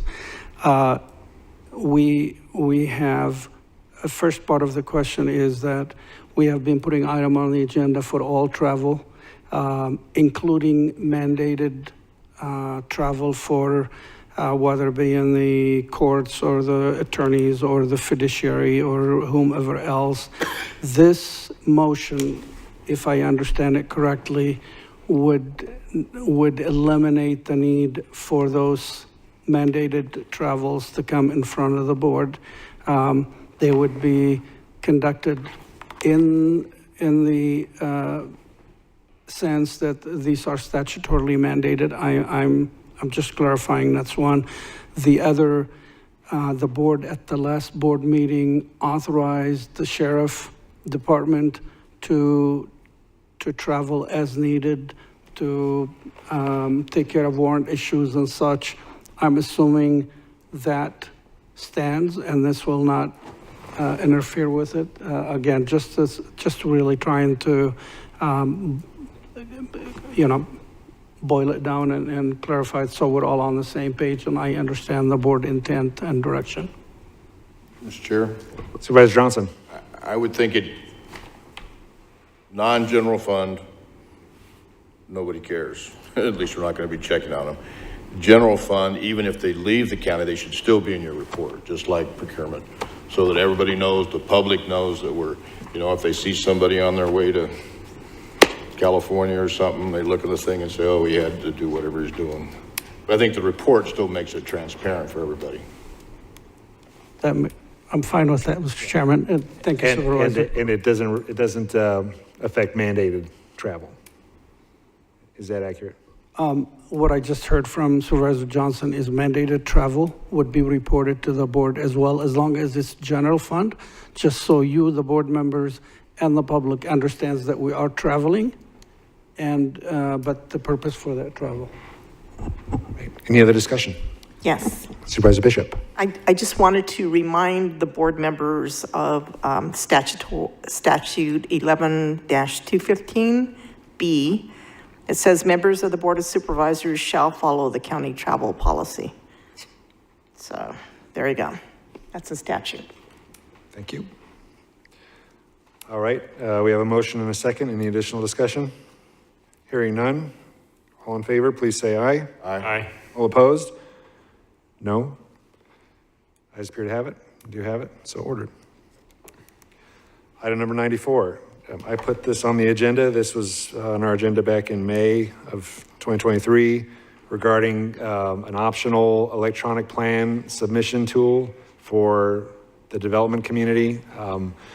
If there's one thing that could help the development community when we're facing a deficit and help the county is to expedite that process if we can. Director Walsh, you want to come and give us an update on where we stand? Thank you, Chairman Lingenfelter, members of the board. We have been working on bringing this into fruition. As I spoke before the board back in May, we had hopes that we would be done with phase 1 in July and that we'd have the rest of it in sometime in September, October. And I apologize, I should have come before the board and given you an update prior to this point. So I apologize for not having that done before. We had a couple of issues arise that have prolonged it. Currently, we're looking right now at getting phase 1 complete this month, hopefully by the end of this month, and then having the full plan review being complete by February of 24. One of the issues that we came up with recently was due to payment options. So, and I've asked Director McDaniel to help me out on some of the more technical issues. IT has been doing a lot of the heavy lifting for this, on this for us. And one of the issues that we came into with the payments is currently we use, oh shoot, I just lost it. Our current method of payment was not an option for the method that we were going with. So we ended up having to backtrack a little bit and get PayPal. So we've got that squared away and we've been able to get that back online. But between that and a few other issues, we did some beta testing here over the past month and identified a few more issues. And part of the process, what we've been trying to do is do a lot of this testing ahead of time so that when we open it up to the public, we don't have a big mess on our hands. But right now we're on track to have November, this month, that we'll be able to take in our, phase 1 includes taking in our over-the-counter permits, our more routine permits that don't take a lot of review. We'll be able to get those accepted we're hoping to go live with that this November. And then phase 2 involves the full plan submittals and all of that. So based on timeline that working with IT and what they believe is feasible in getting everything programmed, and then also going through the testing and make sure we have that, we're looking at February of next year to be able to have it up and running. And that's a combination utilizing software Bluebeam, which is widely accepted industry standard, That's and then correct. also Acela. Is that right? Yes, sir. And we do have Bluebeam already. We do have Bluebeam in-house, and we've been working with that to understand the program so we can hit the ground running on that as well. So yes, it'll be, receive those plans in, we'll be able to review them using Bluebeam and then return those back to the applicant. So regardless of project size, you're thinking February of this, the first quarter of next year, 2024. That's the latest updates. Yeah, working with IT and looking through basically what we have ahead of us still to do. That's the latest update. You think that'll stick, or you think that'll slide a little bit? And I hope so. I sure hope. Like I say, we've been working on this with IT, and they've been doing a great job at working through all of these issues. But I know this has been a priority for me. Since 2018, we've been trying to implement this, and we had a big hurdle that IT did a great job in overcoming, and also bringing in a consultant to help us with basically reformatting our database and the years and years of data that we've received over all the permits that we've received over the years, having to reformat in order to be able to use this new software and to be able to have it online. That we started that project in 2020, and it was about 2022 that we finally got that completed. So yeah, I share your frustration, and I know IT does as well. It's something that we want to see happen, and we're pushing very hard to get there. Great. Well, I think it'll just help projects, get built faster. Absolutely. It'll eliminate the need to print out multiple costly, sets of plans and specs. Everybody that has to review their portion can review their portion concurrently.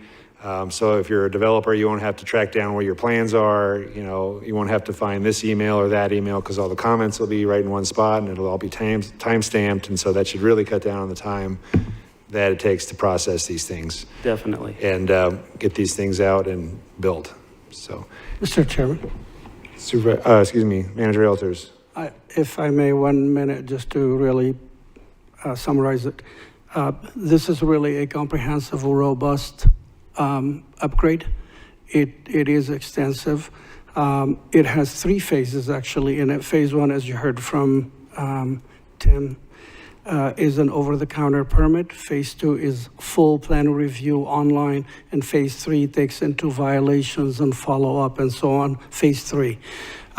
Phase 1 is currently in beta testing. I just really wanted the board members and yourself to know they've been at it for some time. They did experience, which is not unusual, some hiccups. I really made sure that we have all the bugs and the hiccups resolved before we brought it online. I told them the board wouldn't want, neither would I, to have to roll it out aggressively and have a mess on our hands. So they are really testing it, taking their time.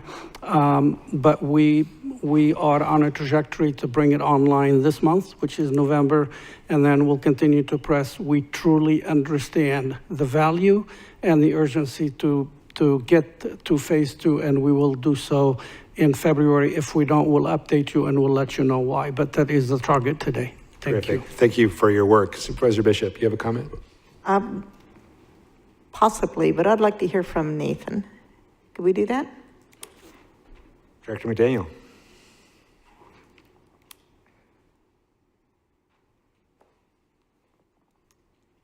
Hi, Nathan. Hello. So this has been ongoing for like 10 years now. And I was a little envious when I found out the city of Kingman managed to get their online permitting up and running. And I know that we've been working hard on this. I mean, I remember conversations with Nick Hunt and Gary Watson and Buster and Hildy back in, 2017, maybe 2018. So I'm really happy to see that we're still working on it, but Lori is the main person that's been assigned to this, and she's getting ready to retire, from what I understand. Is that true? Chairman, Supervisor Bishop, that is true. Her last day will be November 22nd of this month. You think we'll be able to finish this off before she retires or extend her retirement? Where is she? Start over. She probably would not approve of that, but it's been so long and she's got so much knowledge. Is there someone that's taking her place that's up to speed on this? I requested an exception request to the hiring freeze to fill her position. And this is a project that is an example of why her position is critical to us in IT. We have been developing competency within the department for a while. We have a person on staff, his name's Daniel Riddle. He's the systems analyst assigned to the Excel automation application, and he is the IT resource that's assigned to development services that's helping them automate these business processes. So to answer your question, I think we'll be okay, and we do have every intention of filling her position when she leaves with someone that has competency required to manage this project and see it to fruition. Okay, and then does this tie in with the problems that some of the field staff have had with their tablets? I honestly am not aware of any problems with field staff having with their tablets that's directly attributable to this project. Okay, that's all I have. Thank you. Mr. Chairman. Supervisor Gould. Thank you, Mr. Chairman. Director McDaniel, why are we stuck with the leftist PayPal as our merchant service? Basically, Excel automation is going to a cloud-based platform here pretty soon. So alongside of the project that we're working with now to get online permitting going and get Bluebeam automated for plan review, we're also in the process of moving this software package into the cloud. And Excel is the software manufacturer of this platform. They're the ones that have decided to partner with PayPal, and we really don't have a choice. Thank you. Mr. Chair. Supervisor Supervisor Johnson. Hate to be the only one not to ask a question, Mr. McDaniel, Mr. Walsh. It's true that you two have just used this for job security for the last 6 years? If it was only that simple. Mr. Chairman, I got a question for Director Walsh. Supervisor Gould. Director Walsh, so will we be able to pull a permit for a garage or a patio with some kind of a fill in the blanks? Kind of years ago, they had like the Xerox copy of where you wrote your dimensions in and you had a rudimentary plot plan and you came down and they were given a permit. Are we gonna have the digital version of that? Chairman Lingenfelter, Supervisor Gould, I don't know that we'll have a digital version of that, that specific one. That one actually, if I heard stories correctly, it started out a certain size and then it grew exponentially, and we had some very large garages being proposed on this application that was very limited in scope. But we are definitely shooting to make it as simple as possible for our applicants. So a typical garage, something like that, we will work to get any of the prescriptive methods that we can have those available. So this first couple of phases, we're going to just try and get it up and running, but then definitely we'll continue to work towards making it as simple as possible for our applicants. Because I think in the rural areas especially, the easier that we make it for people to comply, the more apt they would be to comply. Absolutely. Thank you, sir. Thank you. Thank you, Chairman. Thank you. Any other discussion? Hearing none, no actions required, and we are adjourned.